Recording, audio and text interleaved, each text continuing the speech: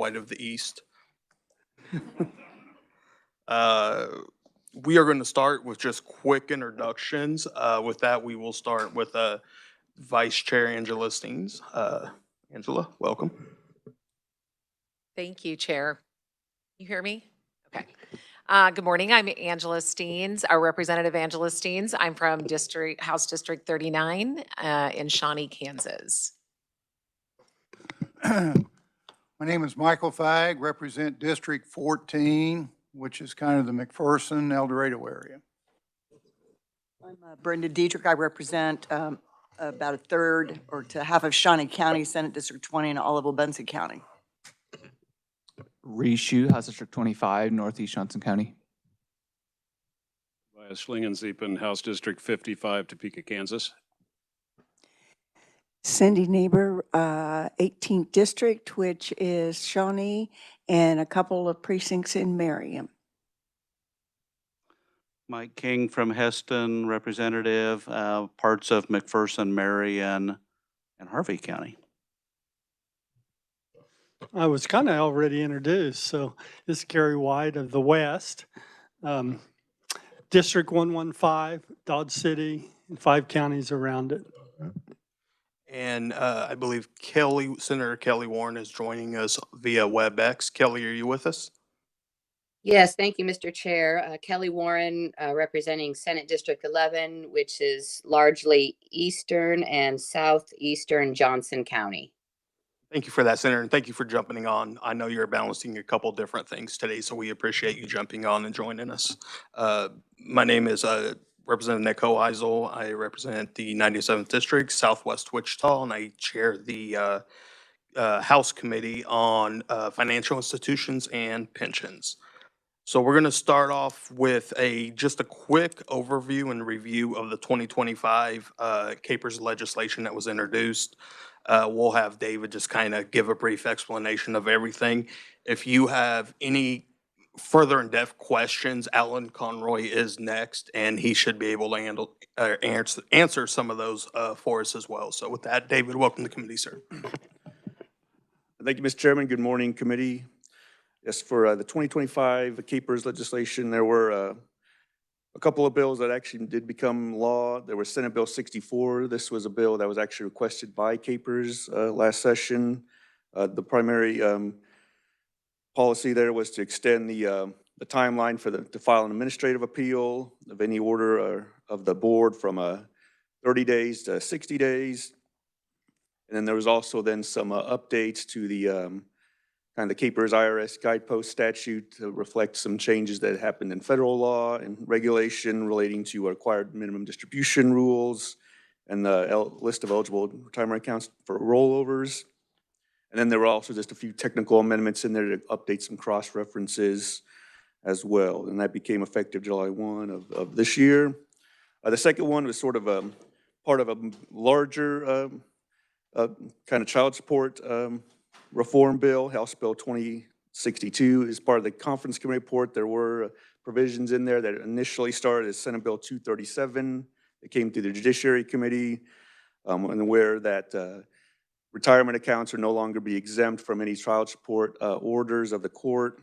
The court could then order payment from a KPERS member through their KPERS retirement account. That would be accomplished through a one-time payment if they were in arrears on their child support, and then that would result in an actuarial reduction to the member's lifetime benefits.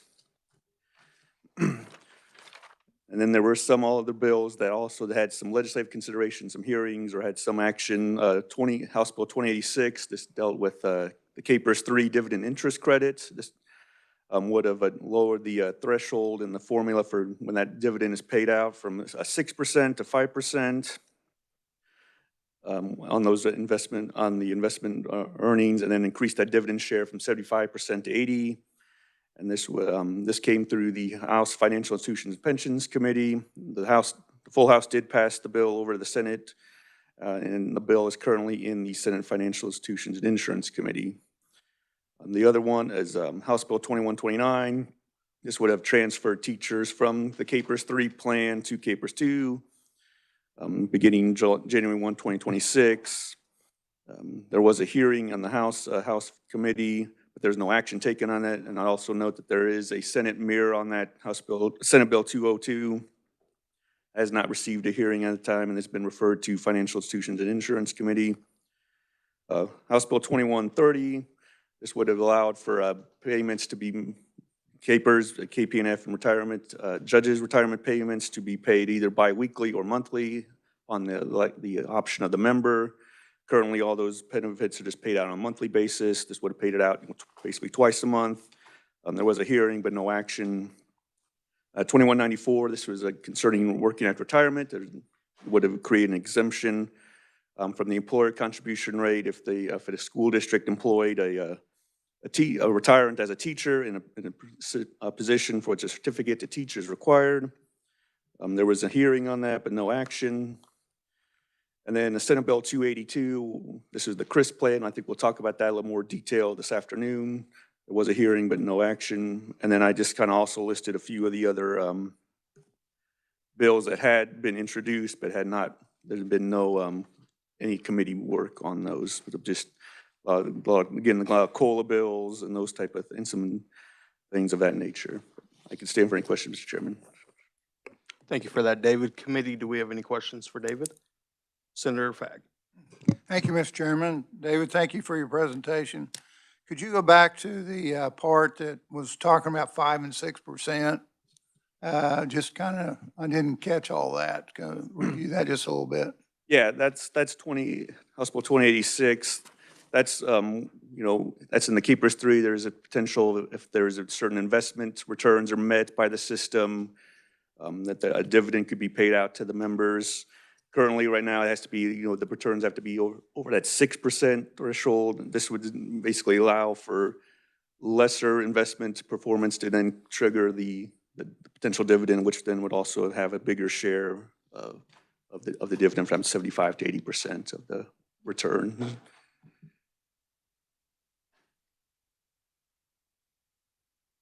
Any further questions, Senator? Committee, any further questions for David? Seeing none, thank you so much, David. Up next, we will call up Alan Conroy, the Executive Director of Capers, to give us an update on the 24 actual valuation. Alan, welcome to the committee, sir. Thank you, Mr. Chairman. Pleased to be here. And I hope you've had your coffee this morning to get through the results of the actuarial valuation. But overall, it's good, steady news. It's progress, not a big swing up, not a big swing down.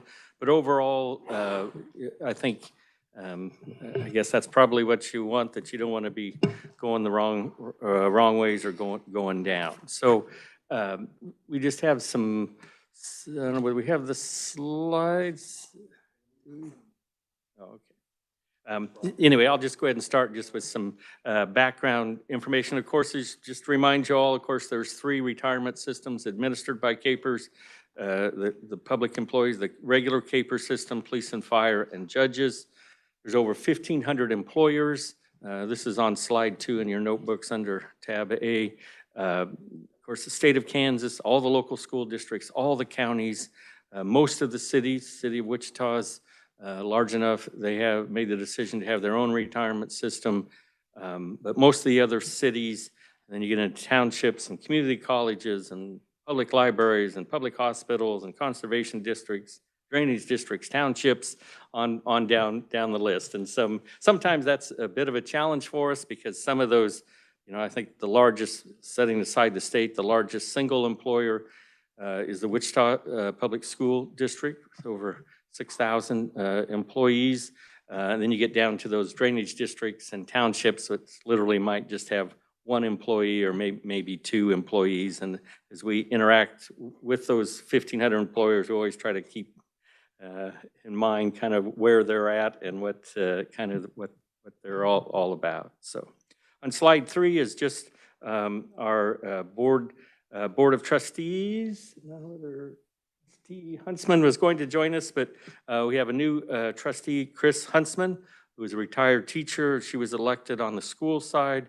She just took office in July, and so that's our newest trustee on the board. The other elected person was Ryan Trader from the non-school side. He's a firefighter, paramedic from the city of Olathe, and he was re-elected to the board. So those are, and you can see there's 9 of them, 4 appointed by the governor, 1 by the Speaker of the House, 1 by the President of the Senate, the state treasurer by virtue of that office, and then the elected members. On slide 4 is just, I guess I always like to think about from this nondescript building over on Kansas Avenue, and it's an old IBM building that we have a lot going on, serving our over 300,000 members. We're up to over almost 118,000 retiree and their survivors, benefit survivors. We handled over 120,000 incoming calls, enrolled over 22,000 new people. We had 5,000 retirements, and we paid out over $2 billion. So lots of activity from that nondescript building across from Evergy Plaza over there on Kansas Avenue. And of course, and certainly as you'll hear, managing the trust fund, and you'll hear from Bruce Fink, our Chief Investment Officer, in just a bit here, but certainly managing it's now over $30 billion, certainly provides some good challenges for the staff. On slide 5 then, just in terms of the purpose of that annual actuarial evaluations, it's just a point in time where some measurements of the assets and liabilities. It's trying to come up with the best estimate of the ultimate cost. So it's looking at future benefits using the actuarial assumptions that our consulting actuary does, calculate the present value of those future benefits in today's dollars. And then there's a cost method to allocate those benefit costs to the period of service. The valuation, one of the key things that it does is to calculate the out-year employer contribution rates. And again, by statute, it's kind of a delay. So it's this valuation, 2024, December of 2024, is used to set those employer contribution rates for the state and school employers for fiscal year 2028 and calendar year for 2027. And any legislation that will be introduced this year that might have some actuarial costs, then this valuation will be the basis that the actuary uses to calculate those benefits. On slide 6 then is just kind of the summary, the overall key findings. And one of the things probably I can't emphasize enough is that all of those employer groups remain at the actuarially required contribution rate. And that is a major change, of course, going back in times where there was contributions were always paid, but it was paid less than what the actuary said it should be, and we'll have some more detail on that. But there was 25 years where that happened for the state school, and that just all adds then to that unfunded actuarial liability. As we look at this valuation, the net investment returns on a calendar year basis were 8.8% on the market value of assets. And then there's this actuarial smoothing. Again, we'll talk about that in a little bit more, where results are spread out over 5 years. That actuarial smoothing asset return was based on, it was at 6.2%. And again, there was a big downturn in 2022.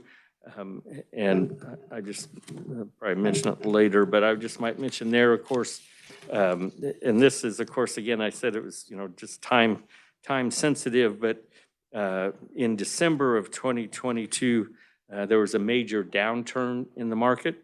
And so by the end of December 2022, there was, because of things going on in the market, I think what the Fed was going to do or not do, the trust fund lost over $500 million, or about $500 million just in one month. There was, of course, that was the year that Russia invaded Ukraine, and then you get into the energy sector then because of that and what was happening there. There was just a lot of uncertainty in the market from that. So concern what the Fed was going to do on the rates, interest, inflation, all that, I think sort of drove down the market in those last months of 2022.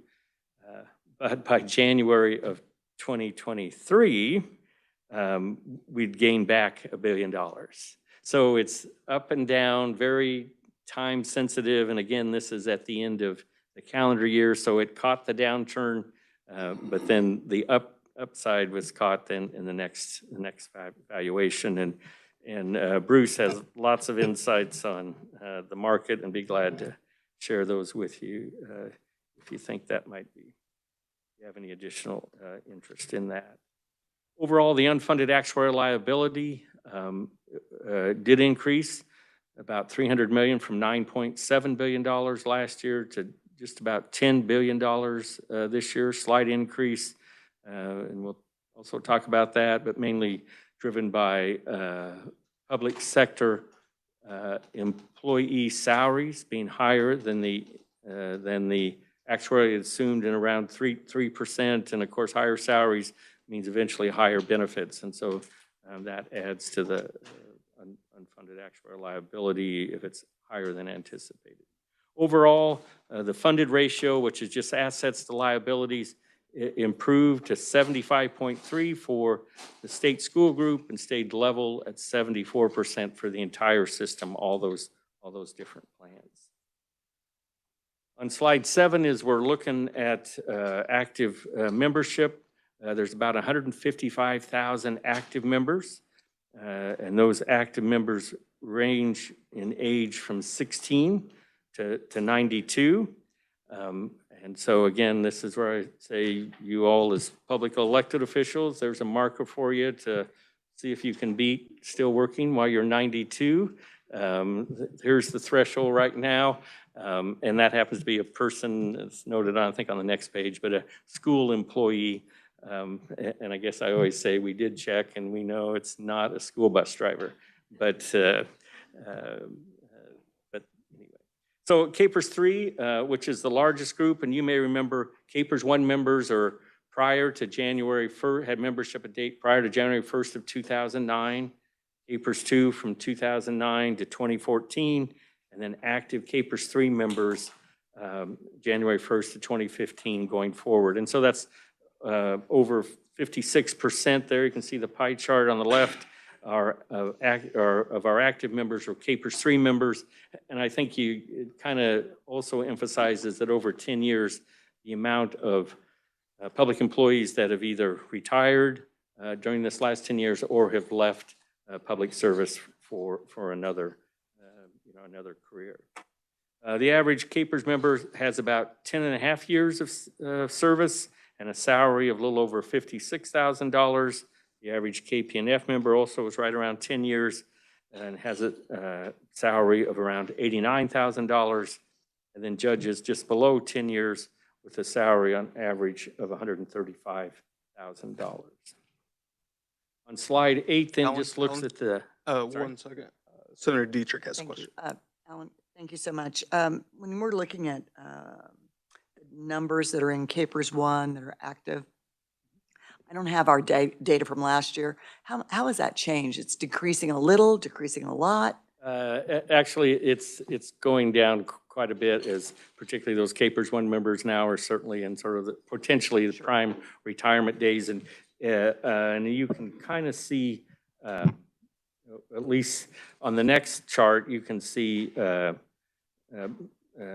see, KPERS 1 members are the green bar on that chart on page 8. And so you can see certainly in that 50 to 60 year age is the largest segment of those members. And then you can see that chart on the right, those years of service distribution of 15 years and more. But it's a declining amount and it's going down every year as people. Have you programmed out how long you suspect we will no longer have a KPERS 1?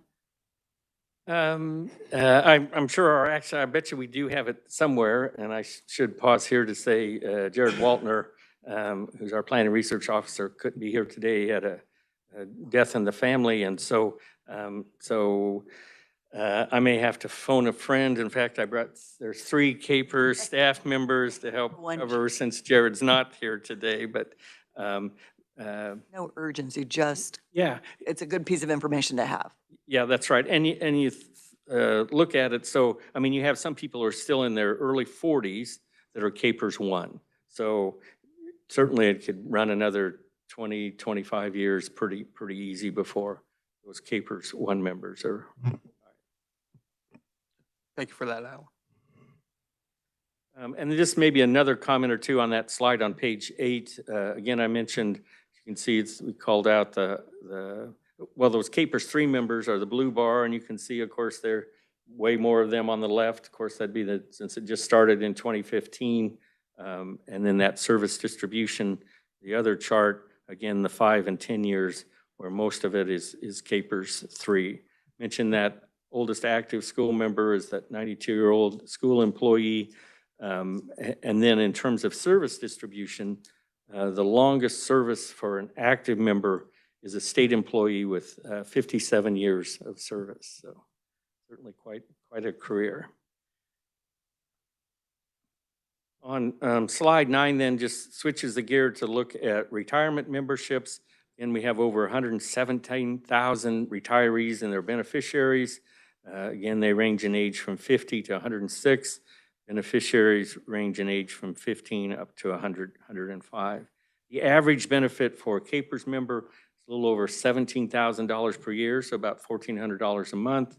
KPNF, that retirement benefit average is a little over $41,000, so about $3,500 per month. Judges, the average benefit's about $48,000 per year, about $4,000 a month, and 88% of the retirees that we pay benefits to still reside in Kansas. And then the other ones, as you'd expect, are generally nearby, either Oklahoma, Missouri, Texas, Arizona, Florida, and then we have a handful that live overseas. On slide 10, then just looks at the number of retirees, just a heat map. The darker the color, the more number of retirees by county. And so you can see Leavenworth, Wyandotte, Johnson, Douglas, Shawnee, Riley, Lyon, Butler, Sedgwick, Reno, Saline have the largest number of retirees by county.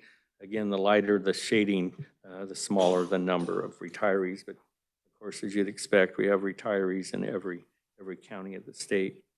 The next slide, on slide 11, then just takes that average monthly benefit for retirees. Again, the darker the shading, the higher the average monthly benefit. And you can see Johnson County at about $1,934 and on down through the list there. But again, it just varies. And of course, just should remind you, average monthly benefit, of course, Capers retirees have the opportunity to take a partial lump sum. So depending on which group they're in, Capers 1 members can take up to 50% in a partial lump sum. Capers 2 members up to 30%. But of course, if you take that payment up front, then your average monthly benefit's going to be less. And so this would reflect after those, if there were a partial lump sum taken, it'd be after those payments were made to make these calculations. On slide 12 is just the investment returns.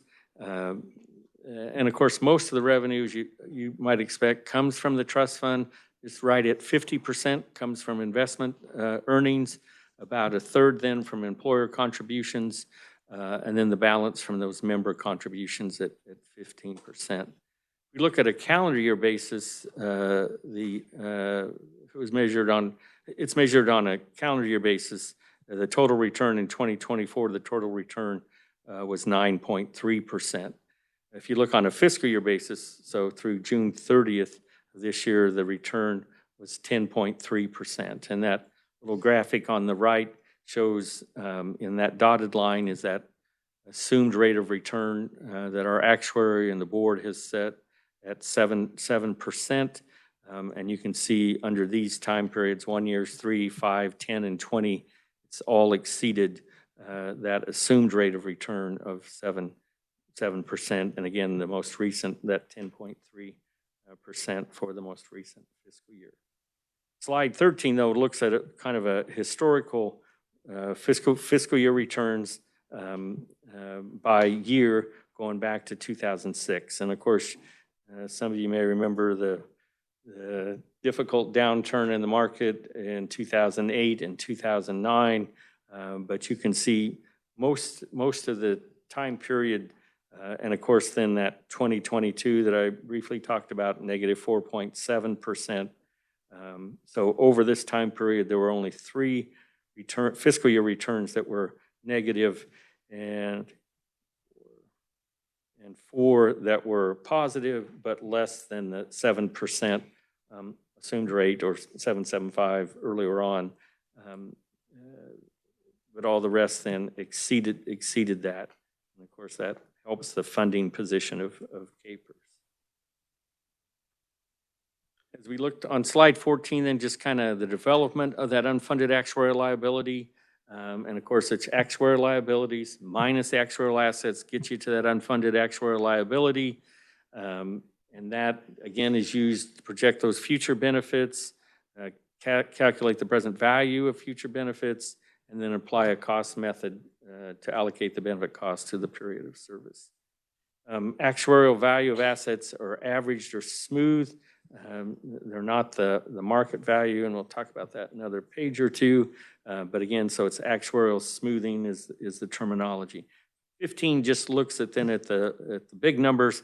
The actuarial liability at the end of the calendar year 2024 was a little over $38 billion. The assets were about a little over $28 billion. And so that unfunded actuarial liability is right at $10 billion.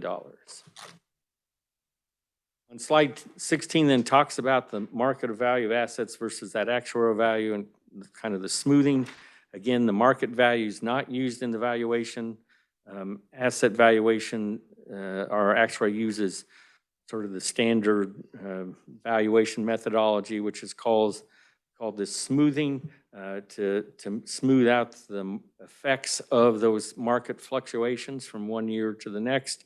And so, and the sort of the basis of that is try to provide more stability in those employer contribution rates, because if it wasn't smooth, and so like in 2022, if we just used that year to set the employer contribution rates with that big downturn, the rates would have gone up. Well, the next year it's positive, and they maybe would have gone down. And so this tries to take the loss or the gain and spread it out over 5 years to help provide stability to those employers, particularly when they're building their budgets.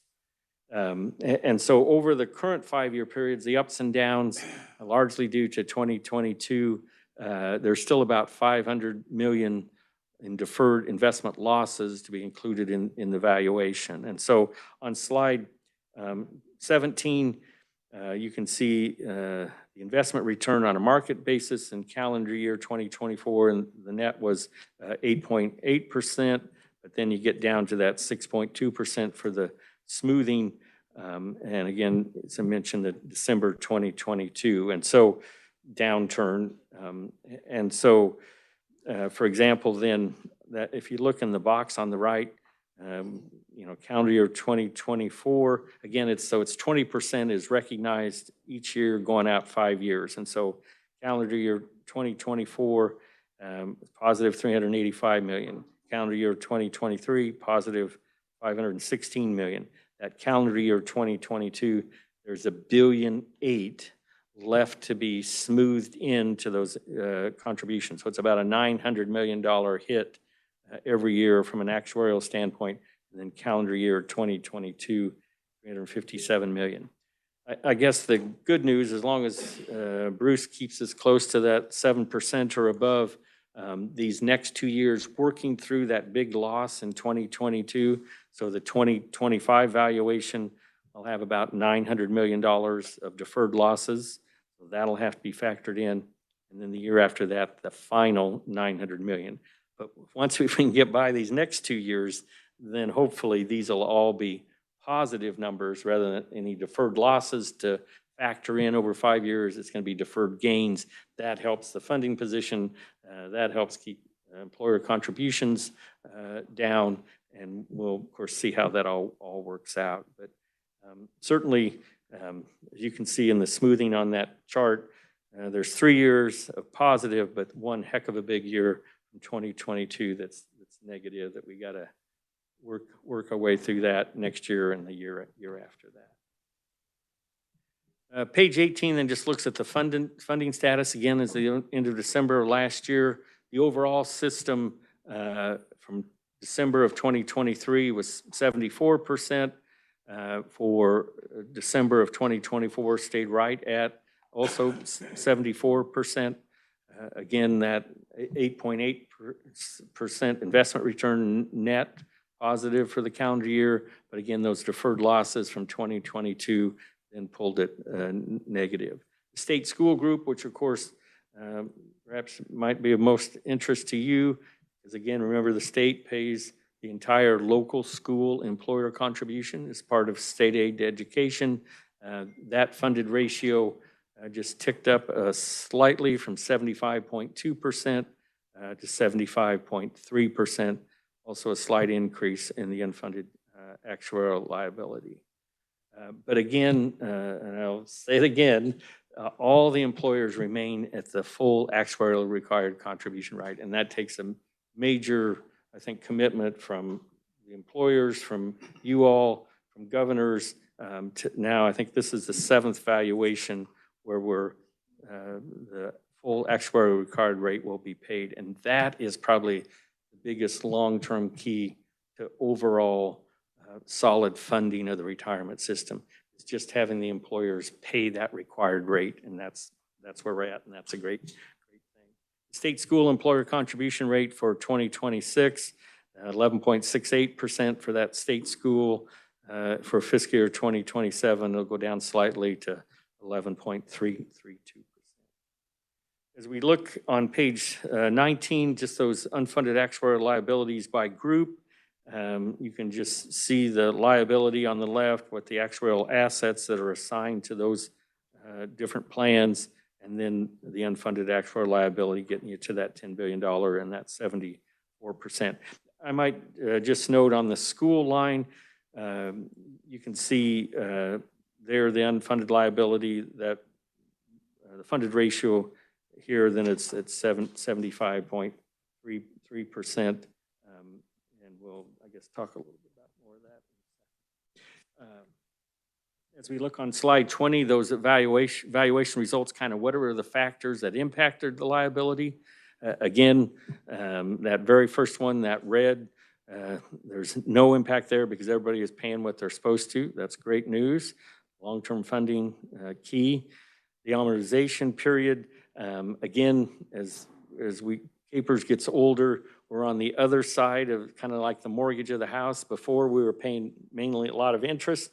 Now we're paying on the principal. And so that $227 million, again, another good sign about the funding position of KPERS.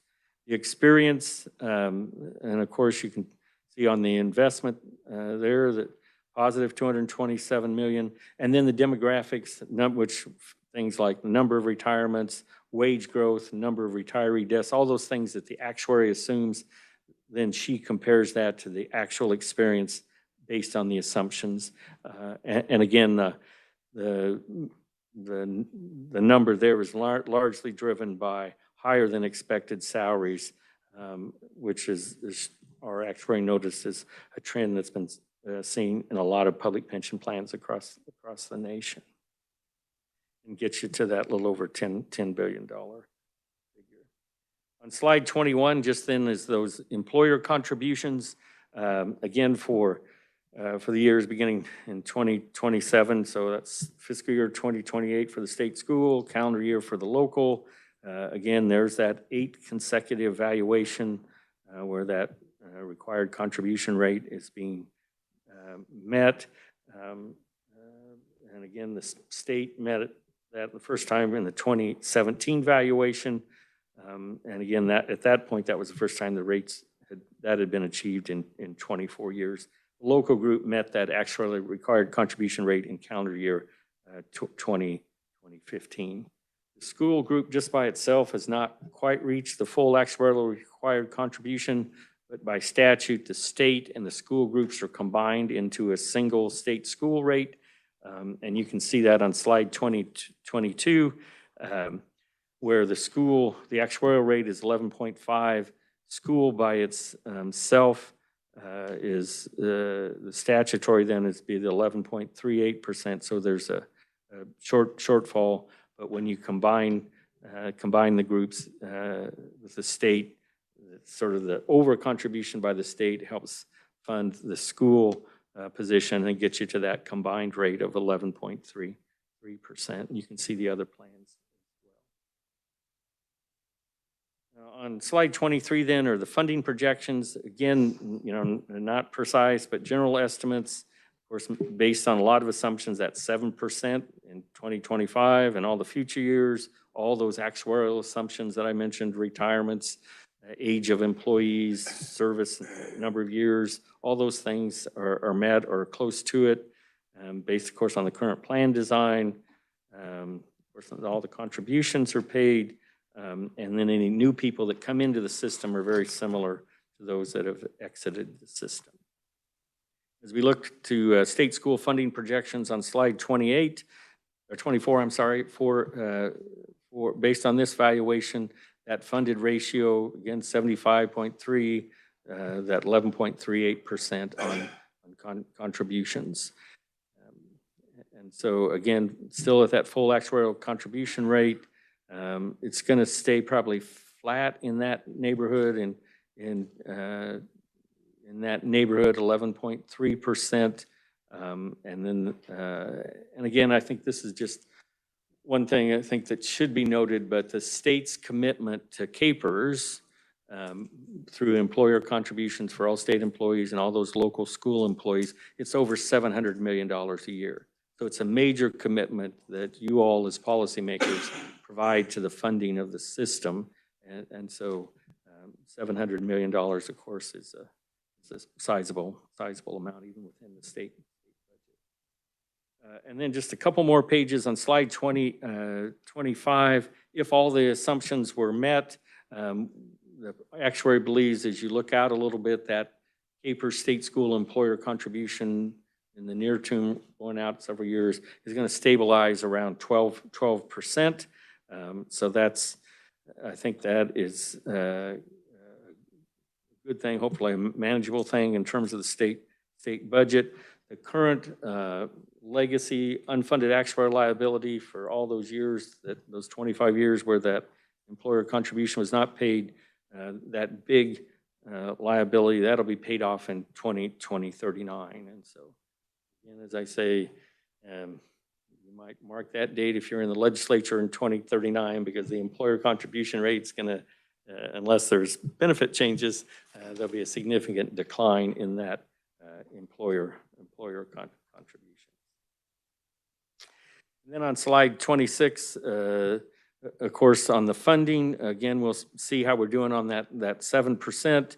The funded ratio, of course, remained flat at 74% for the entire system, 75.3 for the state school. One of the hurdles, not the final hurdle, but in terms of that funded ratio, assets to liabilities, that state school group is going to reach, is projected to reach 80% funding in 2030.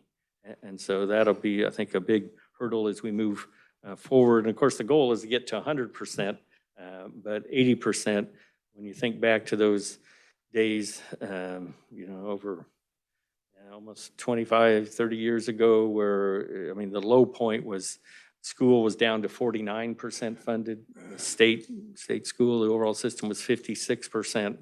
So we were certainly in the bottom tier of states, and again, significant improvements, again, paying that actual required rate, selling those bonds, and of course, the state paying the debt service, the additional cash contributions, the new Capers 3 plan design, of course, which is less on the actuarial costs. And so all that helps to fund, helps you to get to that 80% funding by 2030. So yeah, we're over, and you'll hear more from Bruce, but we're over $30 billion now in the trust fund. It's a remarkable growth, almost up $1 billion in just 12 months. It's just amazing. I know it's certainly beyond what, I wish I had the answer on why exactly it's doing that, but I'm guessing Bruce will fill you on exactly why the market's doing what it's doing. But yeah, $1 billion growth in the trust fund is remarkable, and I think certainly reflects good stewardship on behalf of the board and the staff in the investment world. So thank you for your patience and your attention. This is, the annual actuarial evaluation. Bottom line is, I think that can be summed up. You wouldn't have had to listen to me for this long, but steady progress. We're doing good, didn't go back. We're making progress. Investments, I think overall, as you're here, doing good. Experience, doing good. Employers paying what they're supposed to. All that will certainly help the long-term funding position of CAPER. Alan, thank you so much for that, and congratulations to you and your team for the $30 billion mark. It is a great achievement. I know you emailed me when we hit 29 billion a year ago, and then it felt like a couple weeks later, I got another email from you saying, hey, we just hit 30, and I was like, man, well, $1 billion, that was quick. So we really appreciate the work that you and your team have done on this front. I want to go back to something you kind of brought up a few times, and I know it's came up in other conversations you've had before the Appropriations Committee, as well as internal talks with, I guess, your CAPERS board, is the rising employee salaries and kind of the issue that's causing. Can you go into a little more detail on that? Right. Again, that's one of those actuarial assumptions. Again, for this valuation, and there's some variations, but overall, it assumes about a 3% increase in those salaries of the CAPERS employees, and that, of course, be across the waterfront. But the actuarial experience that our actuary said it was higher than 3%, which again means that's going to have, it's good for the employees, but it's going to ultimately result in higher CAPERS benefits. So that increases the CAPERS liability, because eventually those benefits will, based on the higher salary, will have to be paid down the road. But it exceeded 3%. And again, she said that was a pretty common result across public plans throughout the country. Okay, thank you for that. And I know that's something I've had a conversation with Chairman Waymaster on, just kind of keeping that in the back of our minds as we discuss further salary enhancements for our state employees. Committee, are there any questions for Alan? Senator Fagg. Thank you, Mr. Chairman. And Alan, thank you for your great presentation. On page 8, I noticed judges are not shown. And as I look at that, I think it might be it's so small that you can't see it. Is that what that is? That's correct. The entire group's about 288 members. And so just on the scale, I think they're there. You just can't see it. Okay. Page 19, KPNF at 69.5. What caused that number to be that type of number? Is there anything that sticks out to you on that? I think certainly salaries was a big factor there. I think that's probably the largest single one. I think if I'm remembering right, and I'll do some checking here, I think perhaps I'm trying to remember if the years of service was a little bit, or did they retire a little bit sooner than had been anticipated or not? And I'll dig that out for you, Senator. But salaries, I know, was the largest single factor. Okay. One other question, Wildlife and Parks, have they paid their portion of this thing? So we're all current with that? Yes, that's right. And when that group of law enforcement officers and Wildlife and Parks made the switch from regular CAPERS to KPNF, there was some increased unfunded liability, and that was paid up front. Thank you. Representative Neighbor. Thank you, Mr. Chairman. You said increased salaries. We always, I mean, that's always going to be an issue, I think, as employers raise people's salaries to come in line with cost of living. So is there a method that you have for actually putting that in? Because it shouldn't be a surprise that they're going up. It may be a surprise by how much, but at the same time, there should be a plan in there so that you're always playing it on an even field. Right, and I think you kind of hit the there. Yeah, that was anticipated to go up 3%. It was more than that. Our actuary reviews that every year, and then every 3 to 4 years, there's a bigger, more comprehensive valuation study by the actuary, working with the board to see whether or not those actuarial assumptions, like the 3% salary, should be adjusted then for future valuations. And I'm sure that will be one of the points the next time that's done here in a year or two to talk about that, whether that 3% is too low or not. And one more. So if you're going on the 3%, is that every year you're doing that, or you're just using, you're looking at what's in the marketplace and stuff? How are you getting to that, just that 3%? Right, it'd be the actual pay by those members. The employers, of course, make those contributions based on salary, so it's reported to us, well, really every pay period by the employer. And so we have that information as the year unfolds, and by the time we get to the end of in this case, the calendar year, we know how much those salaries are above or below that assumed 3%. Thank you very much, and thank you, Mr. Chairman. Thank you. Vice Chair Steens. Thank you, Mr. Chair, and thank you, Alan, for your presentation. Actually, the other representative did ask some of my questions. I was going to ask the same, like how often then, so the actuaries, how often do they assess things, right? Like retirement age and the salaries, of course. So is that every 3 years, every 3 to 5 years? How does that go, and how is that adjusted then? Based on not too long ago, some legislative additional changes, it can be from 3 to 5 years, and the Board of Trustees gets to pick whether it's 3 years, 4 years, or 5 years. And so anyway, but I'm guessing it'll probably stay in that four-year range unless we start seeing, like in the next valuation, we see lots of those assumptions that are maybe too high or too low, and then that might sort of increase. So maybe it's time to do the overall big study rather than wait another year or two. Thank you. Senator Fack. Thank you, Mr. Chairman. Alan, does Capers do any, what I call economy shock tests? You know, that says, well, if the market dropped down 10%, this is where we're at, or if we do really good?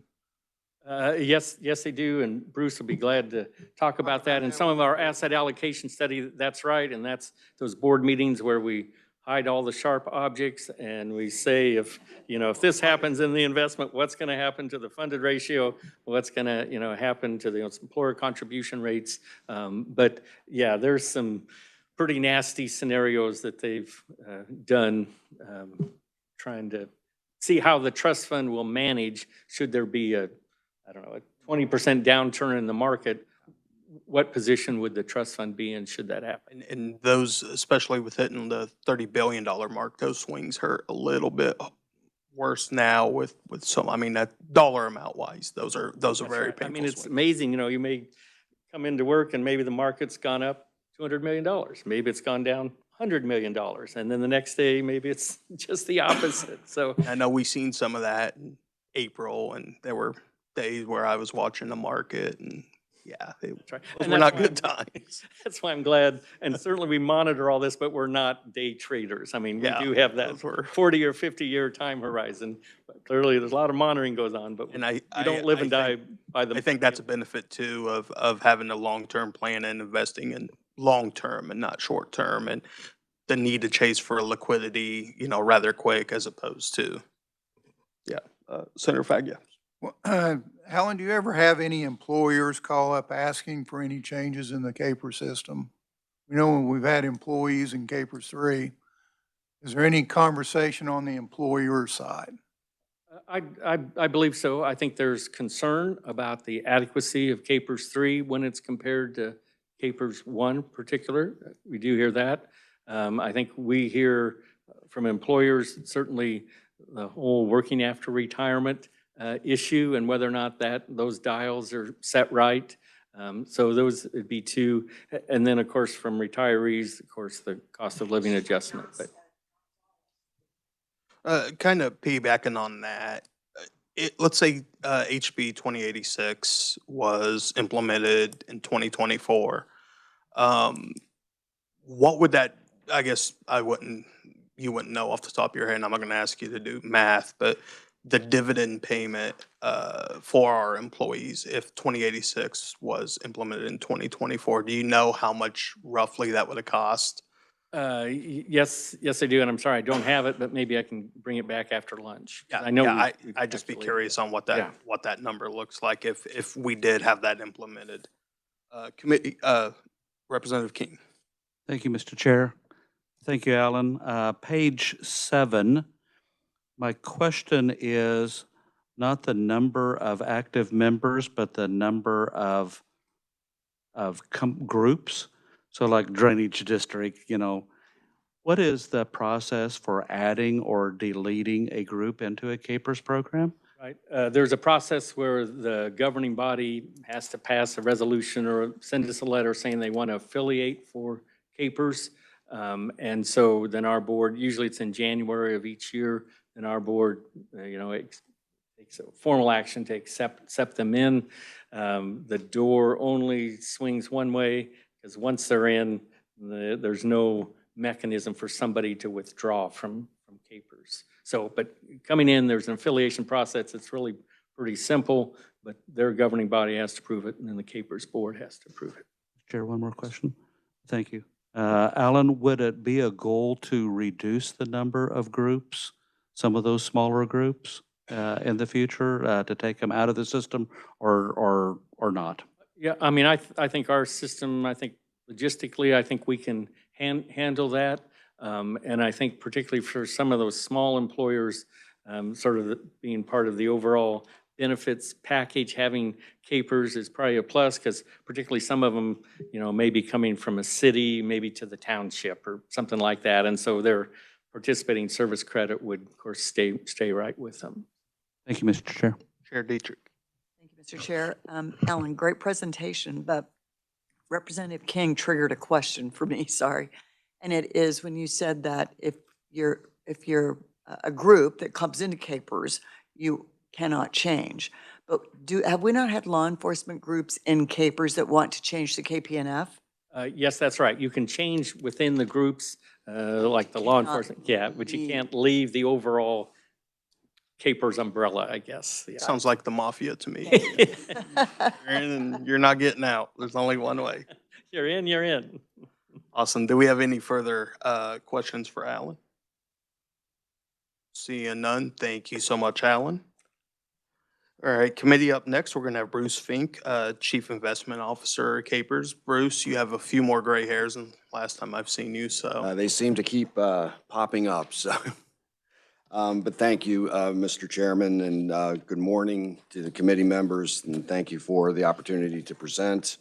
Alan hit a number of points on the investment program, but I'd like to try to just give a brief overview of performance and asset allocation and field any questions that you might have on the actual performance or markets. But maybe starting at the top on slide 2. As Alan noted in his presentation, the total fund, market value of the total fund at the end of the fiscal year was $29.3 billion. That's an increase of about $2 billion over the fiscal year 2024 when I reported to this group last. Alan did note that there's about $2 billion in contribution payments that have gone out of the fund during that time period, or roughly. So this $2 billion increase is on top of that contributions being paid over time. Total return of the fund was 10.3% for the fiscal year, which exceeds the actuarially or assumed rate of return of 7%, but we did trail our policy benchmark, which marked at about 12% for the fiscal year. Over the past 1, 5, 10, and 20-year periods, we have exceeded the portfolio's exceeded the actuarial assumed rate of return of 7%. And as we discussed a little bit earlier, over the longer term, 5, 10, 20, and 25 years, the portfolio has exceeded its policy benchmark. And Alan did hit on this a little bit, but I'll just reinforce how extraordinary the market has been of late. Through the end of the fiscal year, U.S. equities have delivered about 19% return per year on average for the past 3 years. So it's been an extraordinary time period, driving the assets in the fund over $30 billion and jumping from 29 to 30 billion in a relatively short period of time. Those types of returns will lead to that. So again, really good outcomes for the portfolio at the absolute level and relative to the assumed rate of return. The board did conclude its asset allocation review project. We discussed this a bit last November at this meeting, and there will be more to come in a subsequent presentation on that. But that was done in response to the increase of the statutory to 25%. We are currently taking steps to implement the asset allocation targets set by the board. As part of that, we did change some of the naming conventions for some of the asset classes. So those of you who may have seen this report in the past may have seen will have seen references to core fixed income or fixed income, yield-driven, and real return. We have changed those names to more clearly align with the investment strategy. Those are now noted here on slide 2. Core fixed income, formerly fixed income, non-core fixed income is formerly yield-driven, and real assets is formerly real return. And again, as we've moved the program to take advantage of the increase in the statutory cap and increases in interest rates that have occurred over the last number of years, we've tweaked some of the strategies and felt it is important to have names that align more closely with what we're trying to do. I've listed here the long-term asset allocation targets for the system. Those are unchanged from my report last year. So with the balance of the presentation, I'd like maybe just talk about investment performance and provide a few comments on market comments, and then again, field any questions that committee members may have. So on slide 3, we report total fund performance for as of June 30 across various time periods. Fiscal year to date, as noted, was 10.3% versus the policy benchmark of 12. 3, 5, 10, 20, and 25 years returns are all positive, and 3, 5, 10, and 20 are above the actuarial assumed rate of return. And as I noted earlier, 5, 10, 20, and 25 years have exceeded the policy benchmark. So over the long term, the portfolio is outperforming what we've set as the benchmark for the policy. Over the shorter term, it has not, but over all terms, we are exceeding 7% assumed rate of return. The table to the bottom left simply puts numbers to the graph at the top. Bottom right is the 3-year standard deviation of the portfolio relative to the policy index. So again, where our returns are being delivered at a lower risk than is built into the policy index. Another good outcome. Slide 4 is just the first page of our standard investment performance report. This is provided to the board at each meeting and updated at each meeting. The top clip again, and we've talked about those returns, but direct your attention to the asset allocation chart to the bottom left. This details the actual allocation across our 8 various asset classes in the portfolio relative to the current target. So you can see that domestic equity and international equity are modestly overweight our targets. Corresponding underweights across the rest of the asset classes are modest underweights. All of our actuals are within our permitted ranges for each of these asset classes. On slide 5, we look at the asset class level returns for the portfolio for the fiscal year. So again, I will I will comment that this is a one-year period, a relatively short time period in the scope of the plan as well as the scope of the strategy for the program. But nonetheless, again, total portfolio return you can see to the top left relative to the policy benchmark. Domestic equities, I would note again, our domestic equity, U.S. equity program is passively managed. So the goal of this strategy is to replicate the return on the underlying index, which is the Russell 3000. And again, you can see the rather extraordinary return on U.S. equities of 15.3%. So the system fully participated in that rally over the year. Total international equity with our currency overlay program, you can see a 12.7, a very strong absolute number, underperforming the policy benchmark by of 16.5%. A good portion of this can be attributed to the trade issues that have arisen since Liberation Day. A lot of uncertainty as to how those are going to affect international companies and their ability to sell products to the U.S. and elsewhere. Fixed income and total core fixed income, returns are solid above policy benchmark. Our total real asset program, bottom left, again, doing well relative to its policy benchmark of 4.5%. And we have total cash. We try to maintain a minimum cash balance necessary for transactions. But that also delivered a relatively solid 5.1% return for the fiscal year. Real estate and alternative investment portfolio, our private equity program, these again are much longer term assets and should be considered over 5 to 10 year periods. Returns for these programs are very lumpy. Just as some reference, the real estate portfolio, real estate in general is still a struggling asset class. We see a lot of opportunity in real estate right now and are investing in real estate, but returns did not materialize to any significant extent in the fiscal year. Alternative investments or private equity is a similar type of story. We benchmark this program to the public equities market. So our hurdle or policy benchmark for this is the 15.3% that was earned in the U.S. equity market for the year, plus a 2% liquidity premium. For the very short time of the fiscal year, and we'll talk about some longer-term results here in a moment. Returns did not materialize in the fiscal year. Again, real estate and private equity are very long-term investment strategies, very difficult to evaluate over the short term, particularly one-year period. And the returns on these programs can be very lumpy. And for example, alternatives in 2021 returned 48% for the year.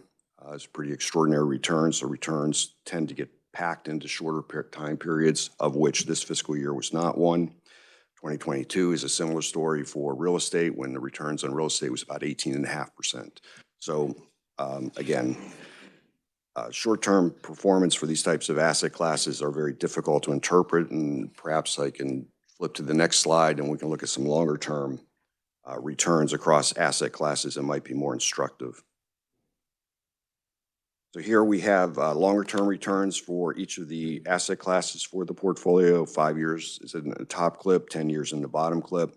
And again, you can scan across each of these periods and note the performance of each asset class, again, relative to the policy benchmark for each asset class. The total portfolio over 5 and 10 years has exceeded both its policy benchmark as well as the actuarial return assumption. You can, if I direct your attention to the far right for alternatives, again, the private equity program, again, the return, annualized return on those programs are very different than the fiscal year, again, reflecting the long-term realization that occurs in these types of programs.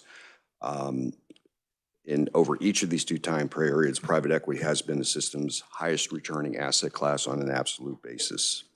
So before I jump to maybe some economic and market observations, perhaps I'll pause to see if there's any questions on performance for the fiscal year or the 5 or 10 year period or asset allocation. Happy to. Thank you, Bruce. Chair Dietrich. Thank you, Mr. Chair. Thank you for being here. This is always fascinating. And I'm not an investment banker, but I do have a couple questions. So when we're looking on the chart on page 5, when you say the private equities, the alternative investment portfolio should be considered as a very long-term strategy. Can you define very long-term? My About, lifetime? 10 years.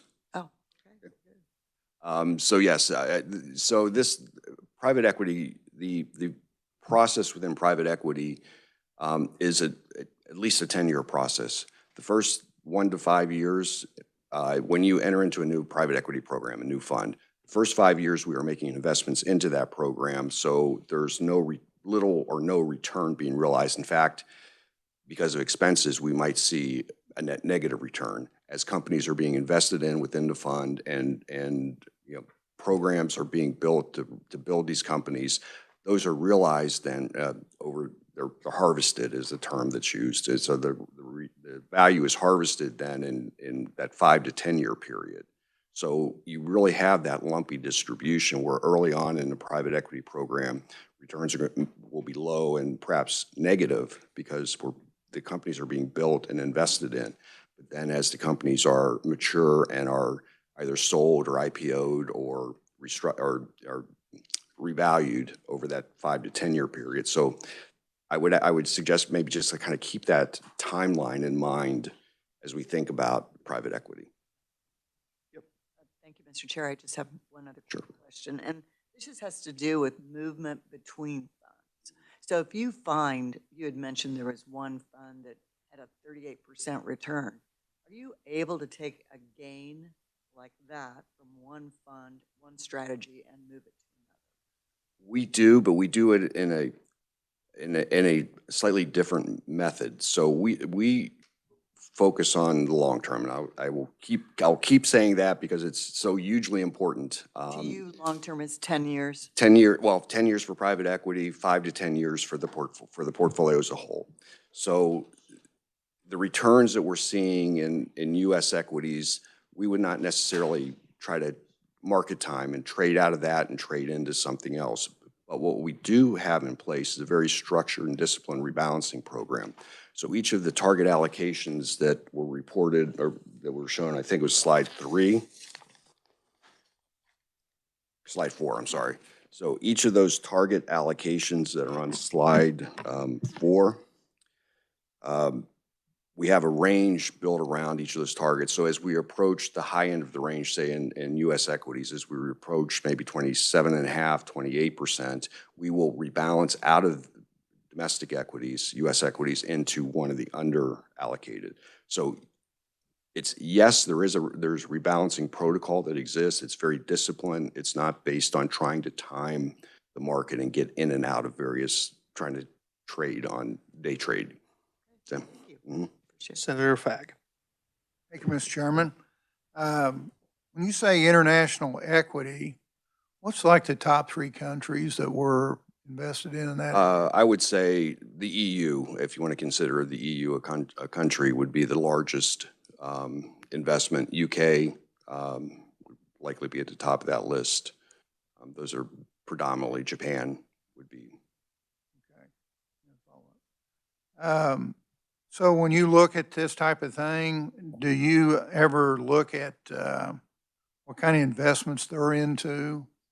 And what I mean by that is that we don't want Russia, we don't want the China, but we're out investing in somebody else that might be putting into those where indirectly we're doing that kind of thing. We do, according to statute, we are prohibited from investing in countries of concern, including China and Hong Kong, and we have removed that from our investment mandate with each of these managers, as well as set up a whole litany of tests to make sure that they are complying with that. So we do not invest in companies who are organized or have organized in those countries of concern. Yeah. So I understand that, but we invest in other companies that might invest in them. That's where I'm coming from. Yeah, kind of an indirect kind of thing. Yeah, we could get visibility into revenue sources, and one of the tests that we did set up, we do have in place for the countries of concern bill, is that if a significant portion of revenue is coming from a country of concern, and it will become flagged in our system and we will exclude it. Now, that doesn't mean that each of the companies have no business in China, but is it a significant component of the revenue stream would trigger an alert for us and a review and a discussion. You know, so.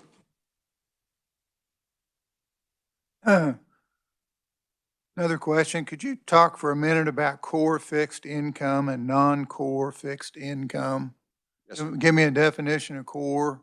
Yes, absolutely. So core would be investment grade fixed income securities of US dollar denominated. So it's US dollar denominated investment grade securities with we have set a minimum of 20% of that portfolio in US Treasuries. So 20% of the portfolio is in US Treasuries. The rest is in asset-backed securities, corporate debt, perhaps some mortgage products and mortgage-backed securities that are all rated investment grade and denominated in US dollar.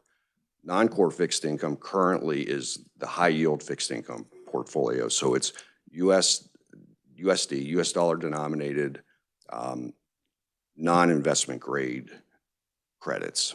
So think corporate credits that are below investment grade. One final question, Mr. Chairman. How is the alternative investments valued for unfunded, like, you know, the picture of where they're at? Is there a third party that does that? Because that has to be a complicated thing to say, what's the value? It is very complicated. So there are different, through the life of the fund, there can be different methods of valuing that fund. Early on in the fund, typically the general partnership will have a valuation committee that's made up of internal and LP interest, and they will set the value based on revenues and multiples that they observe in the industry. You know, revenue multiples in the industry. If there is an IPO, then an initial public offering, certainly the value would be struck based on that IPO value. If there is a recapitalization, you know, the additional investments are coming into a particular company that's held by the general partnership, that will be done, that will indicate a value. So someone external is investing in that company at a certain value, that will drive the valuation process. One thing we do periodically is compare our general partners' valuation marks at the end of of a period versus what they actually realized when they've sold the company or, you know, IPO'd the company, to make sure that those valuations are in line. So what's being done internally and what is being realized externally are in alignment. And we found that to be a good way to test those more internal type of evaluations that occur. I'm sorry, on real estate and some of the other private markets, there can be appraisals, third-party appraisals that are done for some of those as well, that type of thing. So, are we actually a general partner in any of these groups? No, we are a limited partner. We're a limited Yes. partner. Can you explain the difference? General partner has liability, a limited partner has limited liability. So our liability in the partnership is generally limited to our investment in the fund. So if there is some loss or some legal issue that occurs outside of the fund, at the fund level, we would be insulated. Somewhat we would be insulated from those actions. Does the general partner have better? Are they kind of on the inside with what's really going on with that fund? General partner is the investment manager, so they will be the ones who are investing the capital of the limited partners. The general partners also put in some amount of capital into each of the partnerships as well, which is something we look for so that they have some skin in the game as well. But the general partner would generally be the investment manager for the fund, and they would be identifying the companies to acquire and putting the team together internally and externally to build those companies and to improve revenue, reduce costs, restructure financing in order to build value in that company. So that's the GP, the general partner's role in a private equity fund. Bruce, one Senator Fagg kind of brought up the countries of concern and sparked a memory for me. Do we still have those holdings in Russia? We do. We have the one holding, Norilsk Nickel, is still untradeable. Untradeable. Yeah, There's there's, no sign of, no, yeah, thank we, you for that. Senator Francisco. Thank you so much. And thank you for being here. And this is obviously a report that says we're doing well, we're increasing the amount of money. But this investment is really on behalf of our current and former employees. So is there any opportunity to kind of look at, the same way that we talked about, like looking at the last 6 years and getting some kind of a smoothing to say, there's some money here that could be distributed through a cost of living adjustment based on significant returns, and then say, if that's not the case, that won't be available. And that I'm seeing that we've also seen quite a bit of inflation during the same time that we've seen these increases in income. so a COLA would be outside of my purview, but as I understand it, it would have to be a legislative process to award a COLA. The funding rate status, funding ratio Alan referred to earlier, any benefit increase would certainly increase that or affect that. I don't want to stray too far away out of my lane and get into the world of actuaries, but it would involve, I think, those steps and that type of analysis just to determine whether the returns over time are sufficient to support that type of decision. Any further questions on this part? Vice Chair Steens. Thank you, Mr. Chair. And I read something about like a pacing plan. And so can you explain that to me? Absolutely. Just In so I can fact, understand that. we will be talking about pacing plans in the next, the alternatives discussion, but I'll be happy to give you a real quick primer. A pacing plan we do a pacing plan once a year for all of our private markets portfolio, which includes private equity, real estate, infrastructure, and timber. Through that plan, because the way these investments evolve, we invest funds over time as we identify attractive partnerships to enter into. And when we commit to those funds, capital is drawn over a number of years, that 5-year investment period that I talked about earlier. So even though we make a commitment this year, capital will be drawn over, a 3 to 5 year period. So this whole pacing plan process projects out those expected cash flows and converts those to value in the portfolio to monitor our exposure to our allocation to each of those asset classes relative to those targets. So it's an ongoing process where we're balancing what we've already committed, what we expect to be drawn, what we expect to be returned in the way of capital harvesting or returns coming back, which would reduce our exposure. So that's an ongoing process. It's a planning tool that allows us to say for the next year, we want to commit X amount to private equity, Y amount to real estate. So hopefully that's helpful. And we'll look at some of that detail in the next person. Thank you. Committee, any further questions on this? Senator Fack. One more. Sir. Bruce, I was wondering, at our 7%, that's our assumed return. I'd seen a report that showed a lot of other pension funds and what their presumed rate of return was. So my question, what's the average investment return for other states today? Because that's probably changed since that report I've seen. The one I'd seen one time, the average was 6.63 and we was at 7. And that would be putting a lot of pressure on Bruce. Yeah, I'm going to say around 7, 6.63, 7. I don't have that average off the top of my head, but it has come down over recent years. It'd be interesting what it is today, because that's probably changed in the last year. Certainly. We can certainly get that data. Yeah, I actually was going to Ask about that too. Just curious on the 7%, if that's adequate to stay or if there's been any discussion on tweaking that. So yeah, I'd be interested in that as well. Committee, any further questions on this portion with Bruce? Seeing none, Bruce, you can continue. And then just the last slide on slide 7 is really just a few comments, observations, and happy to, as always, take any questions. I've said this perhaps a few times already, but it is just quite extraordinary, the strength in U.S. equity markets over recent periods.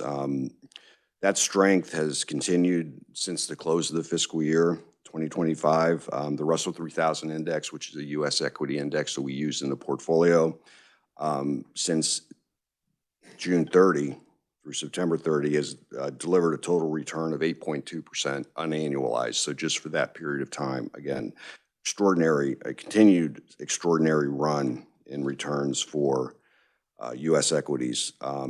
Preliminary returns for the portfolio, just to give you some sense on how that might have impacted the total fund as of September 30. You can see the returns here noted on the slide.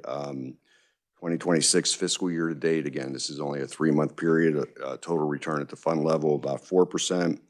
2025 calendar year to date, excuse me, which is a 9-month period, 10.7%. And obviously, we're still tracking well above the actuarial assumed rate of return. As far as market comments, and many are probably aware that the Federal Reserve reduced rates in September. Additional rate cuts are expected, though the future path is really going to depend on where inflation prints and probably more on economic and employment growth. There's continued debate in the market of the various policy prescriptions that are being enacted at the federal level and globally. Geopolitical risks continue they're certainly still there, and I continue to be amazed that the market is as resilient as it is in light of some of the things that are going on in the world, and which is a very positive outcome, I should say, for us. And again, I will close with my long-term investor comment. We are a long-term investor. These short-term returns are monitored and evaluated, but our focus is on that 5 to 10-year period to achieve the actuarial assumed rate of return over those longer timeframes. So again, the last slide is really just a glossary of some of the terms the asset allocation definitions to the Senator's question. And I would, again, be happy to take any other questions that the committee may have. Thank you for that presentation, Bruce. One quick question. Can you kind of just give an overview of, I guess, the return on maybe shorter term, more liquid investments compared to long-term, less liquid investments? Sure. I think maybe a good way to characterize that might be to flip back to slide 5 and just look at the return on total cash over the fiscal year at 5.1%. So with short-term rates as high as they have been until recently, cash has delivered a very solid return in the 5% range. Core fixed income is another asset class that is very, very liquid. As I noted, 20% of that portfolio is invested in U.S. Treasuries, obviously extraordinarily liquid. The remainder is in investment-grade credits that have very good liquidity, and the returns on that are 6.4%. So hopefully that frames that liquidity, illiquidity comparison. Senator Fack. Bruce, when you talked about the U.S. Federal Reserve lowering the federal funds rate, I've always had trouble with that because I always thought that was a tool in the toolbox for when we would hit a recession. And so are we in a recession? That's my question, because we go using that tool won't be there when we need it. I just wanted you to kind of comment on that a little bit. It is a tool, and you're absolutely right that it is a primary tool for the Federal Reserve to address recessions and to stimulate the economy. You likely recall that when Fed funds rate was at approaching zero not too many years ago. One of the concerns of the Federal Reserve was that they lost use of that tool. We actually had conversations at that time about going into negative interest rates, if you recall, which is kind of an interesting thought experiment. But we're now, in the fours on the Fed funds rate, so there is still some room. Are we in a recession? I think we might be in an employment recession. It seems like job growth is slowing a bit of late. The market doesn't think the U.S. market doesn't think we're in a recession. I mean, that's a more forward-looking, so I think the market may be looking past the possibility of a recession this next year. So kind of an economist way of saying on the one hand this and the other hand that, but maybe we're in a slight job slowdown, which I think has caught the attention of the Federal Reserve and certainly of the administration.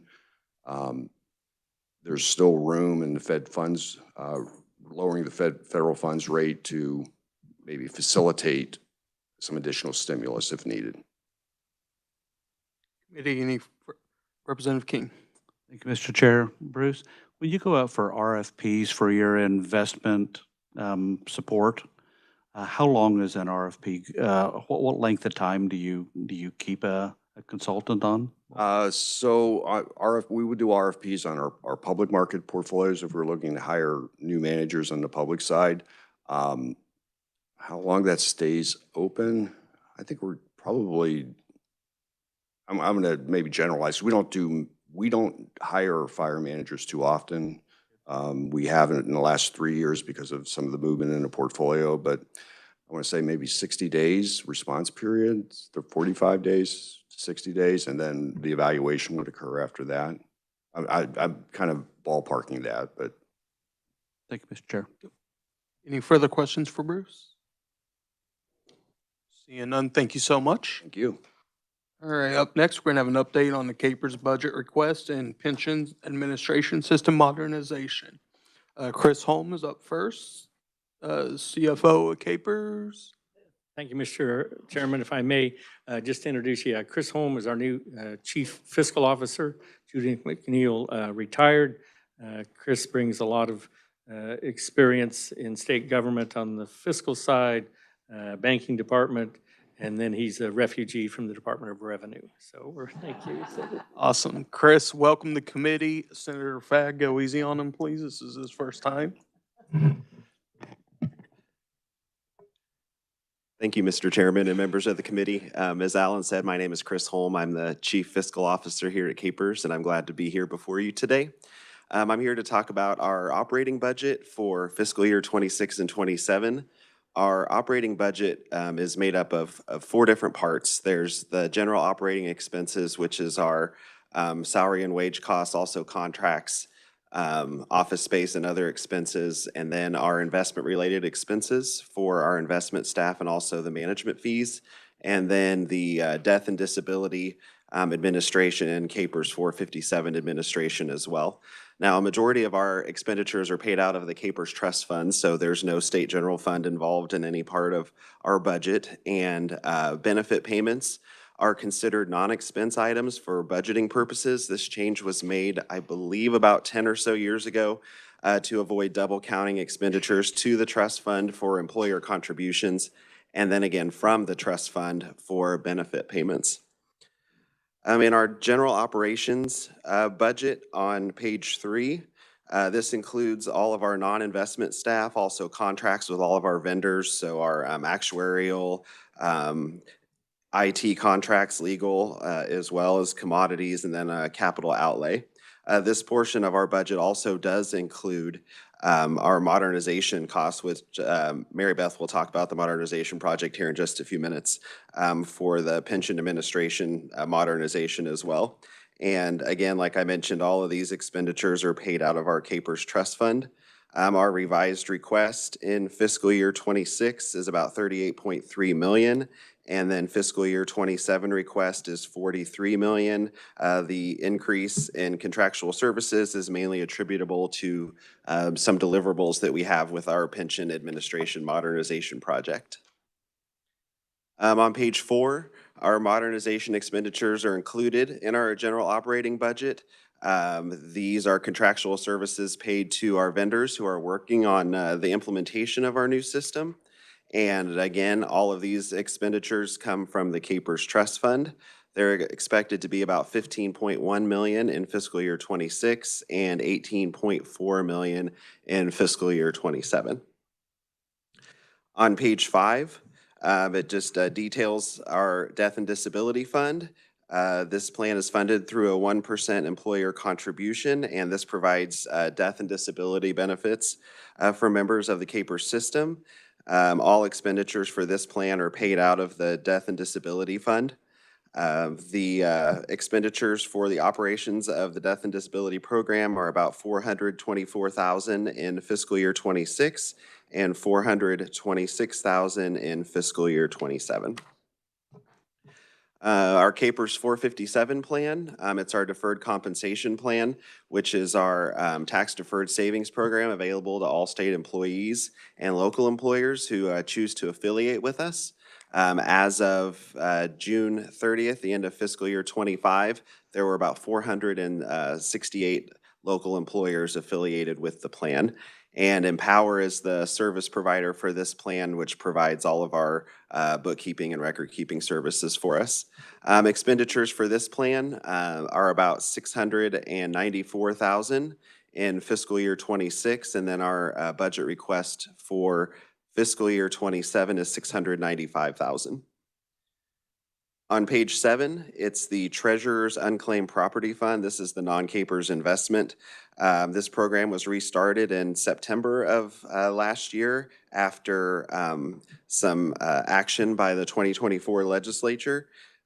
This is funded with transfers from the Treasurer's Unclaimed Property Program, and our administrative costs for this are mainly just salaries and wages for staff time and also expenses paid to our investment managers as well.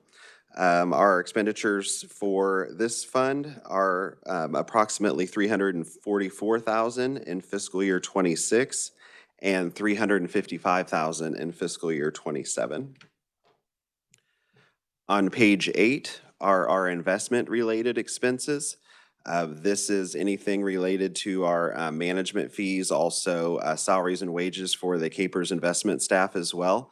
Most investment-related expenses are for our management fees, and in fiscal year 25, our related expenses to investments represented about 0.185% of our trust fund assets.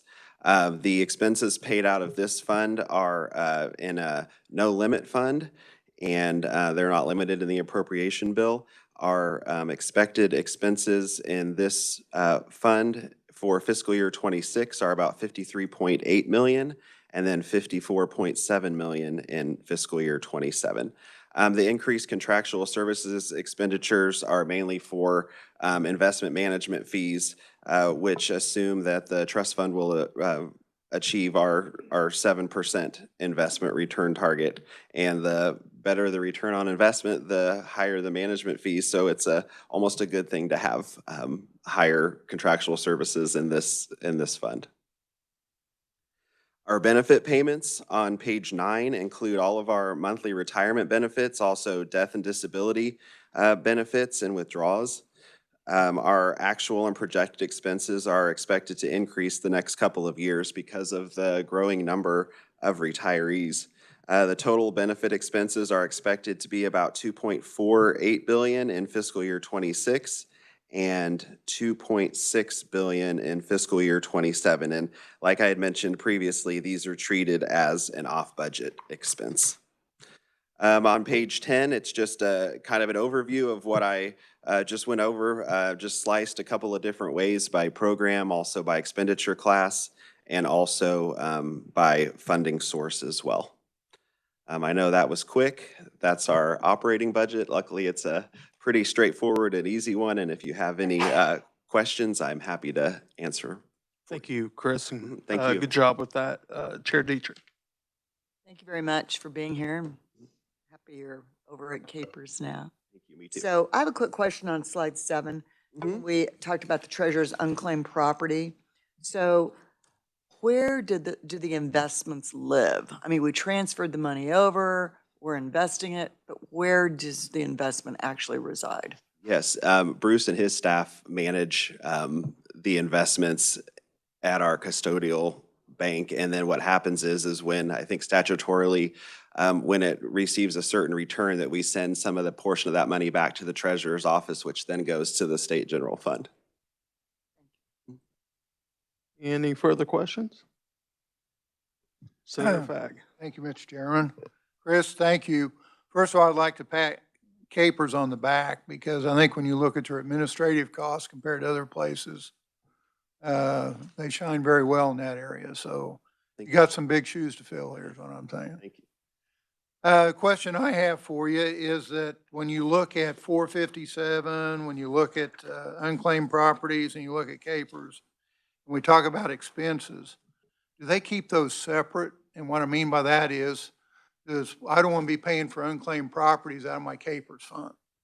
Yes, that's correct. The treasurer's unclaimed property fund, it has its own specific fund that it's separate from the trust fund to pay the expenses out of there. So it's got its income, got its expenses. Correct. Totally separate. Correct. All right. That's the same with 457. Yes, sir. All right, thank you. Any further questions? Senator Francisco. Thank you, and thank you for being here. I know that in the review of bills that had been presented last year, one authorized retirement benefits to be paid either on a biweekly or monthly basis at the option of the member recipient. Would that have any, I don't think it would have significant costs because there's not a lot of people in those programs, but would that be an additional cost for Capers? I'm actually, Alan, if you don't mind, can I defer to you just because my longevity at Capers is not much, so. The short answer is yes, it would, and it'd be all on the administrative side. Part of it is, one, our antiquated pension administration system that we're currently using to be able to modify that to do those either biweekly or other payments. That would take quite a, computer redesign and all of that. So there was quite a sort of administrative cost. Now, as we get to the new pension administration system, you'll hear from Mary Beth here in just a second. That's still several years away. That would open the door, I think, for maybe some more flexibility that we currently don't have with our old system. Also, too, just the mechanics of we may send out a electronic deposit and maybe, they've changed, the member has changed bank accounts, or maybe there's been a death, or maybe they've moved. And so then that bounces back. And then we've got to, of course, track them down or make sure we get them to the right. So sometimes just that having it once a month sort of just mechanically helps us make sure that all of those benefit payments are paid within that 30-day period, rather than having stuff coming out, coming back, in and out, that sometimes can be challenging. So I went through the change from the monthly payment to biweekly. And so this surprised me because I thought, oh my gosh, that could open up some difficulty. So I appreciate your comments. Yeah, and I remember we did have a hearing on that in our committee and decided not to move forward with it because of the administrative issues. So, Chair Dietrich. Thank you. You may not know the answer to this, but Alan might. On page 10, when you broke out the different pieces of your budget, is the death and disability category, does that include the funeral? The monies that we allocated through statute moved from 4,000 to 6,000? The death benefit, thank you. Is that included in that death and disability? It does not. No. Okay. So, Alan, can I ask you a question? That's part of the basic Capers benefit structure. So it's out of that, the trust fund that we're paying monthly retirement benefits. And so just one of those benefits is that $6,000 death benefit. So it's paid out of that fund. The optional death and disability, it's all on the employer side, active members and so forth. May I ask you about that fund, the death benefit expenses? You may cover this later on, but has it increased substantially? That $2,000 piece? Oh, in The terms of benefit, the benefits benefit. for the optional one or? Yep. No, it's stayed in place. It's for a number of years. There's an offset against Social Security. It's about 60%. 60% that they're eligible for disability payment, 60% of the average salary in the calculation. Talk about death benefit, 4,000 to 6,000. That's in the regular Yes. CAPERS benefit But plan. have you seen a significant increase in that? Because we increased it $2,000. Benefit, the cost increase. Well, Thank you yes, for interpreting for me. I'm sorry. Yes, I mean, we can get you the figures, but of course, we have a certain number of retirees that die every year. And so now that cost has gone up $2,000 per death. I would be interested in that whenever. We got Thank you. Thank you for being morbid about I'm this. sorry. Thank you. I don't have a plan. Committee, any further questions for Chris? Seeing none, thank you so much, sir. Thank you. Up next, we'll call Mary Beth Green, Deputy Executive Director for Modernization with CAPERS. Chairman, if I may also introduce, a lot of you may know Mary Beth. She has been our Chief Benefits Officer for more than a few years. She was a refugee from legislative post-audit back in the day. And so, but now, so she's been our Chief Benefits Officer, and now as we undertake this massive pension administration system, I guess what better business owner within CAPERS that knows the ins and outs of the mechanics. And so we tapped Mary Beth to be really the project lead. And now she's Deputy Executive Director for Modernization. But she'll tell you about the wonderful things she's doing there. Awesome. Welcome, Mary Beth. Thank you.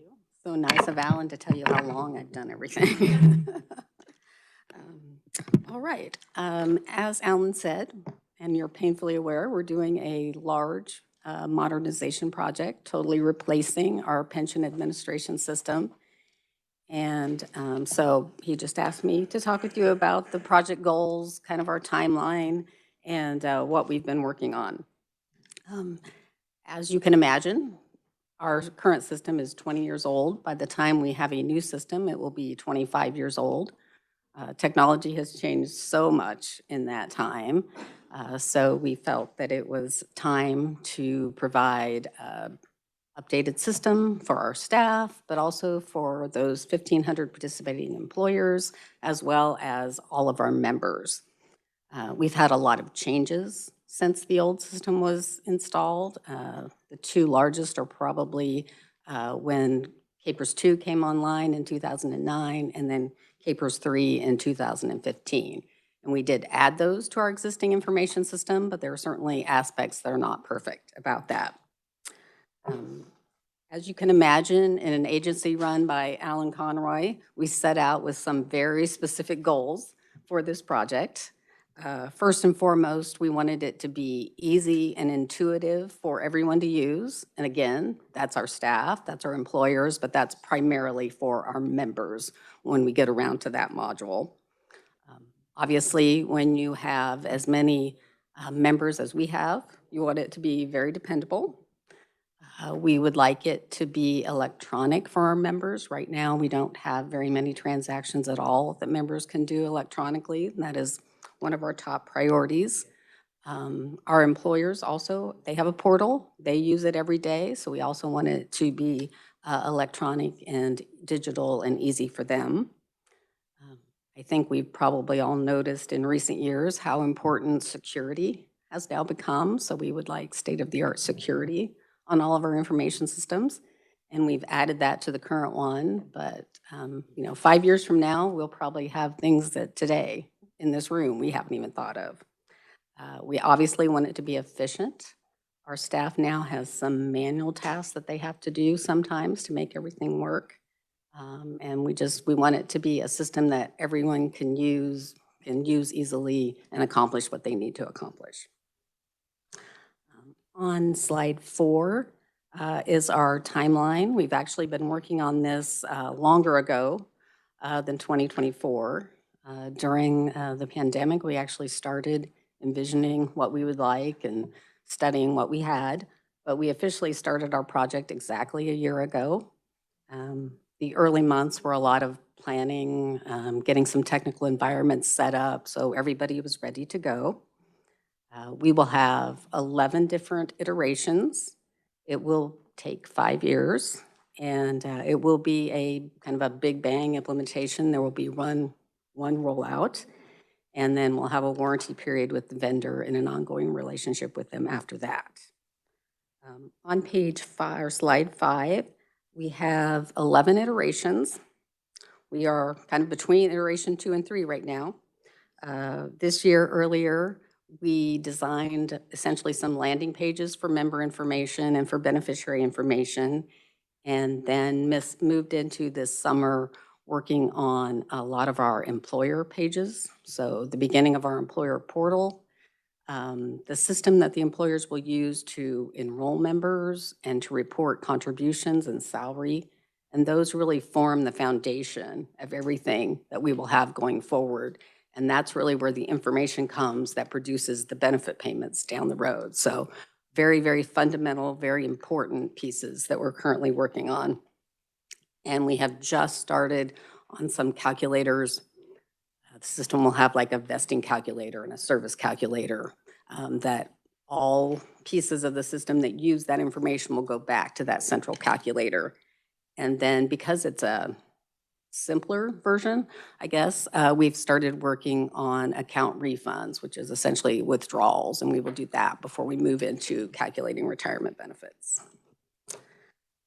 On slide 6, within each of those 11 iterations that we'll be doing between now and 2029, we have a group of work streams. So these things are happening with every iteration.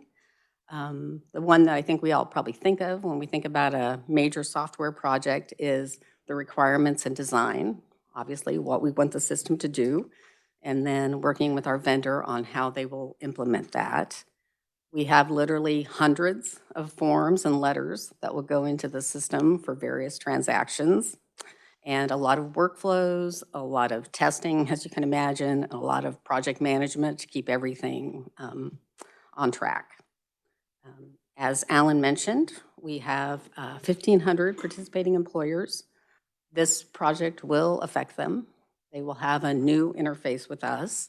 And so for each of them, we are coordinating with them. We have to make sure they are all ready. They will have to do like a certification process to say that they have tried it and that it works for them. So that is a major effort for us because, again, that's where the information comes from that produces the benefits and the payments down the road. So I can't stress how critical that is.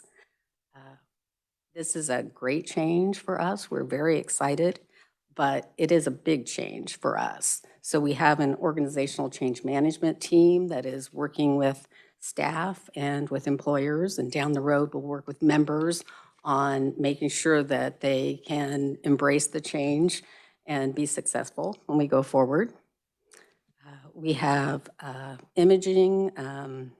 We have to migrate images. We have more than 4 million images from member records that will have to be migrated to the new system, so that's a fairly major undertaking. We also are working on a knowledge management stream so that the training will be developed as we go, and then we will finalize it. But obviously, we can't create all the training materials in the last 6 months of the project, and that will be critical, again, for our staff, but also for our employers and our members.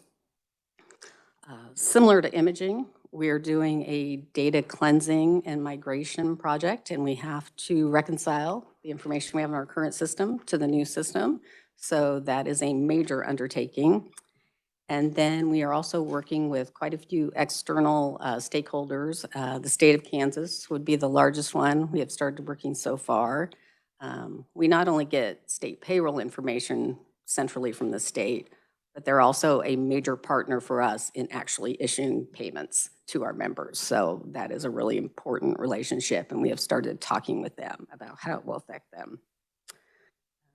To kind of sum up on slide 7, we're getting close to having our first draft of how the employer piece will look ready for testing soon. We have an advisory panel of a group of 20 to 30 of our employers that we are working with to get their reactions and to figure out, how to make this smooth for them. I think I mentioned we're starting to work on the refund process, and we're also starting to work on the life insurance benefits process, which would be related to the death and disability fund that we just talked about. This summer, we successfully transferred 1% of our images. That's kind of our first test to see how that would work. And we're working on core messages for staff, for employers primarily so far, so that they get information about the new system, but in a way that, they can take in and hopefully have positive reactions to. As of today, we are on schedule and within our budget. It's early days yet, but I think that's probably always a positive thing. I know Alan is always happy with that report. I would be happy to answer any questions you might have.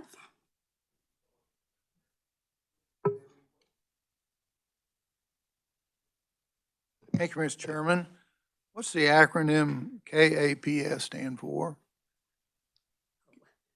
Kansas Papers Administrative Pension System. We had a contest for our staff, and they got to submit names for the new system. Our current system is called KITS. The new one will be CAPS. And our lead business analyst and a couple other people went together, and that was the winning. Will this be user-friendly for retired employees? When you get retired, it seems like that you get around computers, everybody freaks out. I'm one too. So you feel like that's going to be more user-friendly for retirees? I certainly hope so, or we will have failed in one of our primary goals. The member portal pieces will actually be designed late. They're toward the very end, which is on purpose to allow us to have whatever the most current technology is then, we'll be able to build it in. But that is one of the primary objectives. And I have retirees in my own family that I hear from routinely. I anticipate maybe we'll get some kind of a group of retirees to help us test it when we get there, but we're quite a few years out from that. Have you had any surprises to this point? Any hiccups? Is there anything that keeps you up at night in this process? Not too much. The effort involved to test all of the iterations has certainly been maybe more significant, but the actual doing of it and creating all the test cases and the scenarios and which ones you need to test has been interesting for us because it's been so long since we did a new project. We have a vendor we're working with on data, but it's certainly kind of sobering to think about, how carefully we have to make sure that our data transfers to one system to another and to reconcile all of that to make sure that it'll be accurate in the new system, but it hasn't kept me awake at night yet. Any further questions? Senator Francisco. Thank you. So I agree that retirees are often faced with a challenge, but I'm thinking the drainage districts and the townships. I know from sitting on the Ag Committee, we talk to farmers and ranchers that have to go to the library to turn in their reports on water usage or irrigation. So is all of this going to be online, or is there any opportunity to continue that old paper system? I know exactly what you're talking about. I can think of a couple districts that used to tell us, I've got to go to the feed store to fax that to you. So yeah, I've been there. It is intended to be online. I believe they are all doing it online today, but I cannot imagine that if someone couldn't do it, especially someone that was relatively small, that we would not do whatever we had to do to help them get their information into the system. Any further questions? Seeing none, Mary Beth, I wish you luck, and I hope it's a lot smoother than our damn bill drafting software and that modernization. So appreciate all your hard work. All righty, up next, we're going to have Bruce back up for update on alternative investments cap. Okay, thank you again, Mr. Chairman. If I may, I have an answer for a question earlier on the average assumed rate of return. We just checked some of the data. The current median return is 7%. The average return is 6.9. That's 131 funds that report to the National Association of State Retirement Administrators. So wanted to share that. And if I can follow up real quick, that seems to be trending downward. It's certainly skewed to the left, so it's skewed lower if you look at the distribution. Thank you. Okay, great. Thank you for allowing me to provide that update. So then my next presentation is on, to provide the committee an update on the alternatives cap. Maybe starting on slide 2, please. As I think this group is aware, in the 2024 legislative session, the limit or the cap on alternative investments within the portfolio was increased from 15 to 25% of the total market value of the fund. As a point of reference, alternative investments as statutorily defined currently encompasses two strategies in the portfolio. That would be private equity and infrastructure. So following the increase, the system deemed it prudent to undertake a review or to revisit the 2023 asset liability study. And just as a brief background on what an asset liability study is, this is a study that's conducted every 3 to 4 years through our general investment consultant, Makita, in conjunction with our actuary.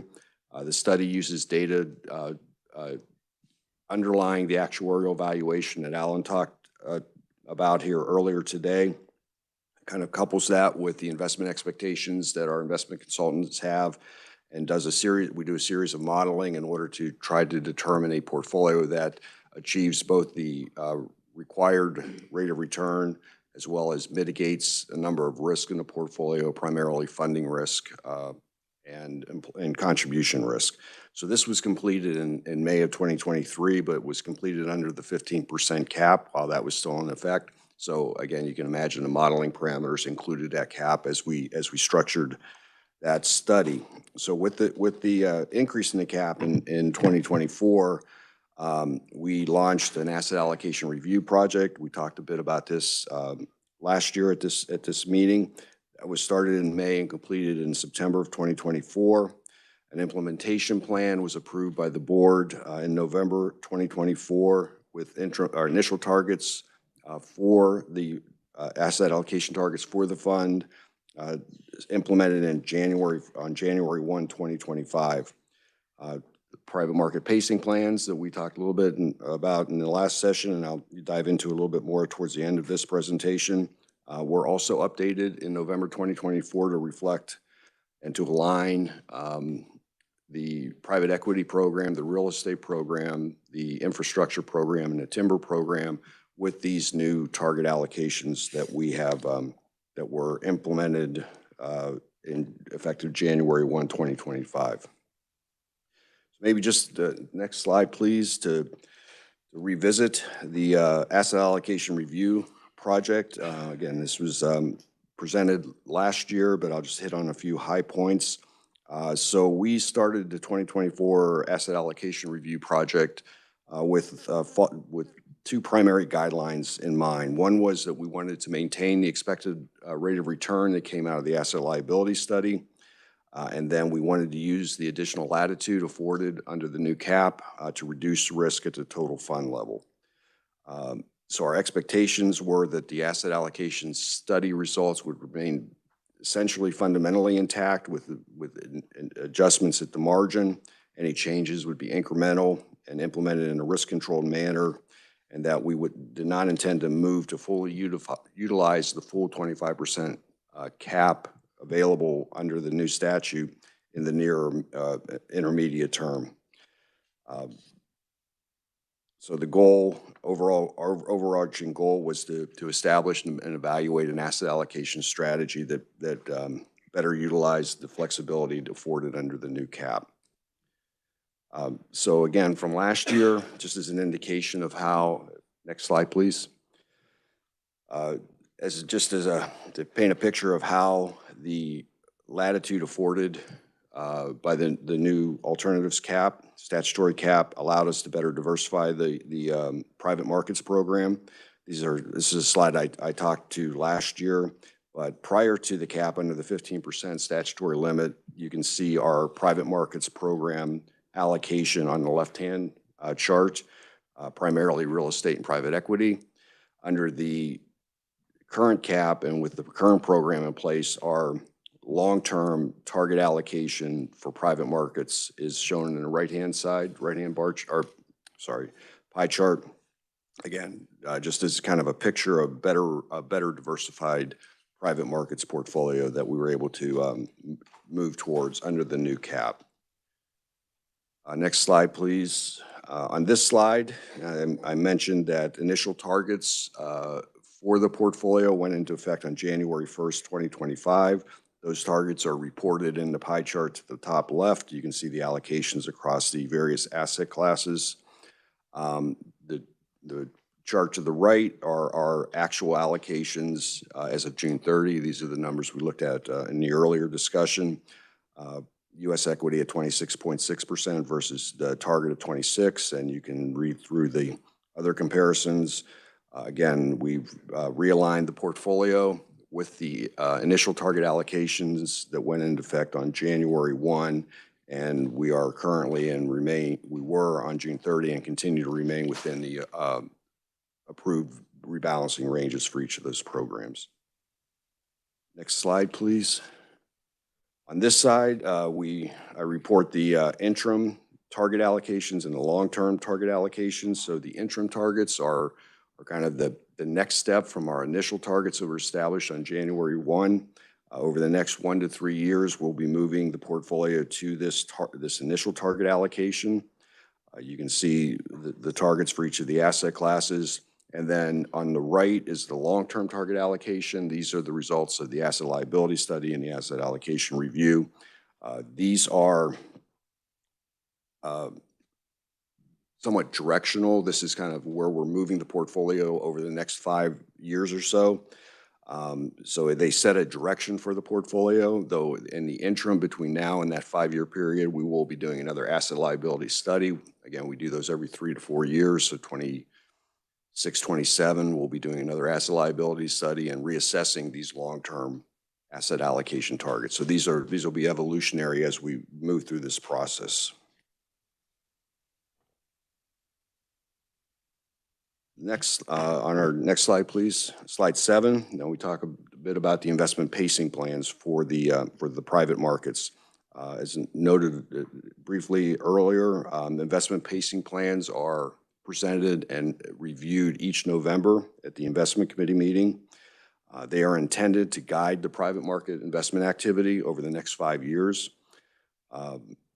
The November 2024 plans were designed to achieve those interim targets, those 1 to 3 year targets that we talked about on the prior slide. So the frequency and the amounts of the commitments that we're intending making over coming years are structured in order to achieve those interim targets over time.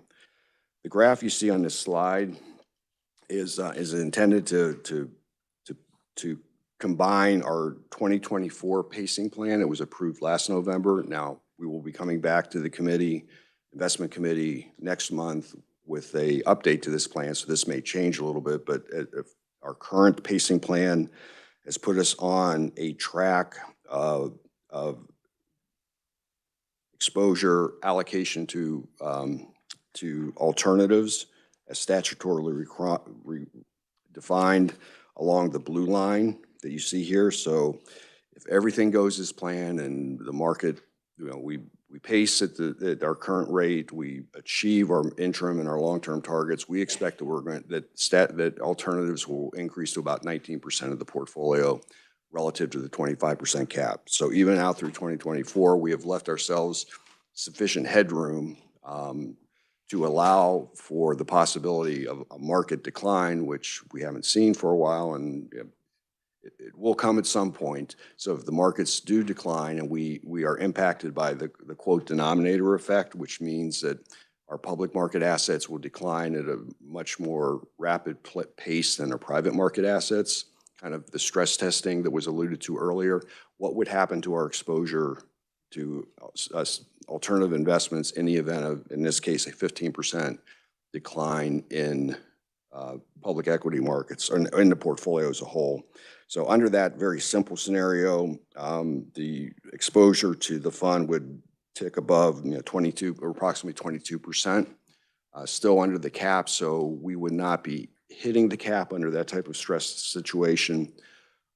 If we were to hit the cap, we would have to cease future commitments to private equity and infrastructure, and that would not be an outcome that we would want to put ourselves in. So anyway, this was designed to just kind of paint a picture for this committee of where we're heading relative to the 25% cap according to our pacing plans, and where we might end up in the event there's some shock stress scenario. Under each of those scenarios, we will be below the cap and well below the cap, even in a somewhat stressed scenario. So I'll summarize, and again, be happy to take questions at any time to maybe conclude. So the board has undertaken a very methodical process, what I consider a very prudent process to determine how best to use the latitude afforded by the new cap. With the 25% cap in place, we have been able to better diversify the portfolio, the private equity portfolio. Our base case expectations are that over the long term, we'll reach approximately 19% exposure to alternatives as statutorily defined, leaving us room under the 25% cap in the event we enter a stressed environment. Again, this denominator effect. I believe we've been able to structure a much more efficient portfolio in both private markets and across the total fund with the higher cap. We've started implementing the pacing plan to achieve these new targets, and the pacing plan currently for 2025 calls for 15 to 20 new commitments across the private equity, real assets, and private real estate. To date, calendar year to date, the team has received approval for 14 commitments by the board, and we have 3 additional commitments expected for year end. So we're on track to achieve our pacing plan for 2024. So would be pleased to take any questions. Thank you so much for that presentation, Bruce. I'm going to ask you this real quick because I ask it every year. Judging by conversations, I'm going to have to continue asking it. We're not investing in crypto. No. Correct? Alternative assets are not crypto. No. Do you guys have the statutory authority to invest in crypto? In the crypto coins? Yes. I believe we have the authority because it's not prohibited. Are there any plans or discussions at this time that you know of to invest in that? I've not had any discussions or planning to invest in crypto coins at this moment, and I'm not aware of any. I appreciate that. Committee, do we have any further questions? Vice Chair Steens. Thank you, Mr. Chair. Yes, I just have one question because I've heard like the argument that KPERS is more constrained than some other pensions and as far as allocating. So can you speak to that at all, or with the caps and things? Sure, I'd be happy to. I will say prior to the change in the statutory cap, when we were under the 15% cap, we were constrained relative to other funds, and I'm visualizing in my head, and I apologize, I don't have it in this deck, but we had actually kind of mapped out where we fell in the spectrum of funds as far as alternative exposure, private market exposure, and we were at the very low end of that distribution of funds. So the prior cap did constrain us relative to other funds. One of the The situation we were also running into is that, again, was kind of this denominator effect I keep talking about. Our exposure to private equity and infrastructure was reaching that 11, 12% limit, that level. If there was a downturn in the market, it would have forced us up to that 15% cap, which would have caused us to have to cease making new commitments, which is not a way we wanted to manage that portfolio. So we were constrained in two ways. We're underallocated relative to our peers, and we were constrained by the cap itself, given where the programs had built to the date prior to the cap being increased. Okay, thank you, Bruce. Any further questions for Bruce? Seeing none. Bruce, I believe that concludes your business with us today, so thank you very much. Thank you. Appreciate it. Thank you very much. All righty, last up before lunch, we're gonna have Alan Conroy back up for an update on the drop program. Alan, this is where I will ask you also to discuss just a little bit on the 2194 that we talked about the other day. Thank you, Mr. Chairman, and certainly this would be normally the opportunity for Jared to shine, but again, if you'll bear with me to hear from me again, I don't think it'll take quite as long as the first presentation. But the DROP program is the Deferred Retirement Option Program. It only applies to members of the police and fire retirement system. And so we'll talk a little bit about just that overview, eligibility, and example, about when people are entering and leaving DROP, and then just some of the trends. On slide 3, you can see, again, it's only for police and fire members. They have to be actively employed. And when the whole DROP program was initiated by the legislature in 2015, the intent was that it would be a cost neutral to the system. And I think generally it's been successful in doing that. And so, but in 2015, the legislature, initially it just started out for members of the Highway Patrol. I think particularly, perhaps like a lot of certainly public safety agencies, the patrol was dealing with some staffing challenges, and they thought this might be one of the tools then that might help them in terms of retention of road, particularly road troopers.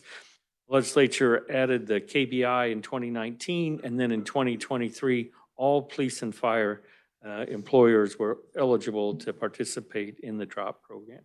When a member enters into the DROP, they can do it, sign up for either 3, 4, or 5 years.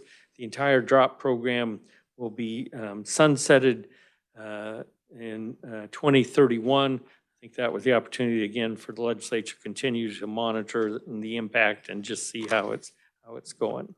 Some of the things to remember on slide 4 about DROP. First, the member has to be eligible for normal retirement.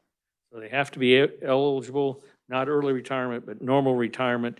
And depending on, there's 3 different normal retirement opportunities for KP&F members, and these are tier 2, but it's almost all tier 2 members these days.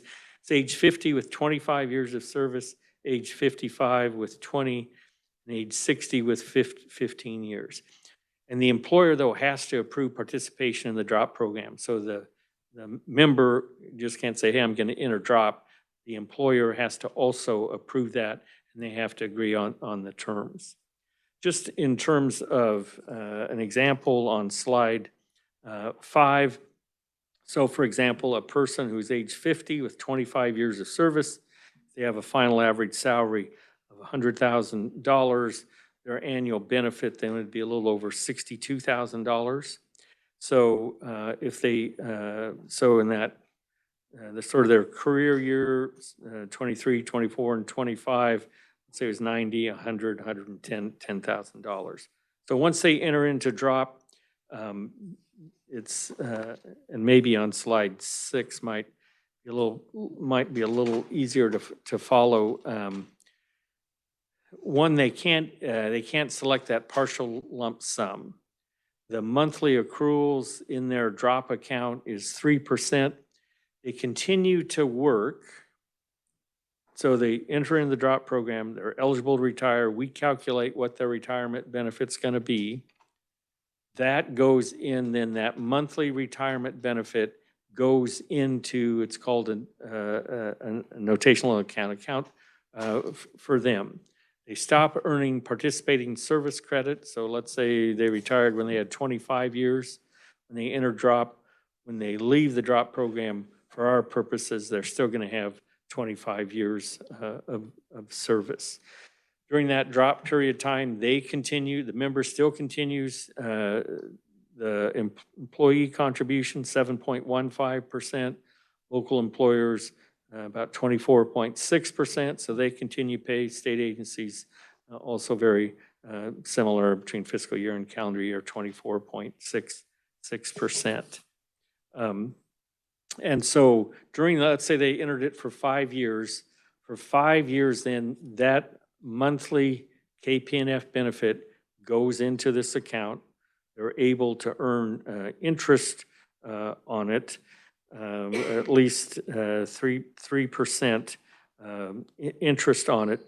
And then when they actually exit the drop program, they receive those, let's say, 5 years of retirement benefit payments that we've held for them, plus interest. And so, but they continue to work, they continue to contribute, both employee and employers, but they don't earn any additional participating service credit. On slide 7, then, when they get ready to retire, the benefits are recalculated if they're eligible for leave payouts. That'd be like sick and annual leave for those before July 1st, 1993. Those notational accounts are distributed when they leave employment. They're paid either directly to the member and then they have to pay taxes on it, or of course it could be rolled over to another qualified plan of some point, and then the taxes would be we do at that time whenever they take them out of that plan. Again, they'd begin receiving their monthly retirement benefits directly to them. If should they leave before the agreed drop period, let's say 3 years, then they do not receive interest for it. If it goes beyond that, then there's no additional interest credited there. Drop account is not distributed, and retirement benefits don't kick in, be paid directly to them as if they would have separated from service. So again, it's a little different. So they say they're going to retire. We figure the retirement benefit. We start paying that monthly retirement benefit to their notational account that we hold. Might be eligible for interest. They still contribute the employee contributions. The employer continues to pay, but they don't earn, the member does not earn any additional participating service credit. Slide 8 just looks at kind of the experience through the end of September. There are 280 members that are in drop, working for 34 different employers. 71, since 2015, 71 drop accounts have been paid out, and that totaled over $12 million, and that payout range distribution from $7,000 up to $460,000. Most of the drop duration, you might think is it 5 years, about 74%. And so there's about $1.4 million that's deferred monthly into those drop accounts, and that range of monthly deferral ranges from $1,700 up to $11,000. Those drop retirement options, once they do get ready to retire, they can select when entering drop how they want to take out in terms they're going to provide for a joint survivor or not. Nearly 2/3 of the active drop members select a survivor payment option, about 18% at 100% to their survivor, 13%, 75%, and 35% the 50%. The remaining are 34% selected to make this election to receive the maximum monthly amount, so no survivor benefits. Slide 10 just looks at the current number of employers. Of course, as you'd expect, with over 115 KPNF qualified employers, the membership, of course, now is skewed. about 82% local, 18% to the state. And then by employers, the unified government of Wyandotte County has the most utilization of the DROP program, followed by Patrol, City of Lawrence, City of Olathe, Sedgwick County, City of Topeka, and you can see on down the list. In terms of new DROP members on slide 11, in the last valuation, there were about 700 active members who were eligible to retire with unreduced benefits. That's about 8% of the total KPNF members, and not all the members, of course, retire when first eligible. But this is a group that could decide to meet the requirements to enter DROP should they decide to do it, and clearly not all of them do. Slide 12 then, as you might, if you think about it, the participation rate is doubled when all KPNF members became eligible. And so in, for example, April of 23, there were 71 applications before expansion, all the years. And since then, there's been 75 applications since the expansion to all KPNF members. There were actually 88 applications in calendar year 24. And through the end of September this year, we've had 43. And of course, you can see when it was opened up to all KPNF members. So on slide 13 then, I think DROP continues to work, I think, as envisioned. It allows members to continue to work and earn salary while building a lump sum account for their retirement. I think our employers see it as a staffing tool to help retain people a little longer and to know when, more than likely, when they're going to actually leave the agency, probably at the end of their DROP program. But once the retirement option selection at the beginning of DROP is irrevocable, and participation rate has increased significantly, of course, since it was opened up to all the KPNF members. So it's working, tended to be cost neutral, and I think what we've heard from some of the agencies, they appreciate the sort of the knowing in terms of retention of employees when they might actually retire. Thank you for that, Alan. Do we have any questions for Alan on the DROP program? Chair Dietrich. Thank you, Mr. Chair, and thank you for refreshing our memories on how this works. I think my question would be, because it's only a KPNF eligible program, who is responsible for educating the employees that might be eligible for the DROP program? It's pretty complicated if you're not. Yes, there's lots of moving parts. And I guess part of that falls to us in terms of educating those members. I know, and we have, of course, webinars and we go out and travel around the state and have meetings just for KPNF members. I know our info line, and at those meetings, questions about DROP are pretty popular. And so we get a lot of inquiries about those. And then once it looks, the member, I think, kind of makes that corner that they think they might are serious about DROP, then we get really serious about, in terms of estimates, kind of dollars, how it's going to impact them. And so it's, and of course, that's what we're here for, but it's sort of labor intensive for the CAPER staff to work with those DROP members to try to figure out what's the best for them. Thank you. Thank you very much. Senator Petty. Thank you, Mr. Chairman. And sorry I was late. I was in. I know you're juggling two things at once. It's all good.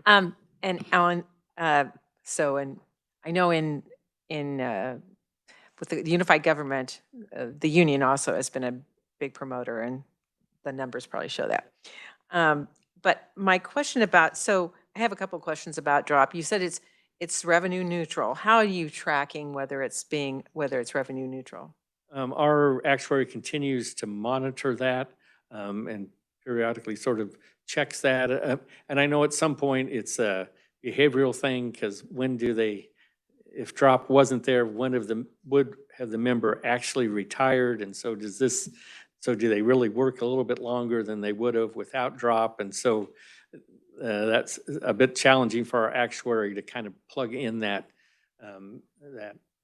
behavioral impact on the usage. But I think requiring both the employer and the employer to continue those employer contributions during the participation in drop certainly helps eat into any potential cost, as well as they already have to be eligible for normal retirement.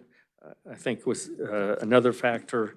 And I think, sorry, there's one more, but yeah, I think that they contribute, I'm sorry, and that they don't continue to earn participating service credit once they enter drop. So their benefits frozen. So even if they work 5 more years, again, they aren't earning 5 more years of service credit towards their ultimate when they retire. And so I think those things help mitigate the cost, the actuarial cost to the system.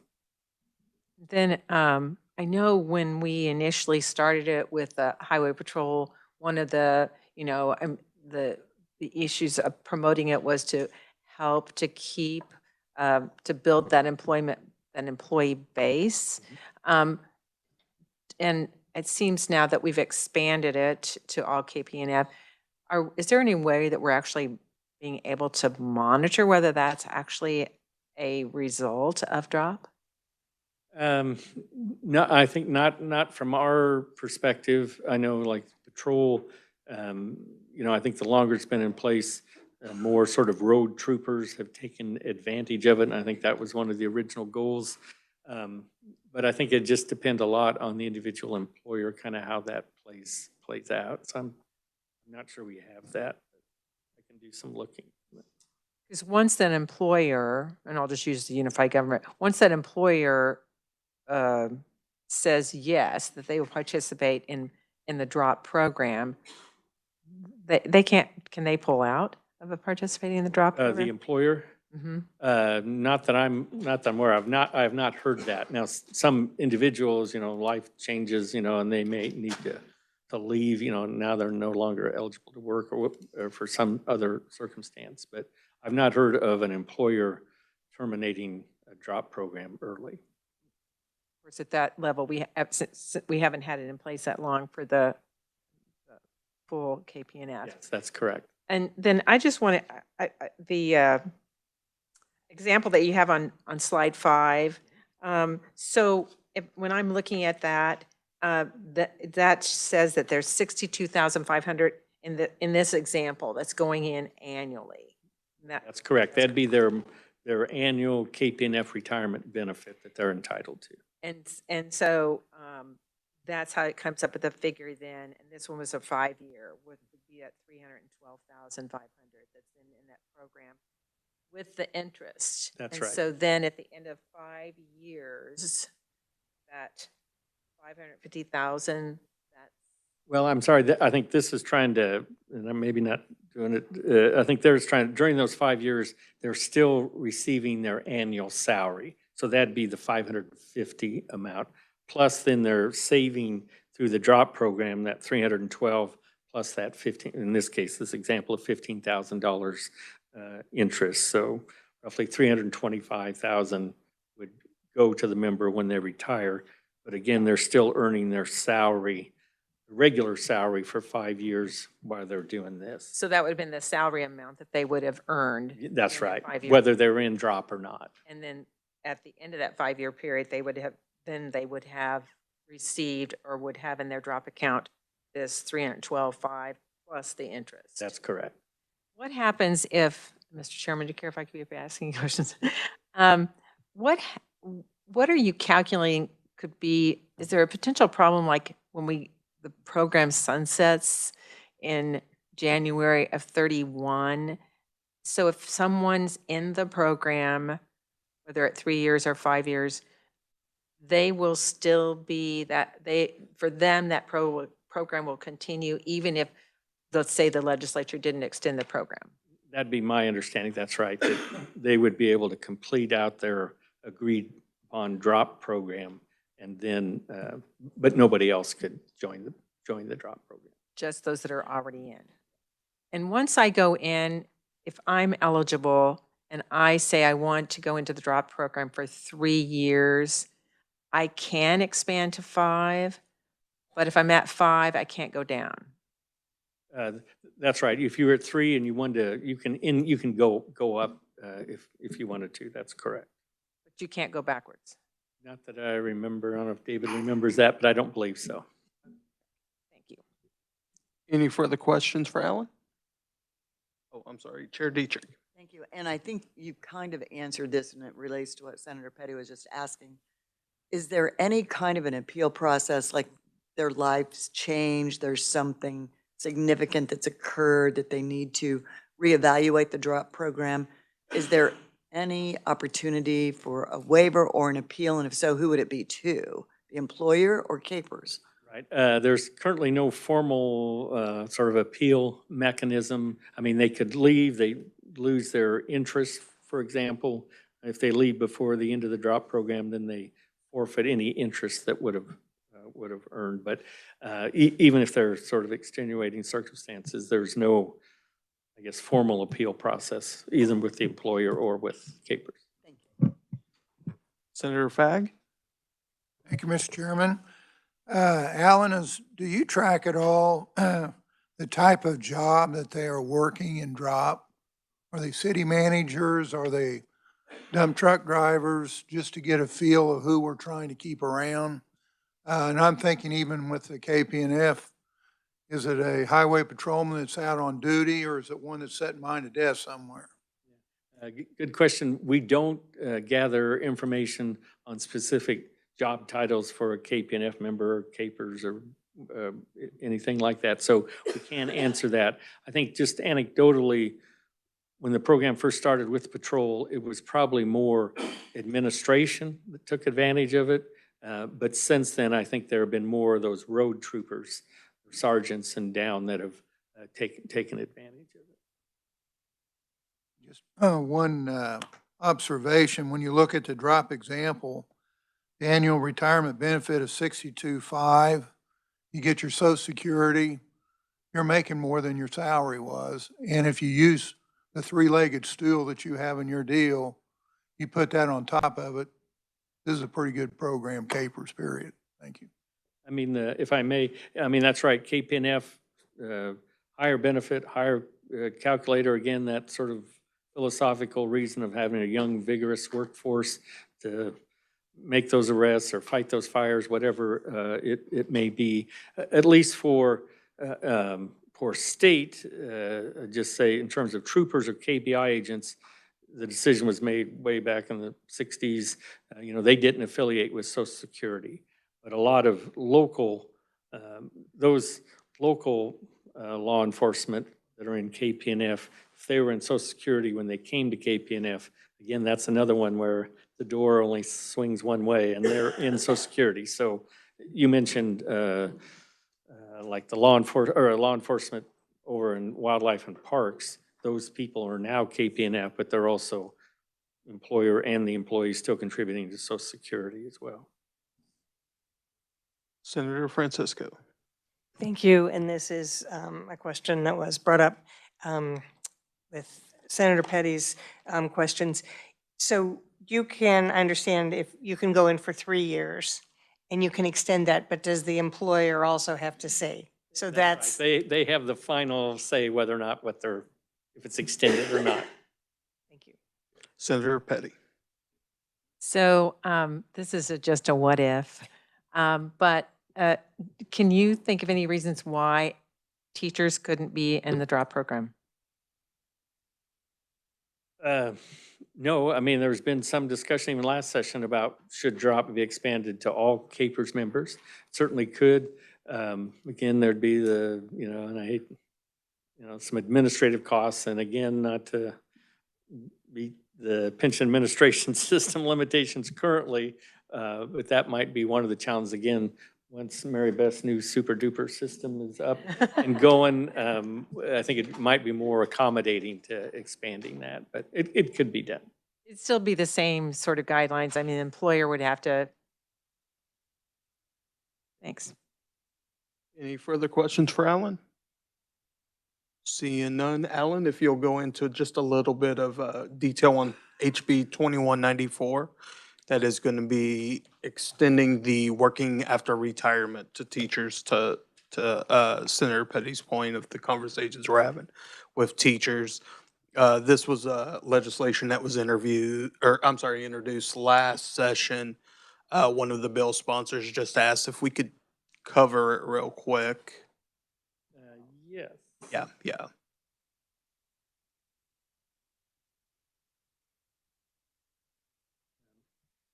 Thank you, Mr. Chairman.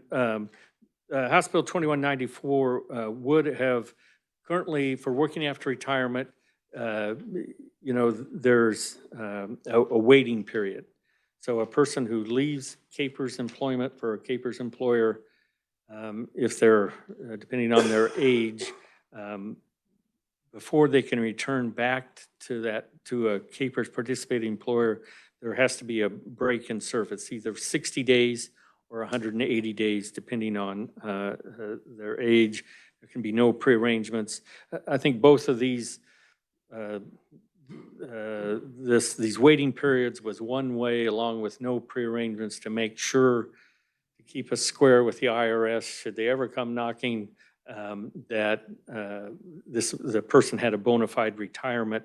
And so again, going way back, there were some examples of a person who would retire one day, return to work the very next day to the same employer, same position, same desk, and start drawing their capers and get their pay. And so I think there was concern, again, way back when, legislative concerns, would that run us afoul of the IRS of a true bona fide retirement? And so, anyway, that's kind of the thinking of why there was waiting periods there. And then also employers, if they hire capers working after retirement, they have to pay the employer contribution. Now it's the current actuarial rate, so around that 11-12% on the first $40,000 now. Anything over 40,000, then it goes to 30%. And so, and again, that was trying to, I think, keep the cost of the changes at the time, trying to keep costs to the system, again, as revenue neutral as possible. And so those working after retirement contributions for the school side, it's about $9 million a year we get from school districts for them paying that employer contribution for hiring a Capers retiree back.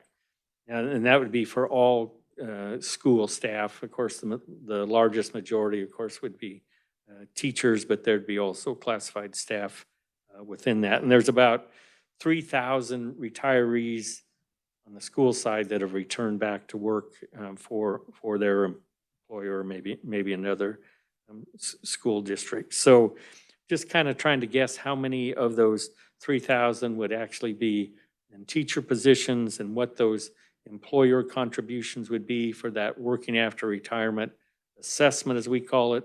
Some people call it the Capers working after retirement penalty, which we think is way too harsh. We like assessment. And so we go with that. But if the bill would pass, it would probably mean about $6 or $7 million less annually that would come to the trust fund by foregoing those working after retirement assessments by those school employers. And of course, you heard earlier with $700 million coming in, it's not a gigantic point, but if you think about that, if you would stop those working after retirement assessments, $7 million a year for 20 or 30 years, it starts to add up. And then that would mean also then that cost would be spread to all the employers, not just those employers that were hiring back a Capers retirees. So the bill would really take away that working after retirement assessment that the school districts have to pay by hiring a Capers retiree. That helps, or? Nope, that is perfect. We just wanted to have a little bit of a refresher on that committee. Are there any questions on working after retirement, Senator Petty? Well, I believe in the word penalty, actually. But and this has only been in place. Tell us how long this has been in place, Alan, because we've had a lot of iterations about working after retirement for teachers. I'd guess maybe 6-7 years. Um, And I believe, Alan, if I'm right, we just raised the cap. Oh, yeah, the cap to the 25 to 40,000. 40,000, I think, Yes. last year. Uh-huh. Um, so, can the school district, maybe this would be a question you really can't answer, but if a school district then contracts, I mean, does a time-sensitive contract with somebody, is that still considered like hiring them? It is for the, well, with certain parameters, but generally I'd say yes. If they're being hired by the district to come back and maybe do their old job, that would, I think, still count under this situation. There'd be the assessment or the penalty. But if they were coming back to, you're saying their old job, but if they were coming back just to do a job? Yes, if they're returning back to work, even if it was, then there's some exceptions, but generally for a third party hiring, employment service, then it still catches them under this working after retirement provisions. And that's at all levels, Yes. superintendent down? Yes. Okay.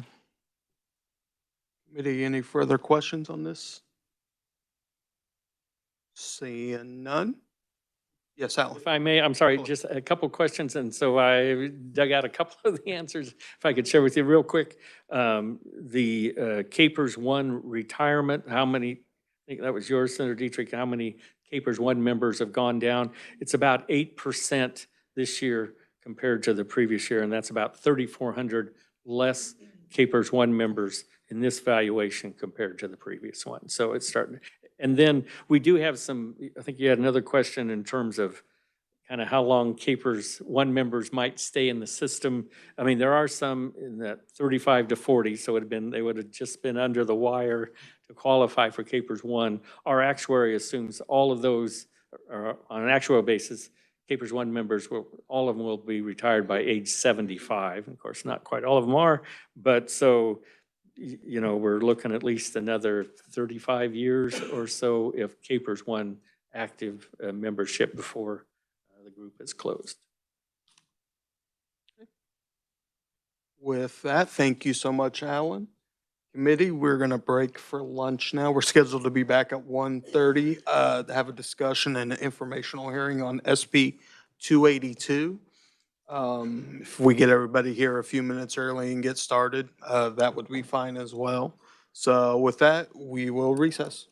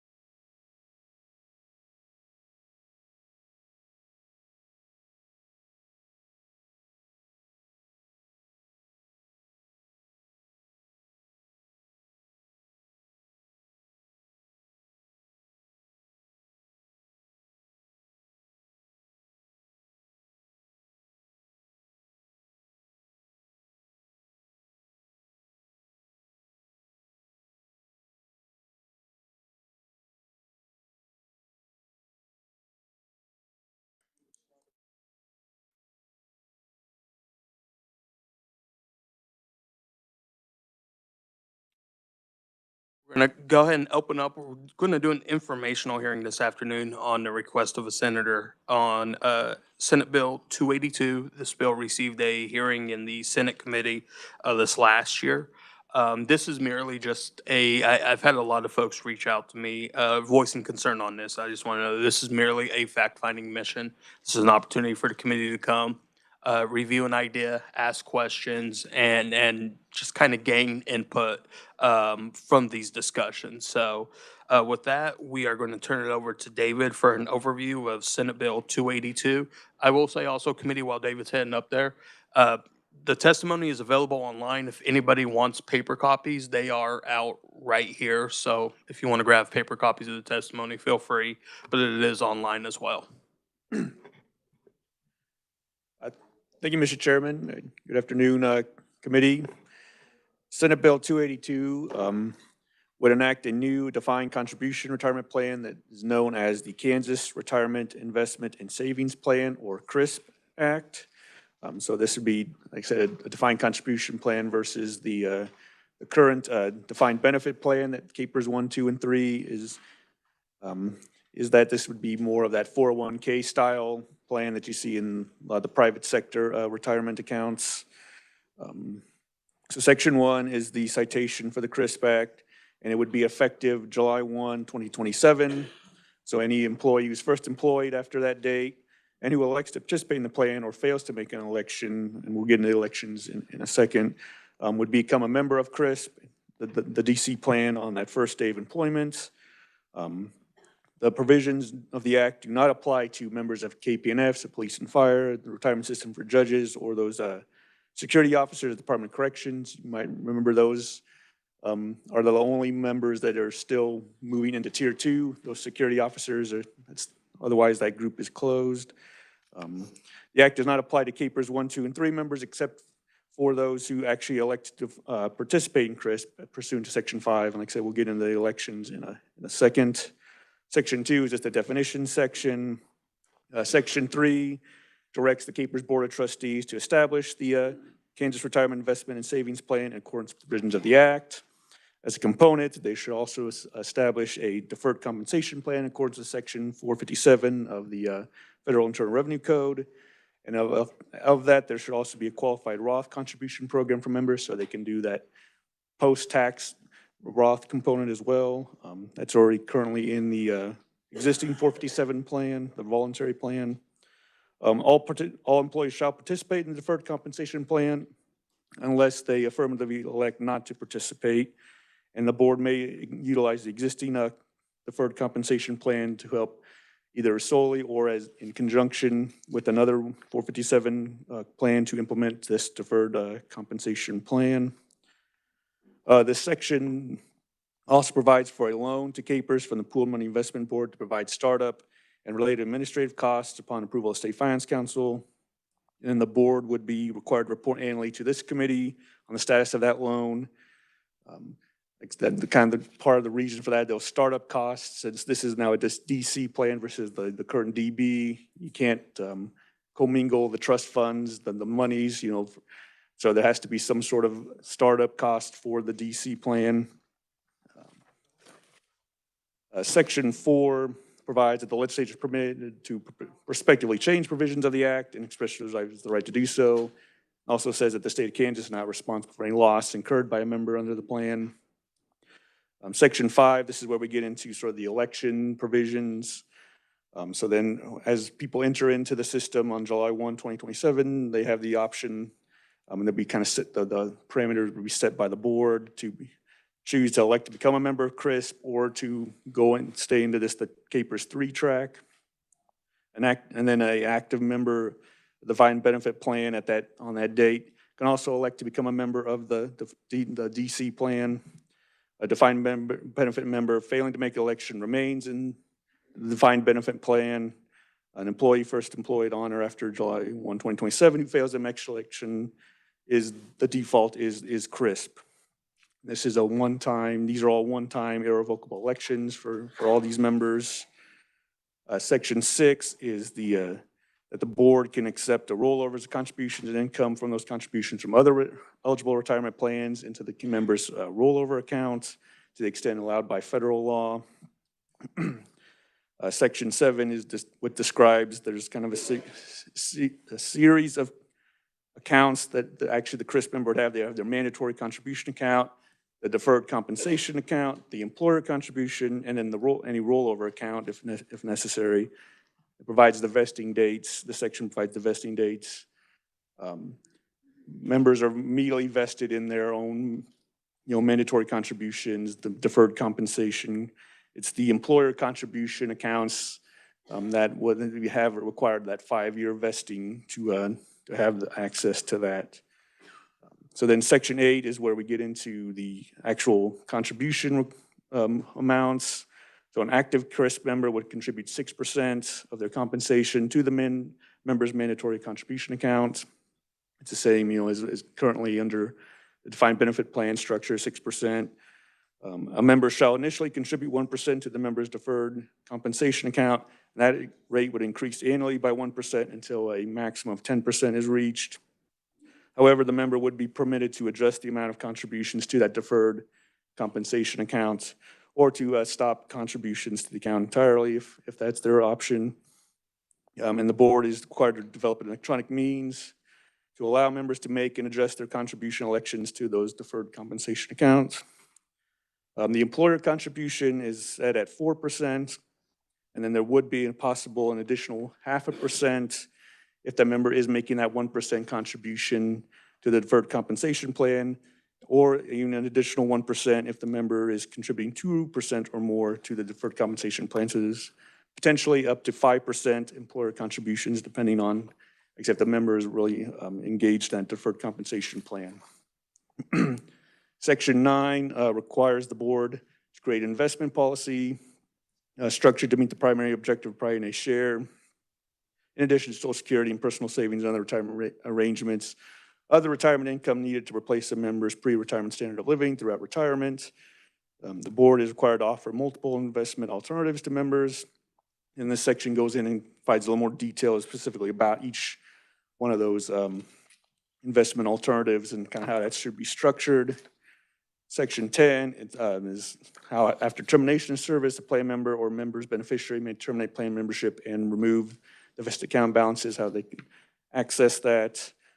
Section 11 provides that subject to provisions of the plan document, a plan member may, after termination of service, leave their vested account balances with the plan and then select a distribution option offered by the plan document. That is required that the board makes available some sort of lifetime annuity options, and a lifetime annuity form selected by the board would be the default distribution option. Section 12, states that the plan member's beneficiary shall be determined as provided by the defined benefit plan regulations. So it'd be just the same method that beneficiaries are selected now through the system. And then upon filing a written application after the death of the plan member, the beneficiary would be entitled to the plan member's vested account balances. And then Section 13 states that before termination of service, a plan member shall receive any refund of any portion of the member's account balance, so they can't draw off of those accounts prior to any sort of termination event. Section 14 allows the CRISP member to be eligible for death and disability benefits as is currently provided to the defined benefit members.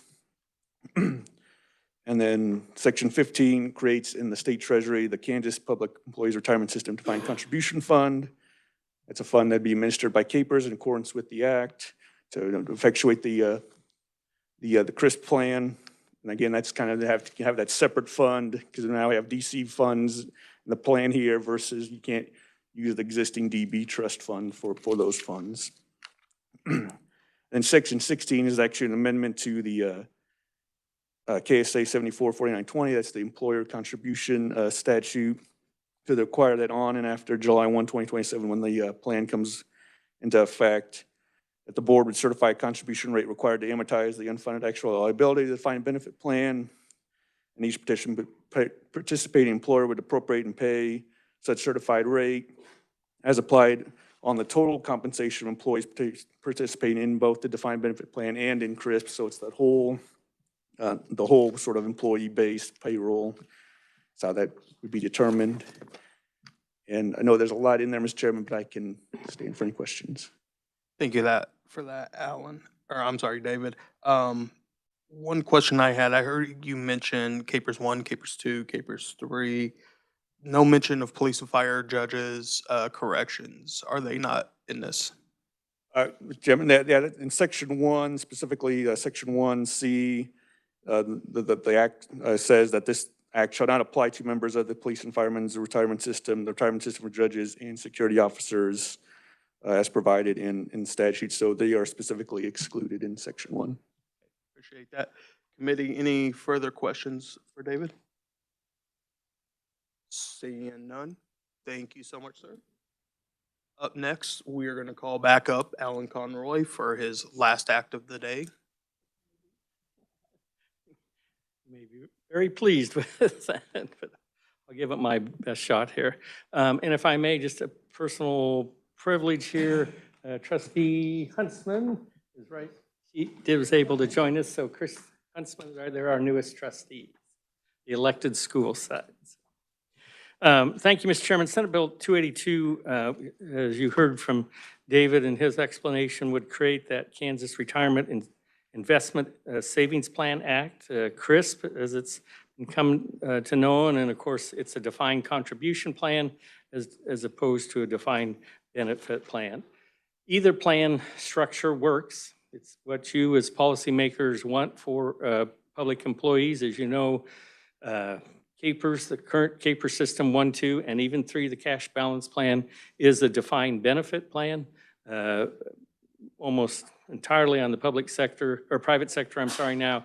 It's a defined contribution plan structure, like a 401k that you may be familiar with. And just some of those characteristics, a defined benefit plan provides retirees with a guaranteed lifetime benefit.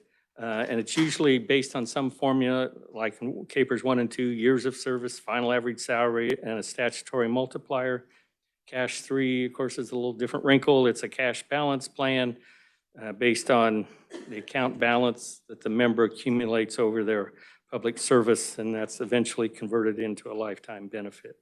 It is a guaranteed lifetime benefit, never lose what you put into it, guaranteed 4% interest. Again, sort of at the macro level, defined benefit plans, the assets are pooled in a trust fund, the investment decisions and the risk are managed centrally in this case, like for example, with the Board of Trustees, benefits are paid for life, and there's some restrictions, of course, for early withdrawal. On the DC side then, kind of generally then, it's more like a personal retirement savings account. Employees and employers contribute to individual accounts.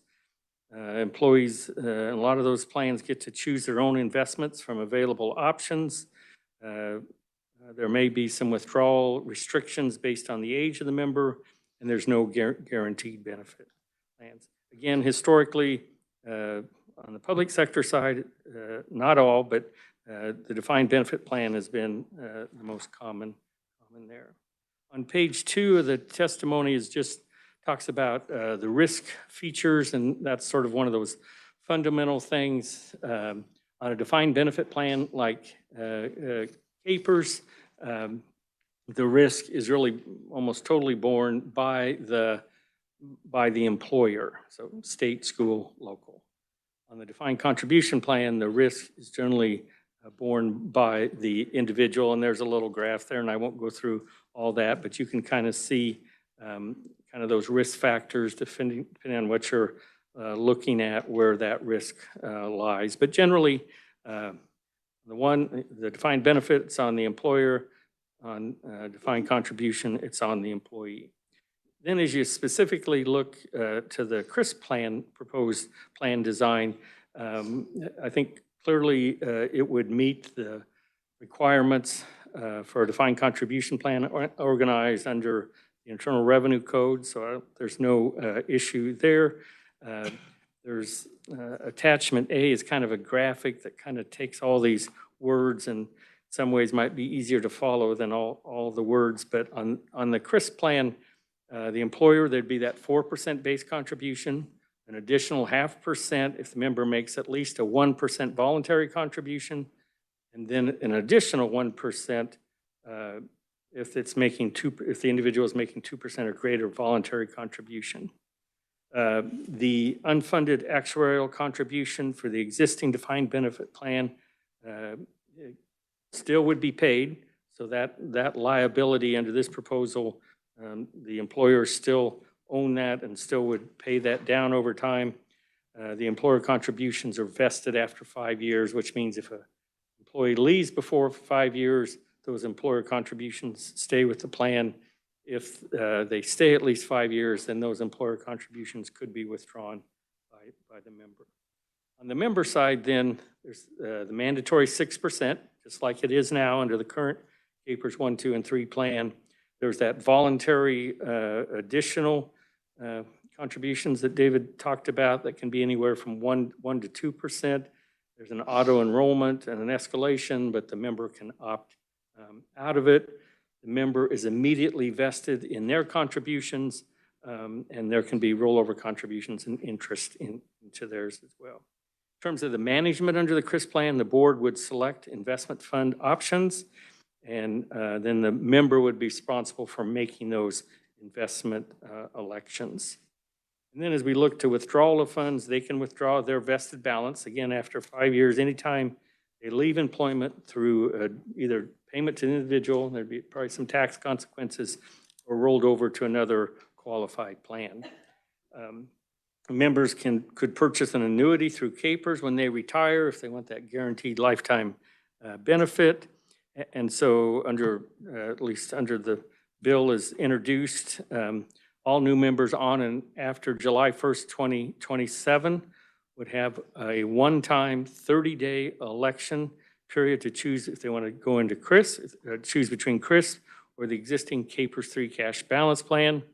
And if they fail to make any election, then they would be automatically enrolled in the CRIS plan. And then also all existing KPERS members, 1, 2, and 3, would have a one-time 30-day option period to switch from whatever, 1, 2, or 3 into the CRIS plan. And any member electing into the CRIS plan would receive an amount equal to the present value of their future benefit that's be calculated actuarially, or their KPERS 3 cash balance or account balance, whichever is greater, and that's the amount then that would be rolled over to the KPERS 3 account. Here's just some information on page 3. It just shows that the government sponsored defined contribution plans, similar to like a 401k. Of course, they have to comply with the IR stuff, but some of the states that have defined contribution plans, 5 have made them mandatory or default retirements, and you can see them: Michigan, Alaska, Oklahoma, North Dakota, Florida is the default one. And then an additional 7 plans, Colorado, Indiana, Montana, Ohio, Pennsylvania, South Carolina, and Utah, offer a defined contribution plan as an option for some of their employees. And there's some maps back further back in the testimony, attachments B and C show those just graphically in terms of mandatory and default plans for education and non-education employees. And then attachment D offers a defined contribution plan, which states offered as an optional retirement plan for some of their public employees. Then we get to the employer contribution projections. Currently, under KPERS, that employer contribution really currently is made up of 2 parts: the normal cost. So that's what the employer is contributing for the current active employees. And then there's the unfunded actuarial liability amortization. And that's for prior ones, or that's for example, part of it, those 25 years where the full actuarially required rate was not made, and so that rolled to the unfunded liability. Investment losses through the KPERS could be reflected in there. The change from 775 down to 7, some of those amortization type decisions would also be reflected in that. So as we look to fiscal year 2026, that school employer contribution rate is 11.68%, which includes 2.83% for the normal costs. So that's what the employer is contributing for current active workers towards their retirement. But then their employer is also contributing 8.85% towards the unfunded actuarial liability, past service, paying off that debt. CRISP employer contribution rate, again, would be at least 4%, and then depending on the voluntary participation by the member, it could go up to 5% as well. And so, and then again, also as noted, certainly important to the solvency of the CAPERS fund, this would still require CAPERS employer contributions to continue paying that unfunded actuarial liability obligation. And so on the top of page 4, so you put together the CRIS 4 to 5% plus that unfunded actuarial liability, as I just mentioned, which is in 2026, 8.85%, would be expected to be higher than the annual employer contributions under the current plan, the 2.83 plus the 8.85%. And each 1% difference is equivalent to about $60 million in contributions by the employer, in large part from the general fund. But also then, so current costs may be higher, but then what do you do? How do you address that retirement system's liability? And this is one of those fundamental, foundational things for defined contribution plan. By design, there can be no unfunded actuarial liability. There's no debt to, you know, if the market goes up or down, doesn't impact the funding position of the fund because, again, the money all goes to the employees making those decisions. The employer does not have that risk or that obligation like they do under a defined benefit plan.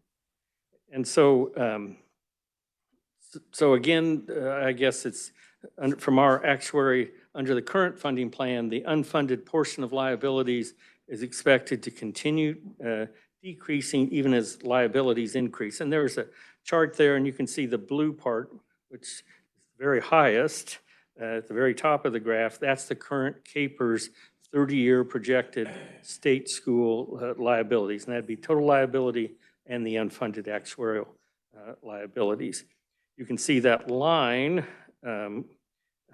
there's, I guess both lines, they're real close together, scenario 1 and 2, and we'll talk about that in a second. Under the CRIS plan, you can see that liability drops off pretty dramatically, and then it flattens out. There's no liability. So the defined benefit plan would the actuarial liability then would still be paid by the employers under the defined contribution plan. And so, so anyway, I think that's an important thing. The long-term unfunded actuarial liability there would not be one under the CRIS plan. You just got to pay off the outstanding debt that's there.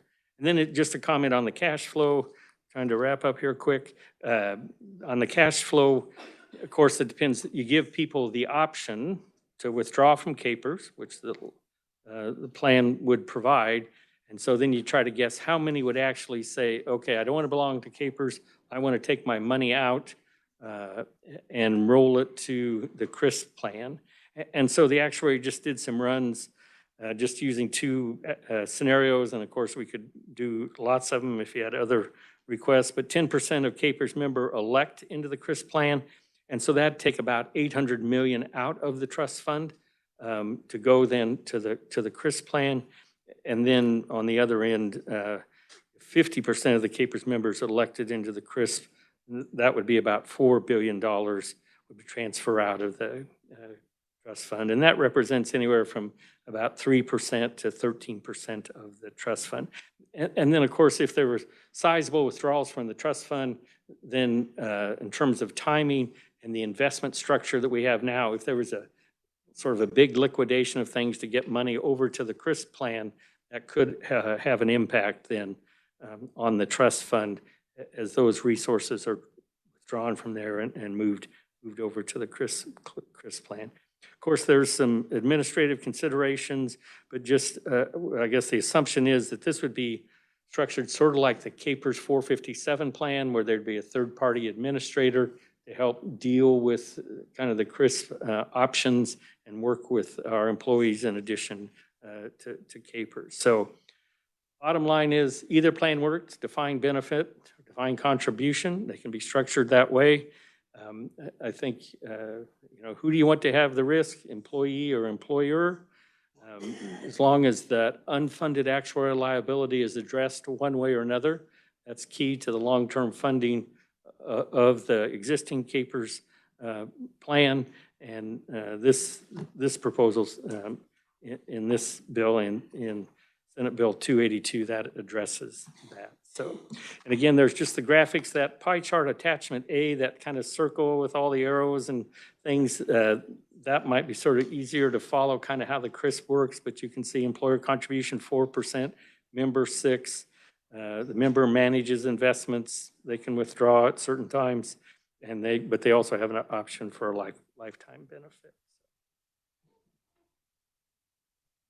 The rest are just those graphic maps. Thank you, Alan. One question I had, and you kind of touched on it, it was a liquidity issue. If we do see, this becomes law and we do see a large swath of KPERS members electing into the CRISP plan, is the fund set up to be able to liquidate that much money that quick? I guess, what does that look like, and what does that do for investment return?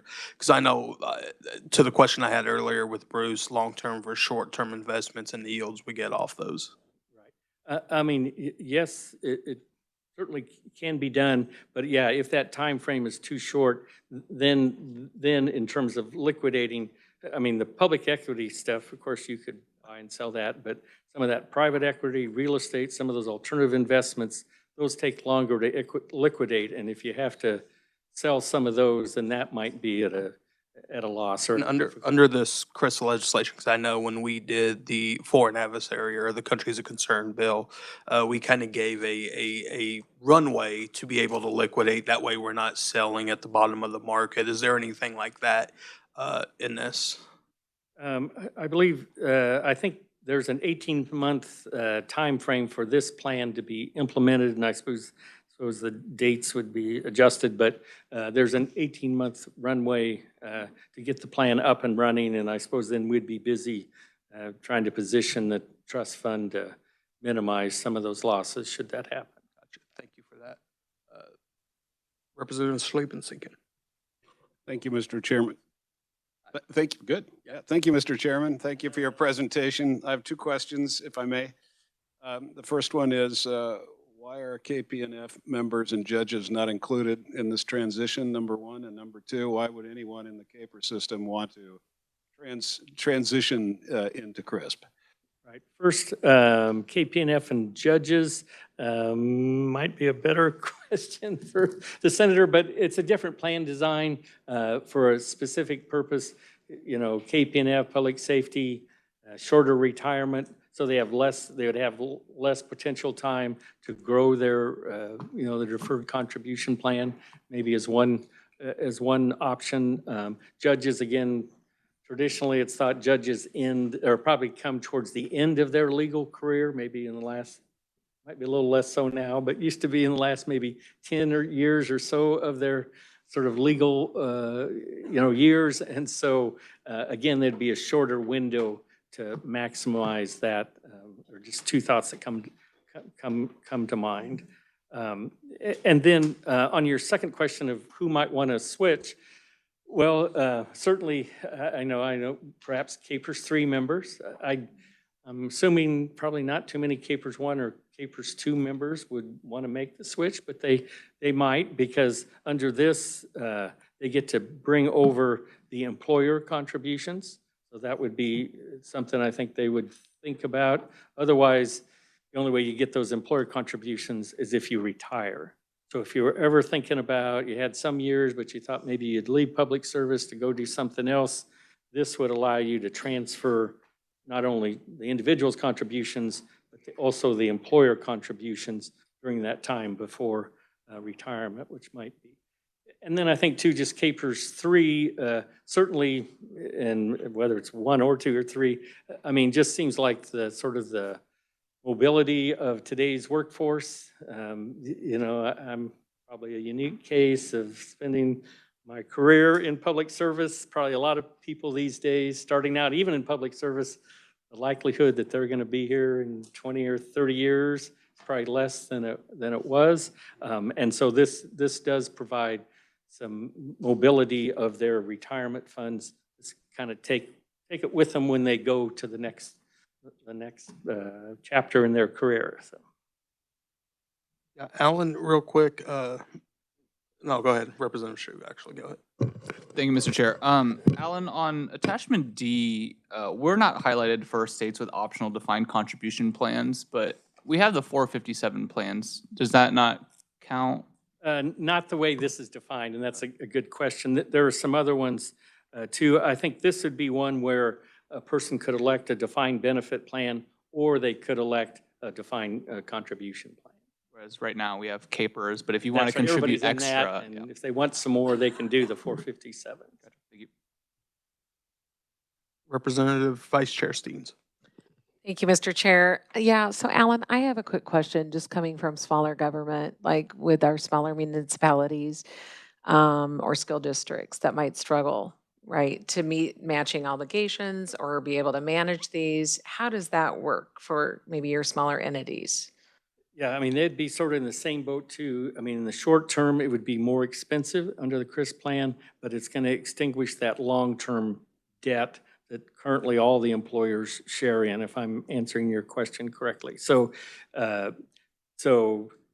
it's kind of a bitter pill now, but the relief comes in later on down the road when that unfunded actuarial liability will be extinguished. And right now, under the CAPERS plan, it's 2039. So, employers, small and large, will be paying that unfunded liability obligation. Of course, it goes down the closer you get, but until 2039.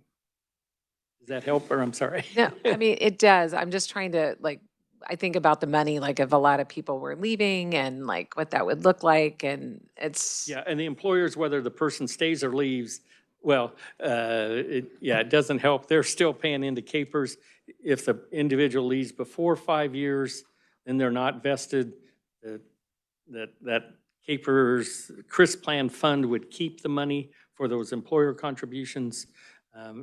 But if they've stayed at least 5 years, those employer contributions would go with the member. But none of it rolls back to the capers employer currently or under this proposal. Thank you. Alan, I want to make sure I'm reading the fiscal note right and clearly understand it. Capers 3 normal cost is roughly about 2% per employee. And this would be, under CRIS, would be 4 to 5%, depending on if the employee opts into the option. And over a 30-year run, that's about $4 billion increase. Is that? Yes, 30 years, Roughly. that'd probably be, in the About ballpark. $4 billion? Okay, I was just curious when I saw that, okay. Committee, do we have any further questions for Alan while he's up here? I don't see any, Alan, thank you. All right. Up next, we are going to call on Zachary Christensen, Policy Analyst for the Reason Foundation. Zachary, welcome to the committee, sir.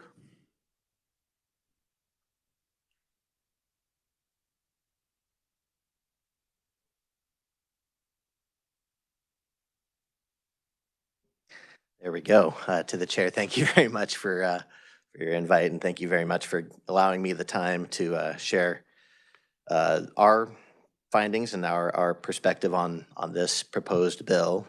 I just first want to introduce myself, but I'll be very brief because I know you're not here to learn about me or my organization. You're really here to learn about this bill, SB 282. But just to introduce myself very briefly, my name is Zachary Christensen. I'm a managing director of the Pension Integrity Project at Reason Foundation. Reason Foundation is a nonprofit think tank. We're a national think tank, so we work in a lot of different states. What my organization does is we provide pro bono consulting and advisement for any lawmakers around the country that are looking to improve the solvency and the funding and the quality of any type of public retirement system or plan. I believe I've got some slides, which Steve, Are we pulling up? Need me to vamp a little more? I can. While we get the point, you can go on and continue, because I think all the members have slides. Oh, They outstanding. have the papers. Oh, that's right. You have the hard copies. Very good. Thank you. So I'll just keep going, and when this is up, we'll be good. Thank you to the chair. Just to give you an idea of what we're trying to accomplish, we're looking for reforms in different states to address the growing unfunded liabilities in around the country. As of our latest estimate, unfunded liabilities now exceed $1.5 trillion nationally, a massive amount of debt, although that's not always recognized as a debt. In some, in the record books, it is a debt that does accrue interest, in that you're not gaining investment returns on that whole that's been established. So it's very expensive to hold this pension debt, as we call it. So we help in a lot of different states to help them address that. We're also looking to it's also a priority that the benefits that are being offered up to public employees are adequate. So they are receiving a secure retirement that's going to help them manage the risks that are involved in any type of retirement situation. We want to help retirees and public employees establish flexible plans that can help fit a lot of different situations that they find themselves in. So that's what we do. Essentially, a good way to really summarize all that up is we understand that establishing the policy that creates a retirement plan requires a balancing act of risk and other factors, but it's a balancing act between employees and employers, the employers being you, the government, but there's also the taxpayers that are a part of that situation as well. And so we try to bring the taxpayer perspective, which is often overlooked in a lot of the policy making, especially the long-term perspective that's needed for any type of retirement policy. We're trying to bring forth that long-term perspective to show the decisions that may end up costing more today, but will end up saving billions in the future, and remove massive debt burdens from taxpayers down the road and generations later. So I wanted to share with you just a few findings about SB 282. Do we get those slides? Okay. I'll tell you what, give me a hard copy and I'll just kind of go from there. Go ahead and grab one right there. Appreciate it. Okay. All right. Well, just want to make sure I can follow along with each slide. All right. I wanted to. Oh, beautiful. Thank you very much. All right. I wanted to first just share quickly our perspective on reform in the state, what's happened so far. And then, of course, I know you as policymakers already know your history, but I just want to share a little bit of perspective on this. On slide 4, skip to that. Of course, in 2012, there was a massive reform for KPERS, establishing Tier 3. As you've heard already in the meeting, that's a cash balance plan, which is defined as, it's a defined benefit plan, meaning there's a defined amount that will be given to employees at the end of the road when they do reach retirement. The proposal that we're talking today is a defined contribution plan, which is, it's a shifting of where the responsibilities and the risks are borne.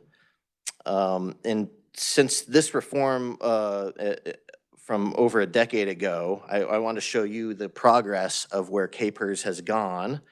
You'll see here the red line establishes the actuarial accrued liability, which is essentially what has been promised to public employees under the system. That line, of course, goes up as you have more employees coming in, and with inflation and more with more promise or more benefits being earned, you'll see that line go up naturally. But what you'll see, and this is a nationwide phenomenon, of course, you see the big drop in the green line, which is the actual amount of money that the plan has to fulfill those promises up to the red line. And you'll see that big drop that happened after the Great Recession. And then there has been some slight progress going on over the last couple of decades with getting back up to there. But the goal here, and what we're trying to accomplish, and you as well, and any of the policymakers in the state are trying to accomplish, is getting that green line to get up to the red line, right? To eliminate all unfunded liabilities and make sure that you are fulfilling promises that are made to public workers and ensuring that the money is there to provide them with the benefits that they've earned. KPERS Tier 3, what KPERS Tier 3 did is it changed the type of benefit being promised, and essentially that's going to end up slowing the growth of that red line, which will make it easier for the green line to catch up. Now, the tricky thing with any type of pension reform or any kind of retirement policy is it takes a very, very long time to see the full results of any reform made. And so we're seeing the state is seeing some progress in getting to that full funding goal, but it will still take decades before we can actually see the full impact of that Tier 3 reform. Even though it was a decade ago, we still got more decades to go before we understand what that actually did. As I mentioned here, about half, in fact, I think according to the report from KPERS this morning, which is updated, it looks like it's more around 85,000 of total members are in KPERS 3 of the 154,000. So we're over the halfway mark on getting, we're over half of all members that are in this new cash balance tier, and that will begin to grow and you'll see more and more of a difference. All right, if we could go to the next slide. I wanted to, now with all that setting laid out, I just wanted to share with you our perspective and analysis on SB 282 and what can be done to improve KPERS 3. KPERS 3 is a reform that will make a difference from our perspective, and I believe KPERS shared a lot of information on that as well. But there is still more that can be done to improve the benefit for employees. So here on slide 6, I wanted to share with you the contributions proposed in this bill. KPERS 3 contributions are that 6% coming from employees, and then from employers is what's called an employer credit. So it's a little different than a contribution, but notionally it's about the same thing. But what it is it's a credit that will be applied to a member's account once they retire. So that money is being saved away. It's in an account, but it's in the KPERS larger fund, and it's sitting there waiting for that person to reach retirement age. And that, depending on years of service, that determines how much is being put in there. So they're going to end up with a total contribution from 9% at the beginning of their career to quickly getting to 12%. Which is well within range of what we would say is an adequate amount of savings for a secure retirement. With the CRISP proposal, one major difference here is that what is the same is the employee will still be contributing 6%. What is different is the employer contribution, and not only in percentage, it will be a 4% contribution, totaling 10% total, and that would go up with any 457 participation as well. But the main difference here is that employer contribution will work very differently, as KPERS already testified.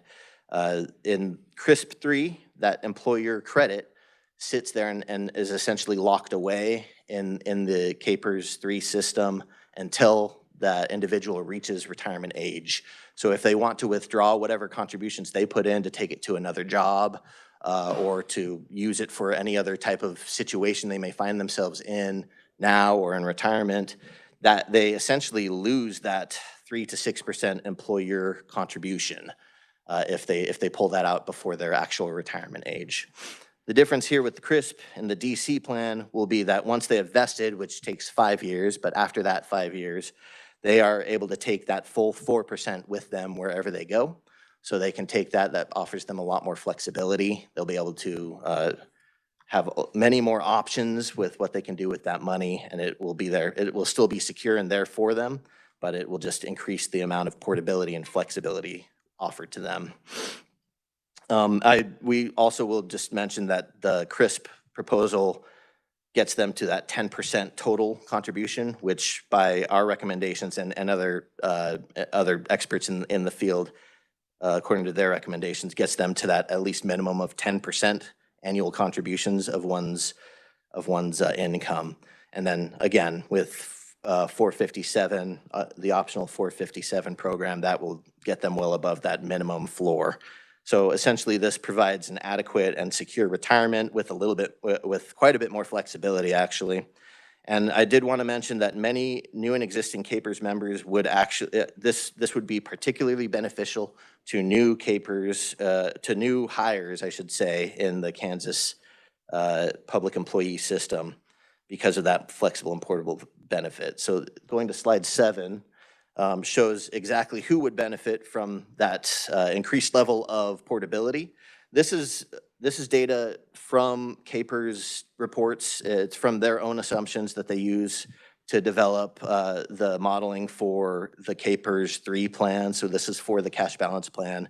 They have to develop assumptions for the percentage of people, or more accurately, the probability of people remaining once they're hired. And you'll see, so this essentially shows you the probability of a new person hired at age 25, the probability that they'll be sticking around from year 0 to year 1 to year 2 to year 3, and you'll see how that degrades over time, which is normal.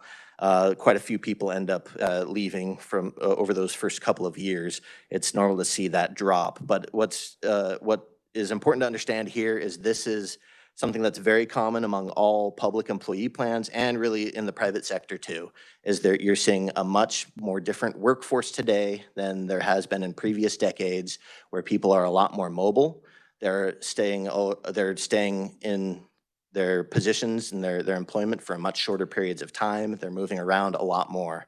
And what that means is there's going to be a much sharper decline and drop on this graph that you'll see here. We offered up that dotted line to show you where the vesting requirement is for both CAPERS 3 and this CRISP proposal. And essentially you'll see that about 40%, only about 40% of new hires hired at age 25 are expected to be around at that 5-year mark. And then beyond that, even more drop further. So about 20% will make it beyond 15 years. So you'll see that there's what this all means is essentially there's a large proportion of new hires that are going into the Kansas, or there's a large proportion of public employees in Kansas who are going to end up in that situation I mentioned earlier with CRISP 3, where they are leaving, and then there's going to be a large period of time where their benefits are locked away with the CRISP 3 program. Granted, it'll still be generating investment returns there, and there's guaranteed investment returns, which is a great benefit still, an adequate benefit, but it lacks a level of flexibility that a lot of new hires are probably looking for. All right, we could quickly go to slide 8, thank you. All right, I wanted to share another advantage of the DC proposal and any DC plan in general is that they have higher flexibility of distribution options. The CAPERS 3 plan has a single guaranteed lifetime income distribution option, which is good. It establishes a lifetime income that you cannot outlive. So that's a level of security that is valuable. The CRISP plan provides that as well. It provides that option, but also a lot of other options. One can take out a lump sum. One can do several other different types of investment strategies to meet what their individual needs are. One advantage to this is that there's, we're all individually need different things out of retirement and have different expectations out of retirement. So it often does not make sense to have a cookie cutter type of plan that fits everyone into the same box as far as the type of benefit that they're going to be getting for that they're going to be building and getting at retirement. So this just offers a lot more options in the types of things that one can achieve and can get with their retirement savings. As I mentioned, SB 282 offers in the bill language, the type of guaranteed lifetime income products that would allow a retiree to build up all these savings, and at retirement they'd be able to purchase guaranteed income for life, so that they are able to also generate that guarantee that CAPERS 3 does already. And then once again, I just mentioned it would be a lot more flexible and portable. The large proportion of new hires that are going to be coming into the system are and leaving within 10, 15 years, they're going to be able to take that benefit with them, including the employer contributions, and not have to take a big hit on those savings. All right, and slide 9. I just want to share my main takeaways, and then I'll, of course, here for questions. But just essentially, our conclusion here is that CAPERS Tier 3 does offer a secure benefit, but its inflexible nature is perhaps a bad match for a lot of new hires who are looking for that increased level of flexibility. We also find that the CRISP proposal offers up an adequate benefit with adequate contributions. I should also add many other states have established optional DC plans, and we've seen this in lots of different states, red, blue, and purple states. Several states are offering that option to let people have a DC plan if that's what they feel is best for them. And from our perspective, from Reason's perspective, allowing more options is a benefit in and of itself, because you're just going to be able to serve a lot more people and address the needs of more people. Advantages, another advantage here, which I would kind of harken back to a slide before when I was showing you the red line that was growing as a liability and the green line that's trying to catch up. This proposal would greatly bend down that red line over time and make it much easier for the state to reach that full funding target. And CAPERS, Mr. Conroy gave some analysis before, and he shared analysis earlier in the year to show what they model as the difference there over the next 30 years as far as the liability growth. And it depends on how many people elect to move over to the proposed CRISP plan, but the liability difference could be significant there, ranging from $13 to $20 billion difference in that liability that's built up. Now that doesn't mean that this would be a $20 billion savings for the state, because that just means the money's going somewhere else. It's going into defined contribution plans rather than being built up as a liability in the pension or cash balance plan. But as I mentioned, it just makes the target a lot easier to hit for the state. So the probability of achieving that full funding over the next couple of decades will be greatly increased by doing this. And then lastly, by reducing that liability growth over the next couple of decades, you're reducing the risk of unexpected costs on employers. So what we're seeing today, where the estimated cost of the pension benefit is on the employer, I believe is 2% is the normal cost, but what employers are actually paying is around 11%. That's simply because there were a massive unexpected costs generated from investment returns and other assumptions that were missed and off the mark.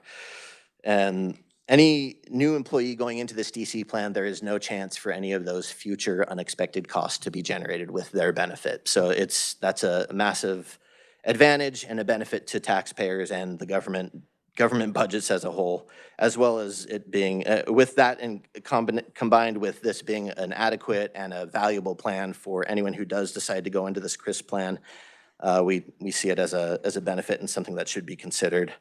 And then just one other thing before I finish here is we've found that in the bill, the bill is adequately drafted so that there is no, it does not generate any loss of funding for CAPERS 1 through 3. It doesn't pull out, it doesn't make it harder for that, let me put it this way, it doesn't create more unfunded liabilities. So it's not gonna harm the ability to fund that CAPERS system. And with that, I'll just, I'm here for the chair and the committee for any questions. Thank you so much for that, Zachary. I will start off with the questions. You mentioned the reason, just here in the last minute or so of your closing, that the reason we have the unfunded liability is because missed targets on investment returns. Here in Kansas, we went 25 plus years of actually just not making the required employer contribution. I would say that had a lot more to do with than this. How would that be any different between the CAPERS plan and not making the required employer contribution, and the CRISP plan and us not making the required employer contribution? Yeah, thank you to the chair for the question. and I'll do my best here to answer that. Yeah, just first of all, that's very correct. You're exactly right. A big part of that unfunded liability was generated because of, I guess I would describe it as political risk, right? It's the fact that lawmakers in the past were not making the decisions they needed to make sure that that was properly funded from year to year. Part of that, again, a big part of it is also assumptions and just that there were adjustments had to be made. You could see on slide, sorry. Show you again, slide 4. Yeah.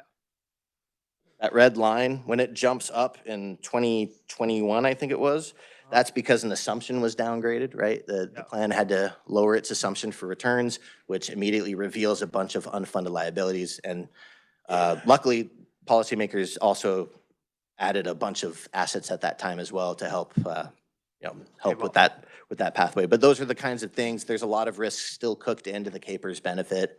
The assumption right now is a 7% return. That's already above national average for assumed rates of return for public pensions. National averages are now at about 6.95, and they still seem to be coming down. So it's very likely that there's still more unfunded liabilities to be discovered, I guess, or uncovered over the next couple of decades there. I think, I'm sorry, the second part of your question is It was just, is there anything, I guess, in this that would require us to make that employer contribution? Because again, one of the main reasons why we have this unfunded liability is because we went that 25 years without making required, in some years, just not even making a payment at all. Right. And obviously that's very problematic. And if we couldn't make, if the normal cost was 4% and we couldn't even make that then, what makes us think we're going to be able to make that in the future, I guess, without, to your point, of not having create an unfunded liability with CRISP? Right. Thank you for that question. Yeah, another advantage, which I am happy to talk about with CRISP, would be there is no unfunded liability that can be generated. So the laws and the contributions are set, locked in, and there's no unexpected costs in the future that can be generated from those. So yeah. So, if I could follow up just on that point, what in here makes us make that 4% payment? Or what if we just decide, like, again, the past 25 years, we just decide we're not going to make this payment this year. We can't. We have, and that's how the unfunded liability gets created. So what guarantee is in this that 5 years down the road, we're going to be able to make that 4%? I see what you're asking now, Chair. Thank you for the clarification. Yeah, so it's very different. The 4% here that's being described, that's actually protected immediately by just state contract law. So that would have to be paid as a part of the contract.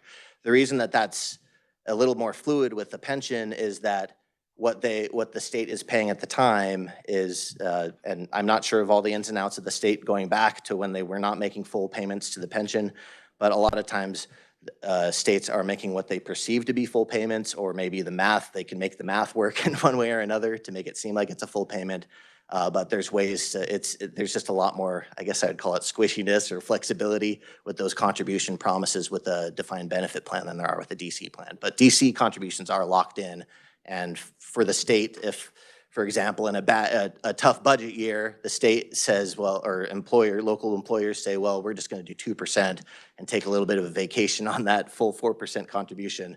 That's actually would be immediately very tough to pull off legally. And I understand that point of that 4%, at least going to that account being locked in.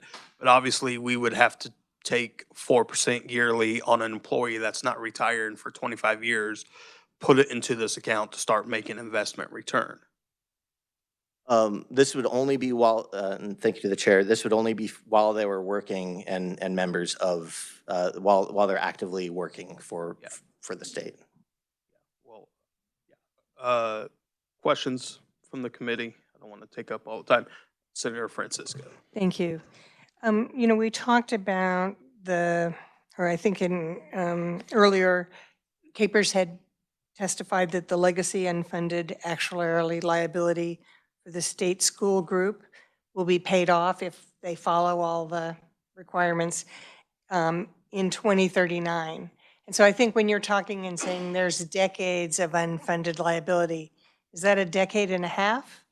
Or is it more than 2 or 3? I mean, are you recognizing that it wouldn't be decades for Kansas right now? It would just be the decade and a half? Yes, through the chair, just to answer that question, and I appreciate that. Yeah, projections from the plan for that target full funding date are based off of the plan achieving its return assumption every single year. So that's not assuming that we have another major recession over the next 10, 15, 20 years.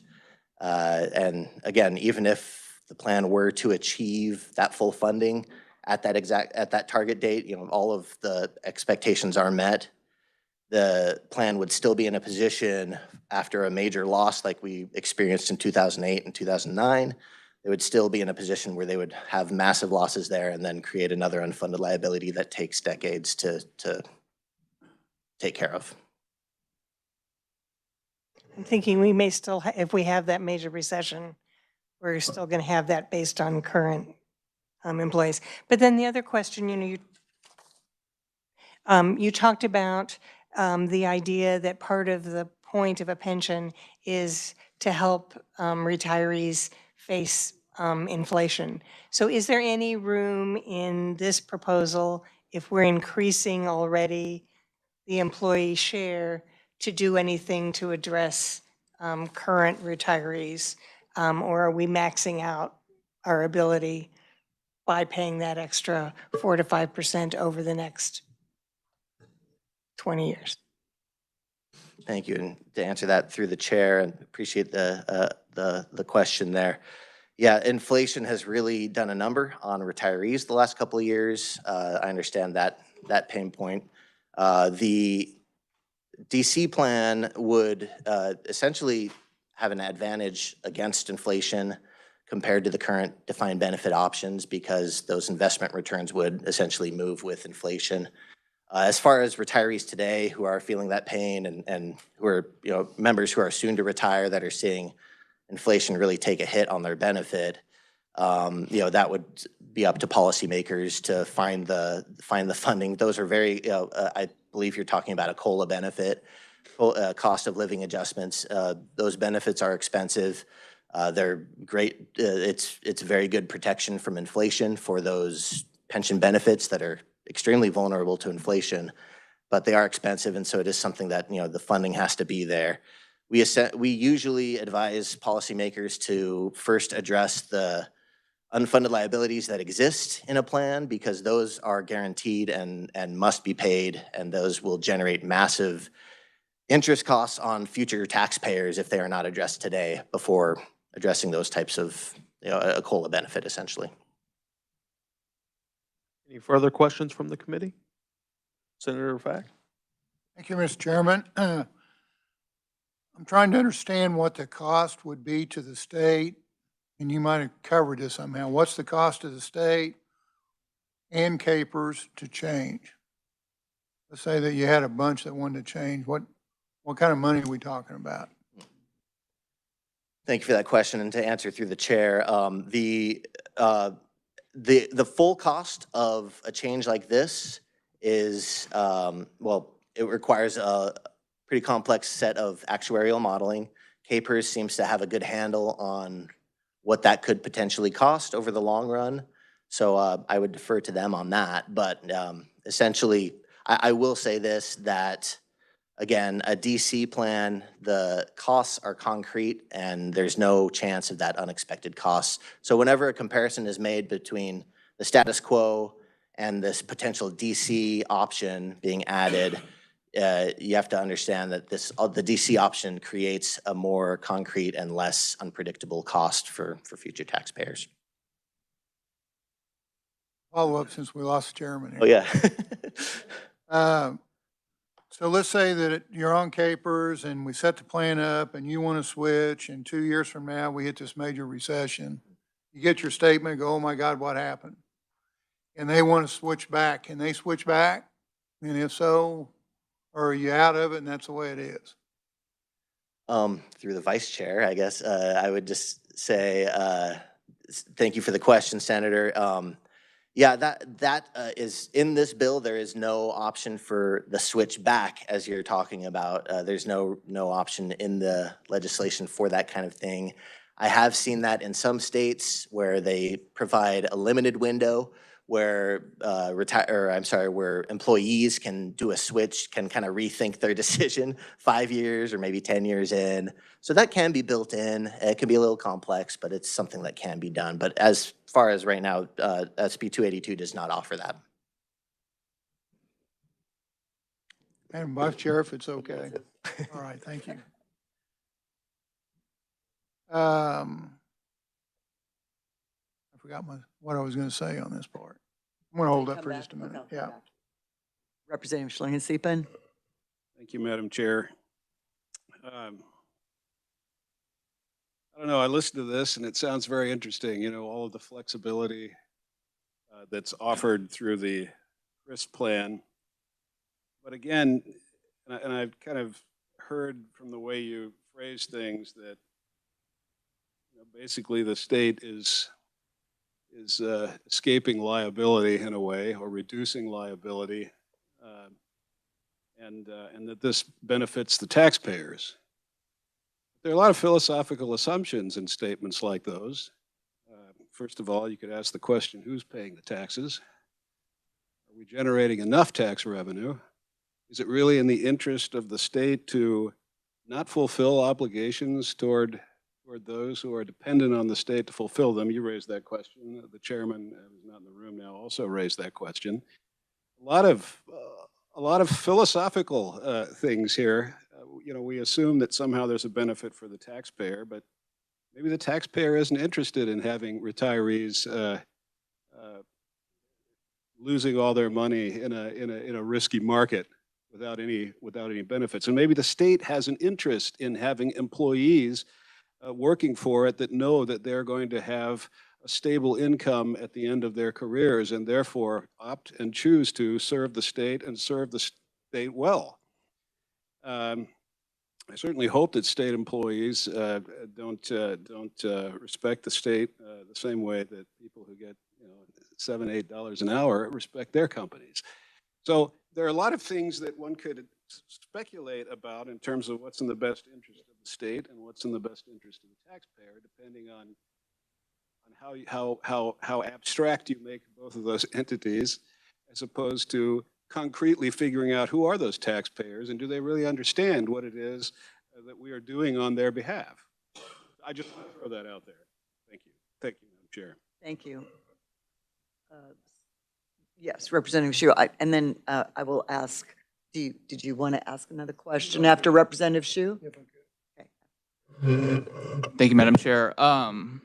Yeah, I have a lot of teachers and former teachers in my district, and I've quite frankly never had a single one of them ask for more flexibility just in case that they don't make it the 5 years. And many of them don't. They kind of go in knowing what they signed up for. I think we hear that a lot in this building. They know what they signed up for. If they bounce before 5 years, that's okay. What I do hear a lot about is, I'm looking at the CAPERS risk table, the price inflation post-retirement, right? And we've already addressed that question, is that this bill doesn't do anything to address kind of the concerns around a COLA. But at the same time, this bill introduces risk for our constituents in terms of inflation or investment risk, right? You keep using the term, they'll get a guaranteed income after retirement. That's not strictly true. They might be the best state employee of all time, but they also might be the worst investor of all time, in which case they would not receive a guaranteed income. Correct?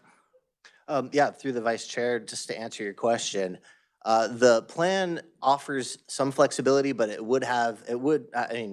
depends on how the plan administers the options that will be, the investment options that'll be available through that DC plan. Usually a DC plan will not just allow people to do day trading in their underwear during the day, to just use their funding willy-nilly, to use their investments for retirement willy-nilly.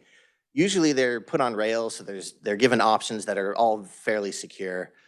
You're all right, though. There is a rebalancing in this proposal in where the risk is born, right? Like, who is going to hold on to that risk? Who's going to pay the price for any type of investment losses in a particular year? Over the long run, though, I will mention that in the private sector, you know, pensions, most companies are opting to move away from pensions and to 401k, which is very similar to a DC plan. You know, I believe that's mostly because of the risk that defined benefit imposes on the private sector companies, and essentially, you know, in the public sector, I imagine there's that same draw. But you're correct. There is a rebalancing of risk and who's going to hold on to that risk and who's going to pay for whatever investment outcomes may occur. Thank you. And if I may, just one more question. I'm looking at your slide 6 in terms of capers versus CRISP contributions. And you say that best practice for DC plans is between 10 to 15%, but capers is already well within that, in some cases lower than that. I guess I just don't see a reason, like, why the move if we're already within what DC considers best practice, and we're just asking all of our constituents to take on all that investment risk. I just don't see what benefit is to my constituents who vote for me. Thank you. And through the chair, thank you for that other question, that follow-up question. I appreciate that. You're right. There's a difference there in contributions. Capers, going back through Capers 1 and 2, have different contribution schedules as well, I believe. The contribution requirements for between a defined benefit and a defined contribution work a little differently. So that standard of 10 to 15%, it really just applies to a DC plan, just making sure that they're saving up enough, because that's the concern a lot of times when switching to a DC plan, is that, oh, we're not saving up enough for people to be able to provide an adequate and safe retirement. With pension plans, you know, it's all based off of, it's completely calculated differently. So you're not really judging the adequacy of a pension plan or a cash balance plan in this case based off of the contribution rates. But it is an interesting comparison, but I usually try to not to compare one to the other like that. But yeah. Just, if you don't want to invite that comparison, I would suggest not having that particular table then. Senator Fack. Thank you, Mr. Chairman. In the DC plan, death benefits, life insurance, how does that kind of stuff fit into that? That's kind of something that's added to capers. Where does that fit in this program? Thank you, Senator. And through the chair, I'm glad to answer that question. Yeah, through the DC plan, those other benefits can also be purchased at the time of retirement. So once you have that benefit that you've grown throughout one's career, or perhaps moved from one job to another, all of those options are available to be purchased, including, you know, insurance, as you mentioned, and any kind of death benefits can all be purchased at the end there. Committee, any further questions? Seeing none, I will say, Zachary, with your presentation, although I have some concerns on the underlying bill, I agree with you on one point especially, and that's the portability. With younger folks, that is something I'm seeing, talking to younger folks out there today, is they do like the portability because of how, I don't want to call it job hopping, but they tend to not stay in a lifelong career these days. They go into a job, work 10 years, accomplish whatever goal they had, and then they want to move on to another one. So I do agree with the portability issue. So thank you for that, and thank you for your presentation, sir. All righty, up next, we're going to call up Scott Colangelo, Chairman and Managing Partner, Prime Capital Financial. Scott, welcome to the committee, sir. Thank you, Mr. Chairman and Madam Vice Chair. Thanks for the opportunity. And thank you. You did very good on my name, better than most. So, listen, I have several things I want to share with you. I want to start by first saying that I stand here super appreciative of the work you do and the work that our employees do in this state. I grew up in New England. I moved here, went to Kansas State, founded the first RIA, Registered Investment Advisory Firm, in 1999 in the state of Kansas, and raised my kids here. They all went to school here. They had amazing experiences in those schools. They had safe roads to drive on. They had good police officers. I mean, I feel very blessed to have raised my family here. That leads to me caring very much about the people that provided those services. And so I want to just share the practical things I've learned through the years, my background to start with, the experiences I've had, and then how we view this bill and what things have changed in the industry that I think would address some of the specific concerns, especially in the last couple of questions that were just asked. So thank you again for the opportunity. Real quick, my background, I've been in the business 31 years. And started the first RIA in the state of Kansas, which I mentioned, which means we function as fiduciaries. I got into the industry thinking that I wanted to work with people that had wealth and that I could improve, and do better for them.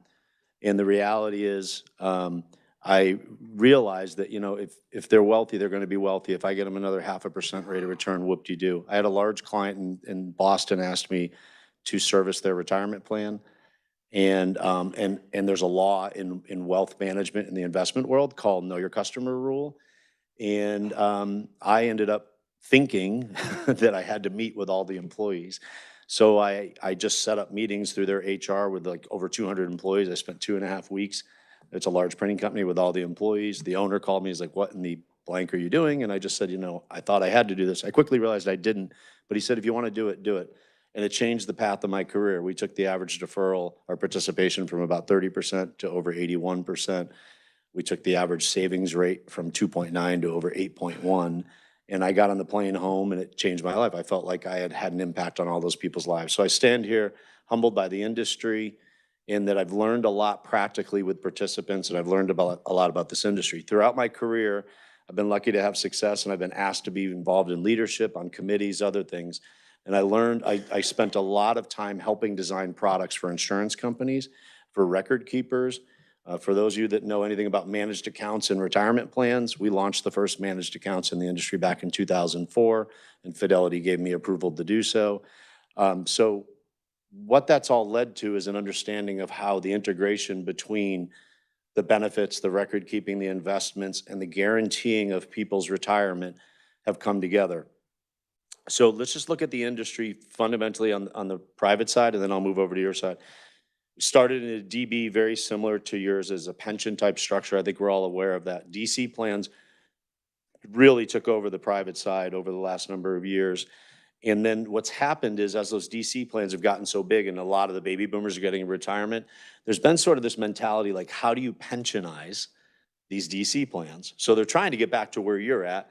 But the structure and the design of those DC plans helped create way better outcomes because of just different funding mechanisms and investment performance, and I can address those later. Ultimately, what happened was, where I'm going with this is, under Obama, there was Janet Borzi who led the DOL, and there was Mark Avery that was under her. And they all recognized that this pensionization of DC plans was coming. And what happened was, they decided, Mark Avery wrote a letter to the industry, and it literally said, we need to pensionize these plans. We need to figure out how to make sure these people can have guaranteed incomes as they've worked their lives, they've worked really hard, they deserve that opportunity similar to the old pension plans. However, I have fears of, Chairman, I think you mentioned portability. He had fears of portability. He had fears of single insurer risk, okay? And he had some other fears about investment selection and all that. I'll talk about that. But I was sitting on a plane with Matthew Eichmann, who testified in front of you guys a few years ago. Matthew is the current chair of the Defined Contribution Committee of the American Bar Association. Matthew's one of the smartest guys I know. And we sat on the plane, and I said, I think we can solve this based on what Mark Avery wrote. And so we ended up launching a solution called Income America, which as it stands today is the most widely used guaranteed income solution in the industry. We compete with like TIAA and BlackRock, and they have a combined about 20 plans. We're live on over 5,300 plans. We're on Nationwide's platform, Lincoln's platform, Empower, the second largest record keeper. We go live on Fidelity in January, and we have some other big announcements coming next year. So what does the product do, and why does this address the concerns that you have? Fundamentally, there's the weight of having unfunded liability is always going to be there as long as you have a DB plan. I think anybody that doesn't recognize that, I mean, you all know that. It's going to, mortality's not going to, people aren't going to die younger with what's going on with technology, AI, other things. The amount of growth that's going to happen in mortality is going to be an existential threat to pension plans. It really is. It could bankrupt states. And what's happening is, the way we explain it when we talk about pensionizing retirement plans is, I want you to think about it like this. In DC plans, when they first came out, they weren't good, okay?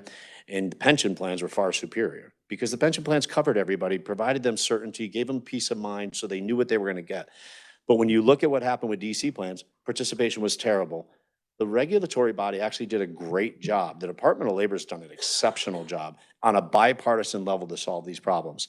They solved that with auto enrollment. Then people weren't saving enough. They solved it with auto escalation. I want to tell you that when those things came out and were made available, I had conversations, well, just so you know, I didn't mention this. We're the 4th largest independent fiduciary in the country. We service over 1,100 retirement plans. I've unwound DB plans. I've worked with underfunded plans. I helped the central states. For those of you who don't remember that blowing up, the union, when that got so underfunded with UPS and everything, I helped consult on them getting back into shape. I've taken DB plans, completely converted them to DC plans. So I understand what you guys are facing. What's really happened is this sort of close the loop story has happened in DC so that you can essentially make it look and feel like a pension and get rid of some of the concerns I think that some of the representatives have as well. The close the loop, one, you turn around and say, we need to fix it with auto enroll. It did largely fix it for the plans that took it. I can tell you the initial conversations with those plan sponsors, I remember going out to them and being like, hey, the auto enrollment's available now. We can solve your problem with participation rates and coverage. And they go, you want me to force people into the plan? And I mean, they literally, those are the conversations. The brave ones did. It is now, that's what everyone does now. Secondarily, went to auto escalation. Auto escalation was then, we got to fix people. They're not saving enough. Auto escalation solved it like that. And you guys could actually use that in a CRIFS type plan. You could have them go in at the 4 and it could auto escalate. It's funny, you'd be shocked how many employees are saving 12, 15, 18%. Because every year they get a raise and it goes up 1%. They get a 3 or 4% raise or whatever it is, it goes up 1%. They don't even notice the difference. If you look at Fidelity's electronic enrollment system, it doesn't even offer 4, 5, 6, 8, 10%. It starts at 12 now. So it is more of the norm. So that was solved. Then it was, boy, participants don't know how to manage their money. The QDIA solution, the government recognized that and introduced QDIA, which will actually address the concern that you had about guardrails and performance, which I'll hit in a minute. That gave participants automatic allocations to investments that were either time sensitive based on their age or a balanced type structure. So the last thing to close the loop was really guaranteed income, which is something that you guys have worked so hard to do through your pension plan. Fundamentally, these new solutions that are out today, and I appreciate Zachary's testimony, and I also appreciate Alan's testimony. They both hit on several of these things. A couple of the things that stand out to me, and I'm going to talk to you about the solutions that are available today that will solve a lot of this, and then I'll shut up and take some questions. So if I look at the testimony that was given on March 13th, I don't mean this disrespectfully, just almost none of this is accurate. The investment cost in Capers is even more economical at 0.5%. We have over 1,100 plans. Our average expense is maybe 18 basis points. It's 32 basis points cheaper than what you're showing on here. Investment costs in DC programs run as high as 2%. I haven't seen a plan like that in probably 15 years. And so the reality is, we're talking about plans under 0.2%, and that's common. So way less expensive. DC programs often require employees to make investment decisions. When we have consulted on plans that go from DB to DC, we don't give them options of funds. We either pick one, we either make it time-based, or we choose one allocation. That's it. You put extremely hard guardrails around this. When I get to, I'm going to tell you about what you can do now, and then I'll tell you about the specific product. In today's world, Representative, I can't see your name. I apologize. Sure, I apologize. I have no disrespect whatsoever. You mentioned, you're taking all the risk. The new solutions guarantee every dollar, the first dollar you put in, okay? So I'll just give you an example of I designed Income America, which is the one I was talking about. I designed Mission Square solution. I just helped design Principles solution, and I've consulted on T-Rose and others. The solutions that are coming out now, 100% of the money is guaranteed day one. For the state to continue to carry this liability of so many unknowns, and to have these people go into investment accounts that are managed by, for example, the Income America is a product that I brought to American Century, and American Century actually is the underlying allocation manager of it. So when I look at it, you can guarantee everything. So how does Income America work? As one example, there's other products. I'm not here to advocate any specific product, okay? I am here to advocate the design. Income America is a collective trust. It's like a mutual fund, okay? All they do is the trust company signs on a trustee, a fiduciary, which is Wilshire, the largest institutional one out there. That means all the investment liability is legally discharged from the state to a third-party 338 investment fiduciary. So check the risk off for you guys, okay? Second, it's multi-insured. One of the biggest concerns Mark Every had in his letter was single insurance risk. So Nationwide and Lincoln take 50% of the risk. Each year, those insurers are shopped for financial stability. If they don't meet the metrics, they're replaced. If their fees are expensive, they're replaced. So this is a product that the trustee controls. It is not an insurance-based solution because no insurer is ever going to lower their own fees. No insurer is ever going to come to you and say, hey, we have some risky stuff going on behind the scenes. So we designed this from a practical standpoint, from a fiduciary standpoint, from an advisor standpoint of what would I want for my own participants? What would I want for my own investors, my own clients? So that's how it's structured. How does it work? The money is an open architecture solution. One of the best managers in every category. You guys have all seen target date funds. It's like Fidelity, T. Rowe. They're all good managers. American Century, good managers. If anybody in this room sits there and tries to tell me that one manager has all the best funds, we know that's not true, right? So what do? Wilshire goes out and shops all the managers and says, we're gonna get the best manager here, best manager here. One of the best money managers I've ever seen in my career is American Funds. And American Funds has unbelievable large cap performance. I would never put $1 in their small cap. I would never put $1 in their bond fund. I would never put $1 in their mid cap fund. So the reality is that how this is structured is a pure open architecture, an institutional fiduciary to remove the state from liability. The insurer takes all the risk, so the state has none of the risk, okay? So that's how this product is. How does it work? Participant puts $1 in, or let's just say throughout the year they put in $10,000. On that $10,000 is guaranteed. It's invested in equities, in bonds, whatever the allocation you choose. You could use a series of target date funds, or you can use one fund, a balanced fund. Just for simplicity purposes, let's say we're using a balanced fund. The money goes into a balanced fund, 100% of the contribution is guaranteed. The growth on that money every year on your birthday locks in. You put in over the course of your career $200,000 and the highest market value is $420,000, you're locked in at $420,000, okay? Unlike DB plans, to your point earlier, right? You had a great point that the senator, so that the value goes up and then it comes down, you say, oh, what happens if we have a recession? That is not how these products work now.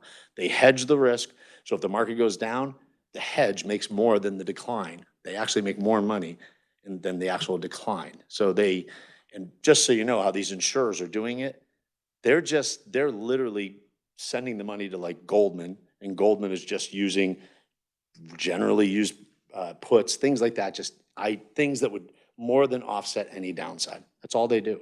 This is not wildly complicated. So what happens is participant, 100% of their contributions are guaranteed. They lock in their highest value every year. They take guaranteed payments, income payments, a minimum of 5% a year. They're gonna get paid out on minimum of 5, okay? If they start taking income payments and the market goes up more than 5, if they're taking 5%, it steps up. So you talk about inflation. This is inflation proof, okay? What happens during inflation? What are the 3 best performing assets during inflation? Anybody know?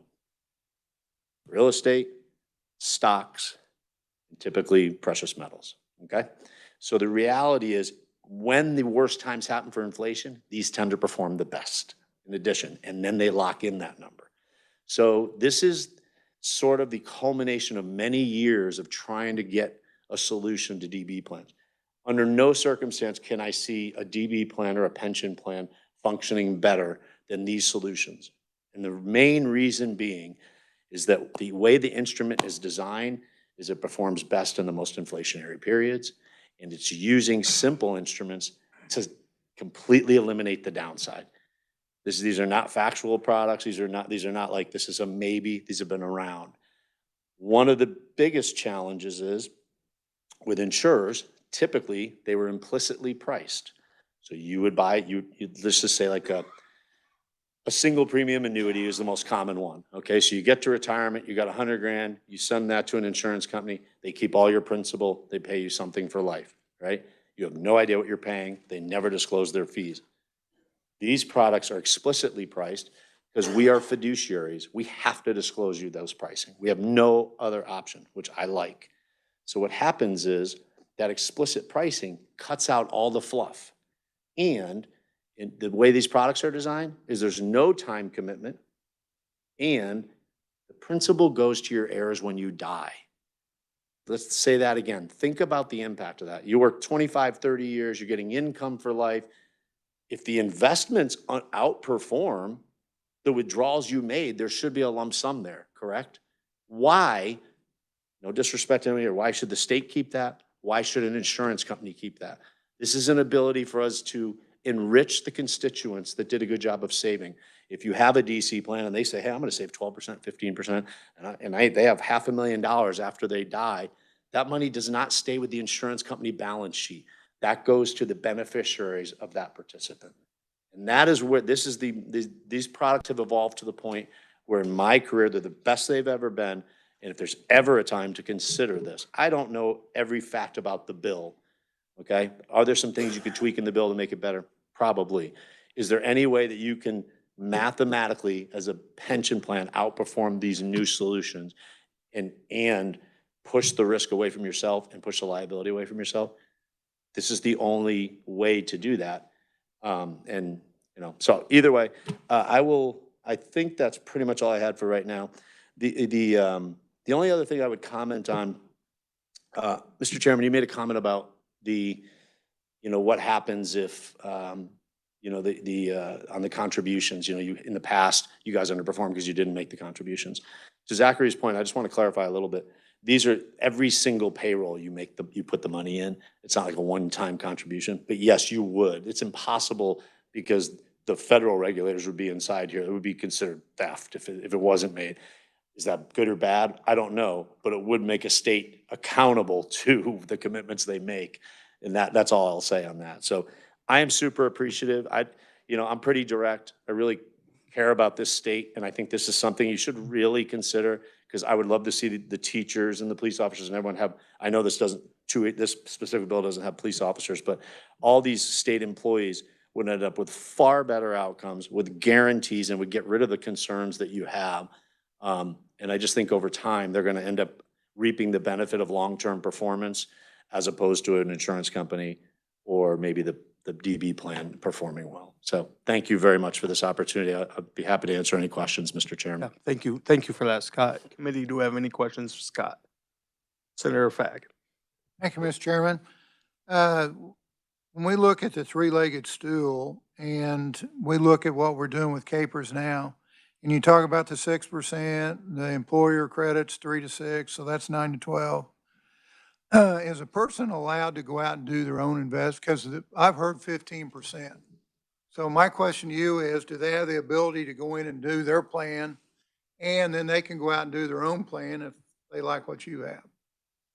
So you mean like if they want to stay in a plan here and then do additional savings outside? Right. Yeah, theoretically they do. They just want to have the buying power that you guys would. So you're not going to get, when I quote 0.2% pricing, they're not going to get that.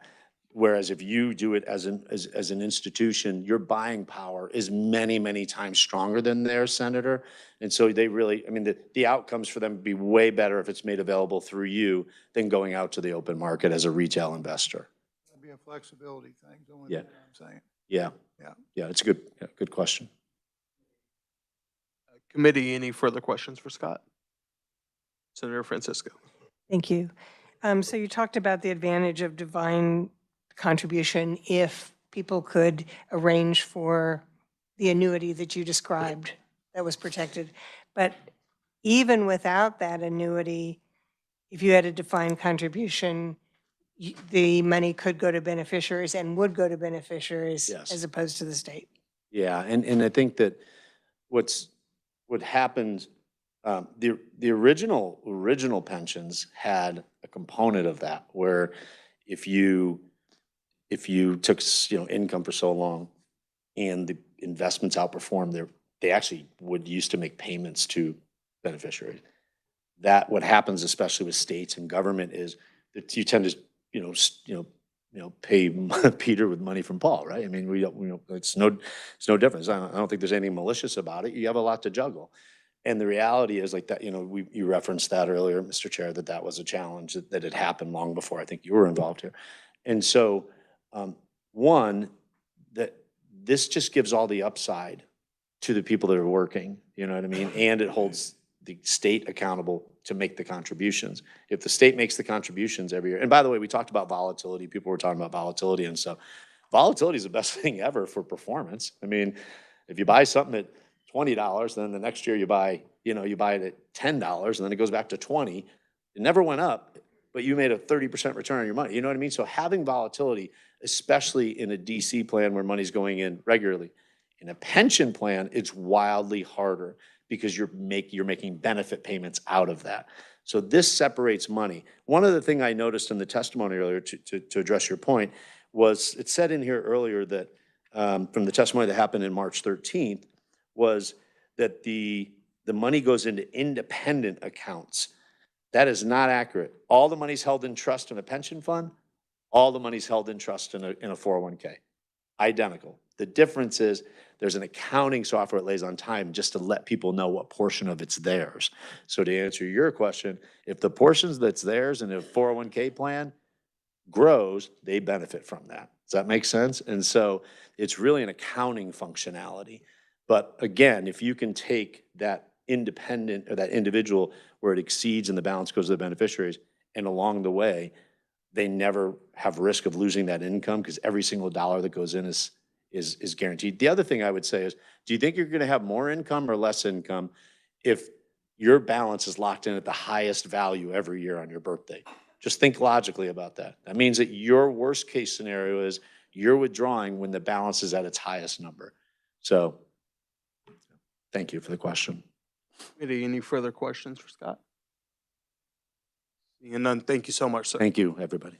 All righty, last up today, we have Dennis Hall, State Affairs Coordinator for Americans for Tax Reform. Dennis, I hope you found that water you were looking for earlier. Welcome to committee. I did not, but hopefully I can make it through this.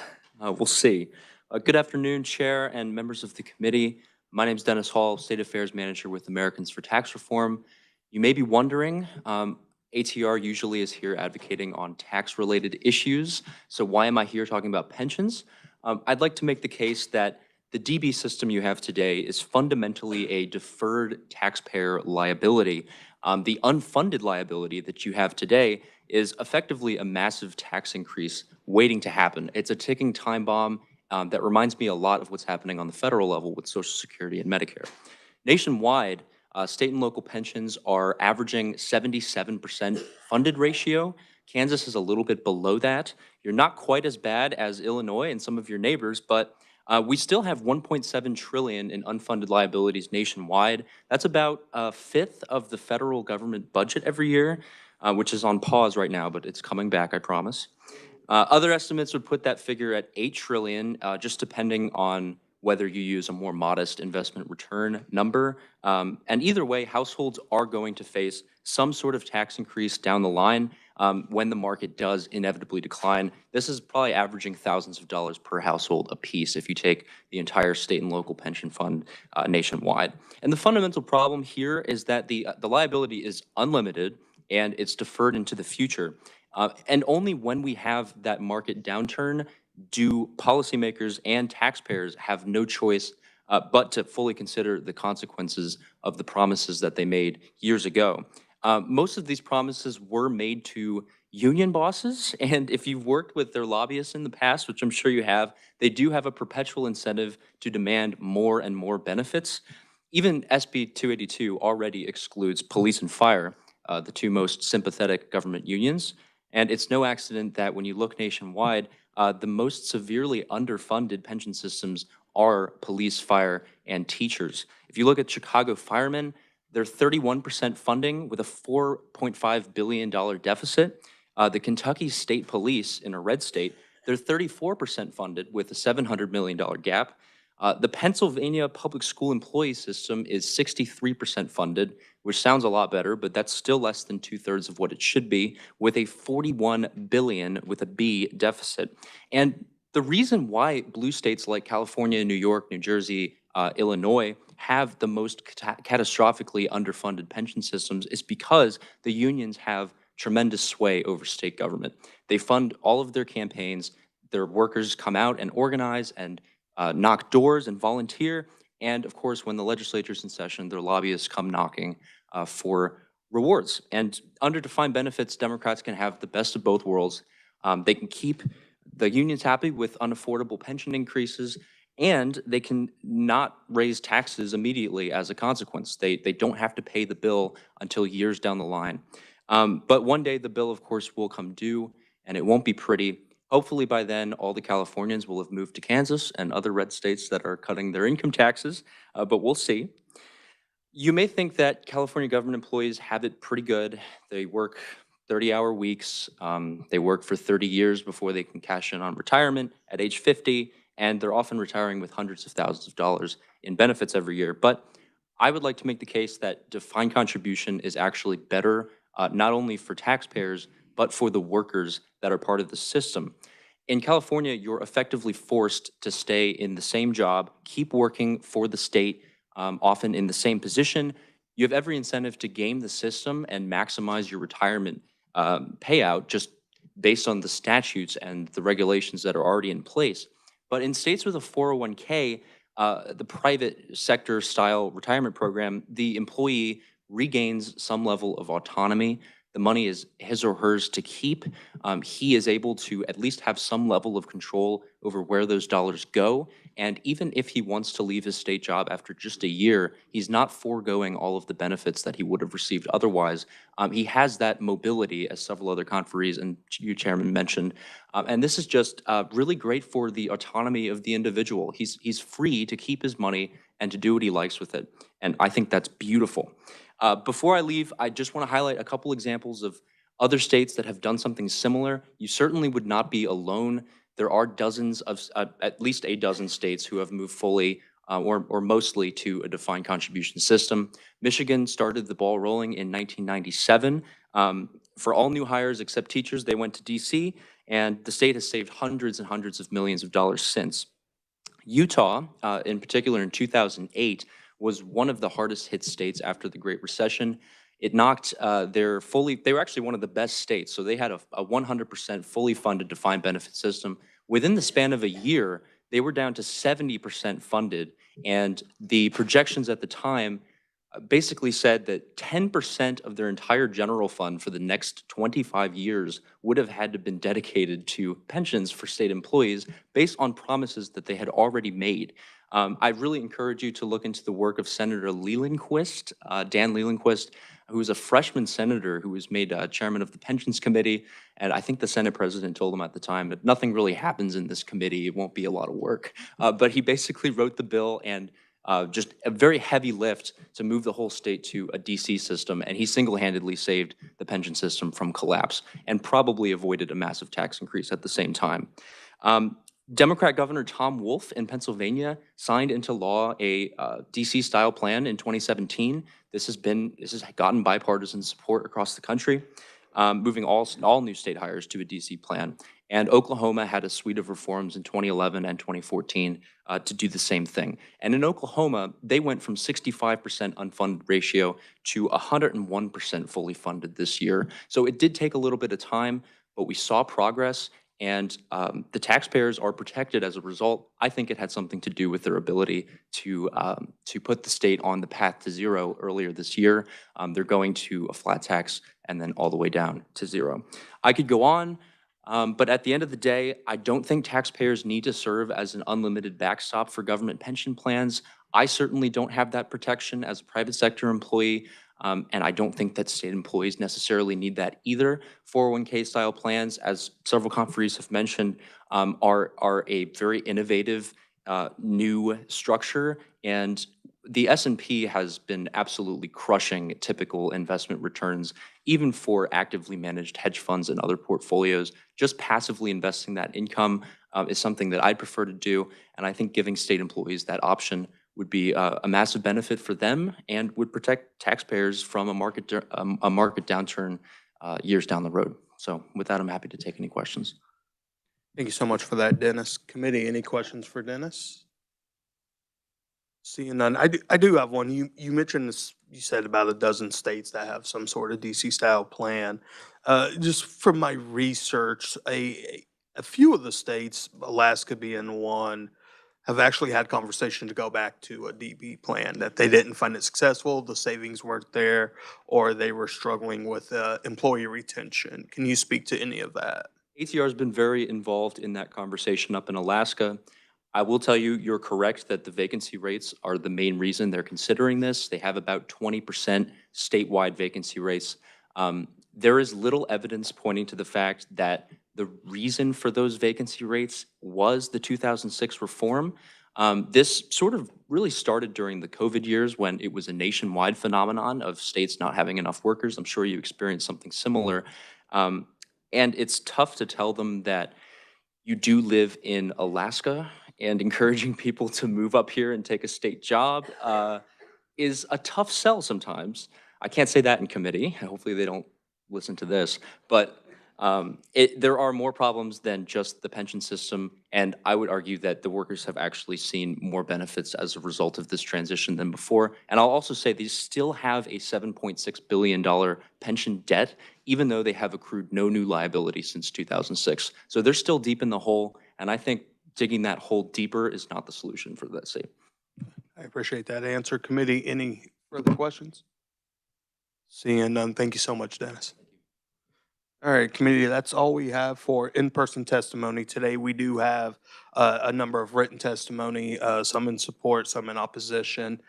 Please check your C drive for that written testimony on this as well, and we'll go ahead and close this informational hearing on SB 282 and thank all the conferees for contributing to the discussion today.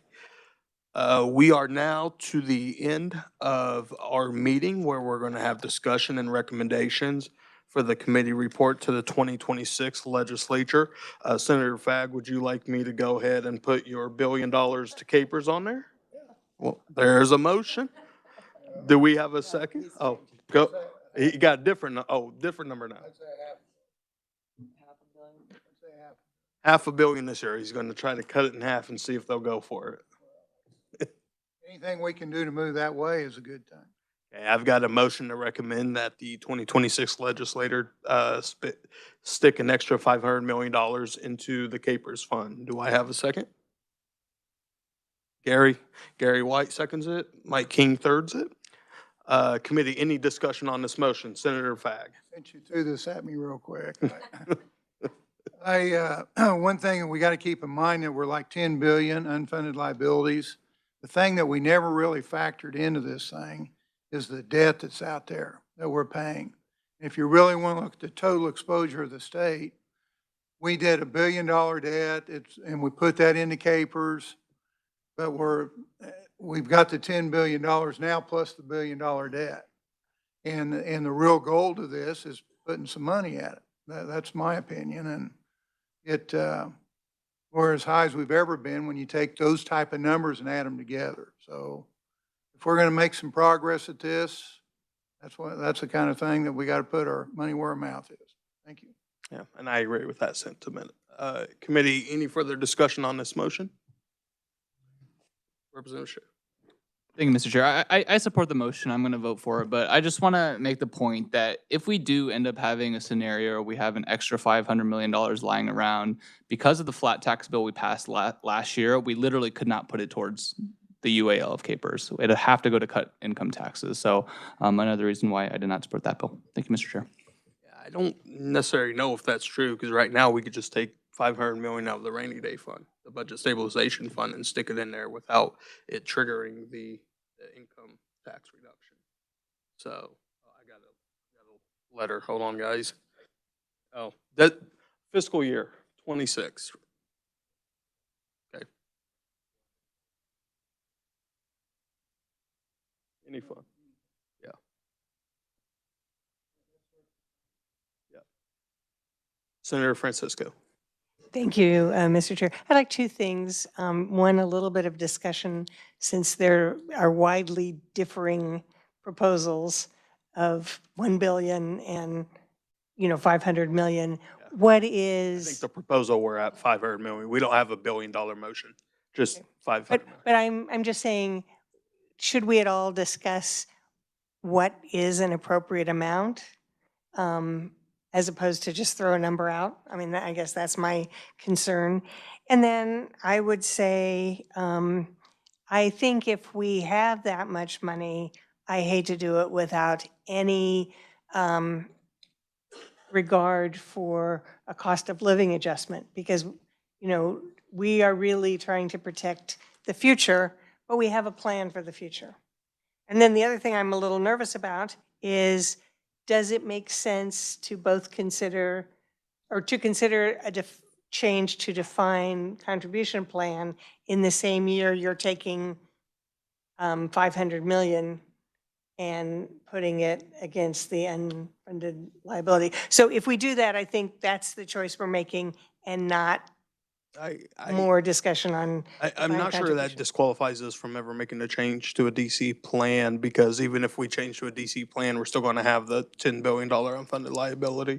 And to Senator Fagg's motion, this 500 million would just go to pay down that unfunded liability. So that liability would always be there. So any further discussion? Representative Neighbor.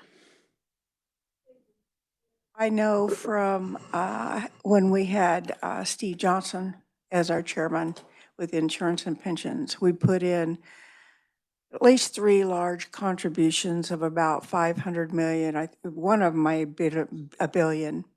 And I know it has dropped or put us in a safer zone than we were in before, because we were really, really underfunded. And it brought us back up closer to what we should be in the market. So I wouldn't go higher than the 500 million right now with the unknown, but I think staying on that path to clear up any of those unfunded mandates is a good thing for us to do. I agree with that. Yeah, I remember when we did the $1 billion, and that came at a very good time, because that was right when we were hitting the downside with the 22 markets. So, yeah, Senator Fagg. So the $1 billion that was put in, was that borrowed money? No. It was actual cash that was put in. Okay, all right. Yeah. Now, yeah, I think that was, it was SGF. I think it was part of, like the COVID money, something like that. Somewhere around there. It was around that time. So, but it did, like I said, I mean, we put that in around the 2022 drop, so that helped us withstand some of that. Do I have any further discussion on the motion of 500, this committee recommending the legislature take $500 million into the unfunded liability? Seeing none, Senator, would you like to close on your motion? No, I just think that starts the process for us to discuss in the session, and keeping us focused on what the real thing that needs to happen. And that 500 million is a motion, and that can be debated as we go through budgets and everything else. I appreciate that. All those in favor, aye? Aye. All opposed? Motion passes. Do I have any other recommendations from the committee? Representative Neighbor. Thank you, Mr. Chairman. And I know we've had some discussion on COLA for years. It's been out there year after year after year. I do think that is something that we're going to have to take seriously, but also measure how we can keep that stable with our commitment to KPERS and, where it's going to place us.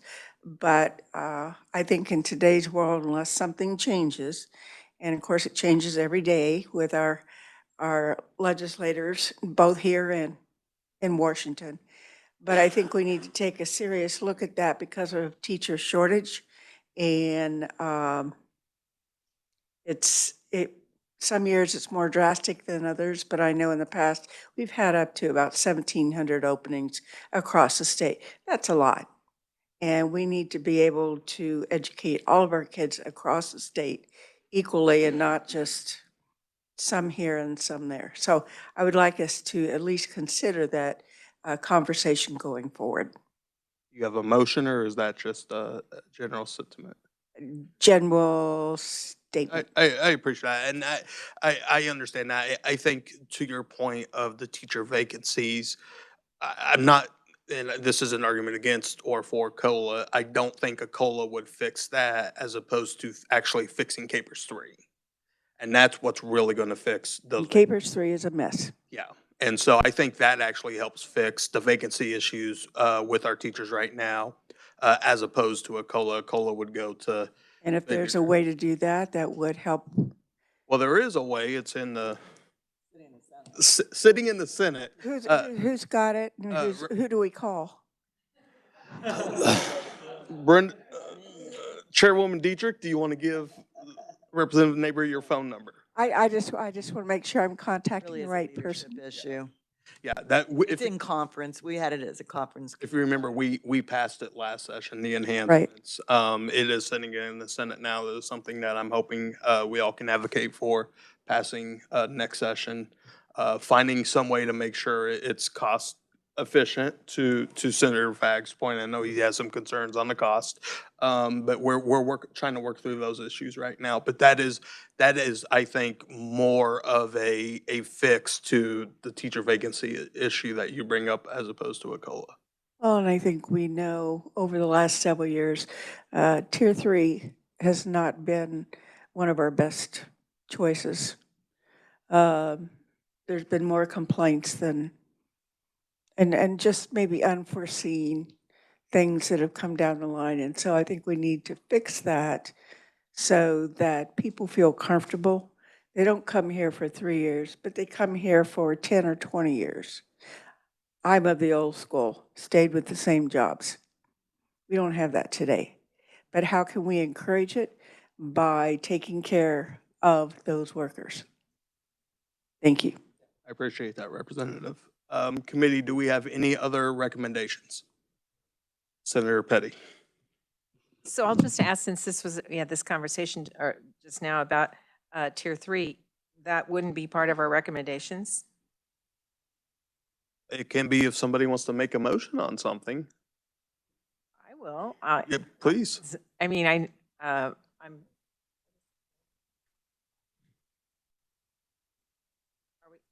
Is it House Bill 2086? That sounds correct. Yeah, David's nodding in agreement, so. So I would make a recommendation that we have as part of our recommendations that we say that this committee supports the passage of H Bill 2086 in the 2026 session. Would you like the? I set myself an alarm. It just went off. Would you like that to be part of the motion as well? Maybe not that part. Is there a second on the senator's motion before discussion? Second by Senator Francisco. Committee, do we have any discussion on the motion? I see no discussion. Would you like to close on your motion? I think there was a good discussion that went on prior to my motion, so I move my motion. All those in favor, aye? Aye. All opposed? Motion passes. Committee, do we have any further motions? Senator Petty.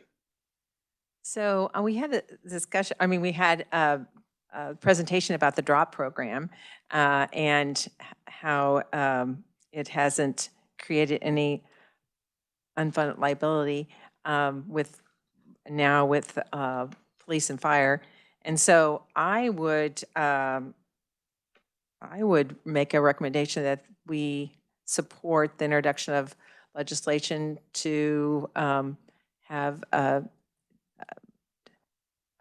teachers be eligible for the DROP program. Okay. And just teachers, not support staff or anything, just teachers. I should make it school employees. School employees, okay. Committee, do we have a second on the motion? Second. Okay, any discussion? Senator Dietrich. Two things. I'm not opposed to the concept, but Capers is not prepared to do that because they're still in the middle of this modernization program. So I think that would be causing a significant amount of administrative work for them. But secondly, we've just eliminated a group of employees, our state employees. If you're looking at KPNF, who's already in there, teachers or school employees, you've got all of our state employees and who are not included in that. So I would just like to maybe rethink that. I just don't like to separate out a group of employees for not getting a benefit that everybody else is, because they work just as hard as anybody. So that would be my only concern. And I don't disagree with that. I mean, we've been going after this drop program piecemealed as it is, starting with Highway Patrol, and then KBI, and then all police and fire now. And to me, it's been, you know, the reasoning for how we started in the first place. I'm not sure that has actually played out to be necessarily the one advantage of it, but I think I'll just stick with the school employees piece for now, because it would be another group. And I did have a short conversation with Alan. I know it would take a time, but as we know, we'll just take the police and fire part. We saw the chart of the participation. It's not a fast-moving boat. It's pretty slow-moving. It can be a slow-moving boat, and it would definitely be the same thing with school employees. So it's not that we're going to see a massive number of school employees opt to go into the drop program, because one, they have to be eligible for retirement already. So I think we often have done things that not every department can handle, would want to necessarily have to handle at the time that we pass legislation for it. I think it's worth exploring. That's not the motion, though. No, it's not the motion. But if we start with a bill, would have a hearing, it would bring up that discussion, which we haven't had before. This wouldn't introduce legislation. This would just recommend to the 2026 House and Senate committees what this committee, the findings of this committees. So this wouldn't actually create a bill to introduce.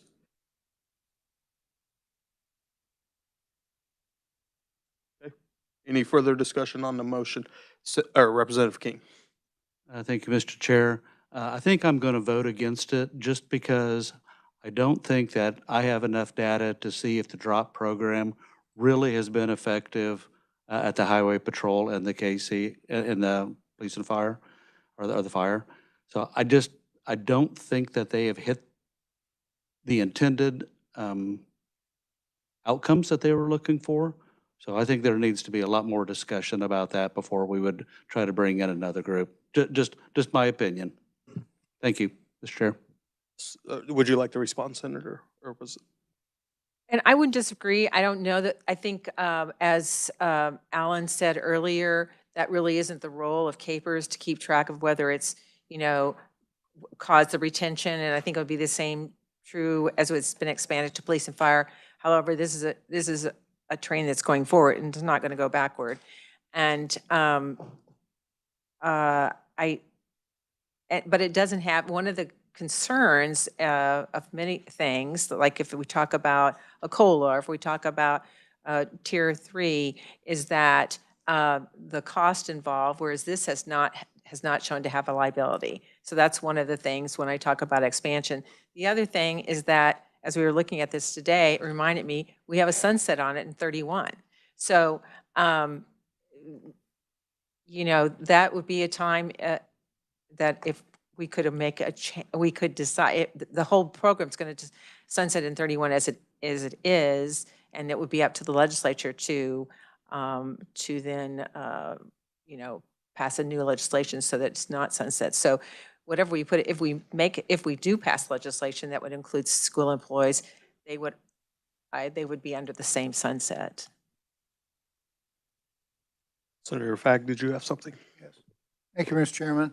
I agree totally with what Representative King is saying. This is a very complex issue. I'm sitting here on the drop program, and I've said this before, but police and fire, the whole thing was that the firemen couldn't climb the ladder at 50. And so we was encouraging them a way out. And now we want to do a drop program to keep them in. So I don't know how that would apply to teachers in this, but I think that a teacher shortage, I haven't heard that quite as much as I did as when COVID hit and seeing people around with what's going on. I don't know the numbers of kids coming out that's ready to go teach, you know, and where that fits into the game. So I'm not saying that that shouldn't have a bill and come and we hear it and all that kind of thing, but I don't know if that should be a recommendation out of this committee till we have a little more on that, in my opinion. All righty, committee, Senator Francisco. Thank you, Mr. Chair. So I really think that there's a good reason to look at the drop program for teachers because of the particular issues of working after retirement. But I also recognize that this would take a fair amount of review and that I think what we heard from the Capers that there would be difficulty implementing it, perhaps even in the next 18 months. So I don't know if the senator who made the motion would be comfortable with using more the word explore and asking the committees to do that this coming year. And I think this probably deserves an interim next summer. I mean, I think, because I think we need to say, do we want to continue it for police and fire? We need to say, when is this going to be ready in terms of modernization? What timing makes sense? What else is happening to retirement for teachers? Senator, would you be amendable to the language of just exploring? And I heard you, Mr. Chairman, say the word exploring before. Actually, the senator said it as well. Yes, I would be. Okay, and who was the second? You're good with that? All right, committee, so the language will now be exploring it. And to the interim point, I believe next year, Senator Dietrich will chair this committee. Thank you. And so you can, yeah. All right, committee, I think we had some good discussion on this. So the motion now is the 2026 House and Senate committees explore the thought, I guess, or the idea of expanding dropout to teachers, and that's the new motion. Would you like to close? Yes, it's to explore, including school employees in the drop program. Yeah, into drop. Okay. Oh, yes.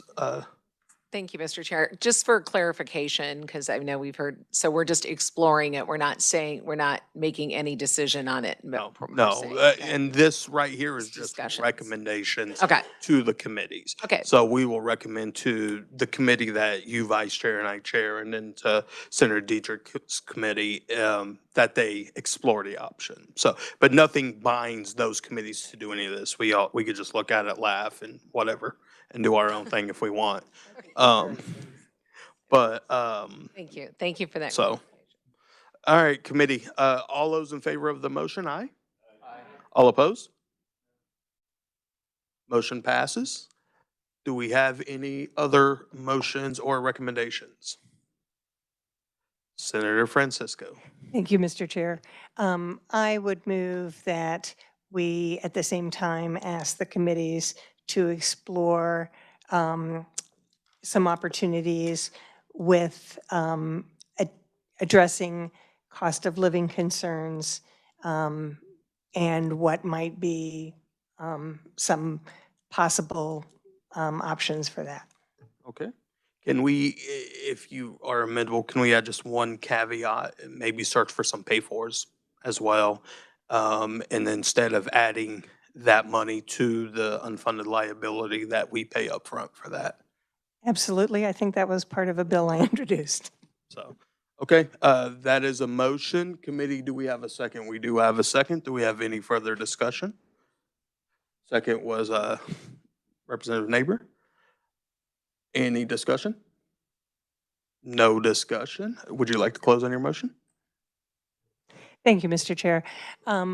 I think that there is a variety of things that we need to address with regarding capers and pensions and unfunded liability. But we have, as a state, put a significant amount of money in recent years, and none of that has gone to existing retirees who are bearing the brunt of some significant inflation. So I think we, like in energy, need to do all of the above.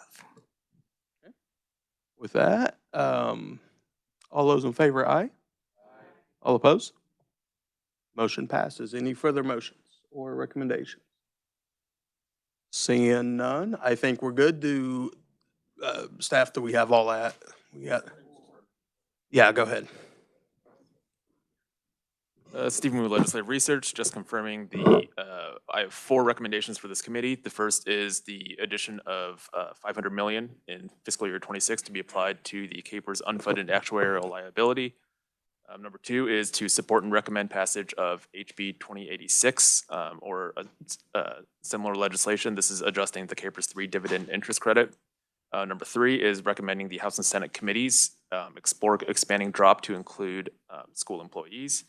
And lastly, it's recommending the House and Senate committees explore opportunities and options to address cost of living adjustment concerns, including funding sources for any potential solutions. Committee, does that all sound good? Okay. With that, thank you all today for the discussion. I think we had a lot of great discussion, and I look forward to seeing everybody back in January, if not before. So we are adjourned.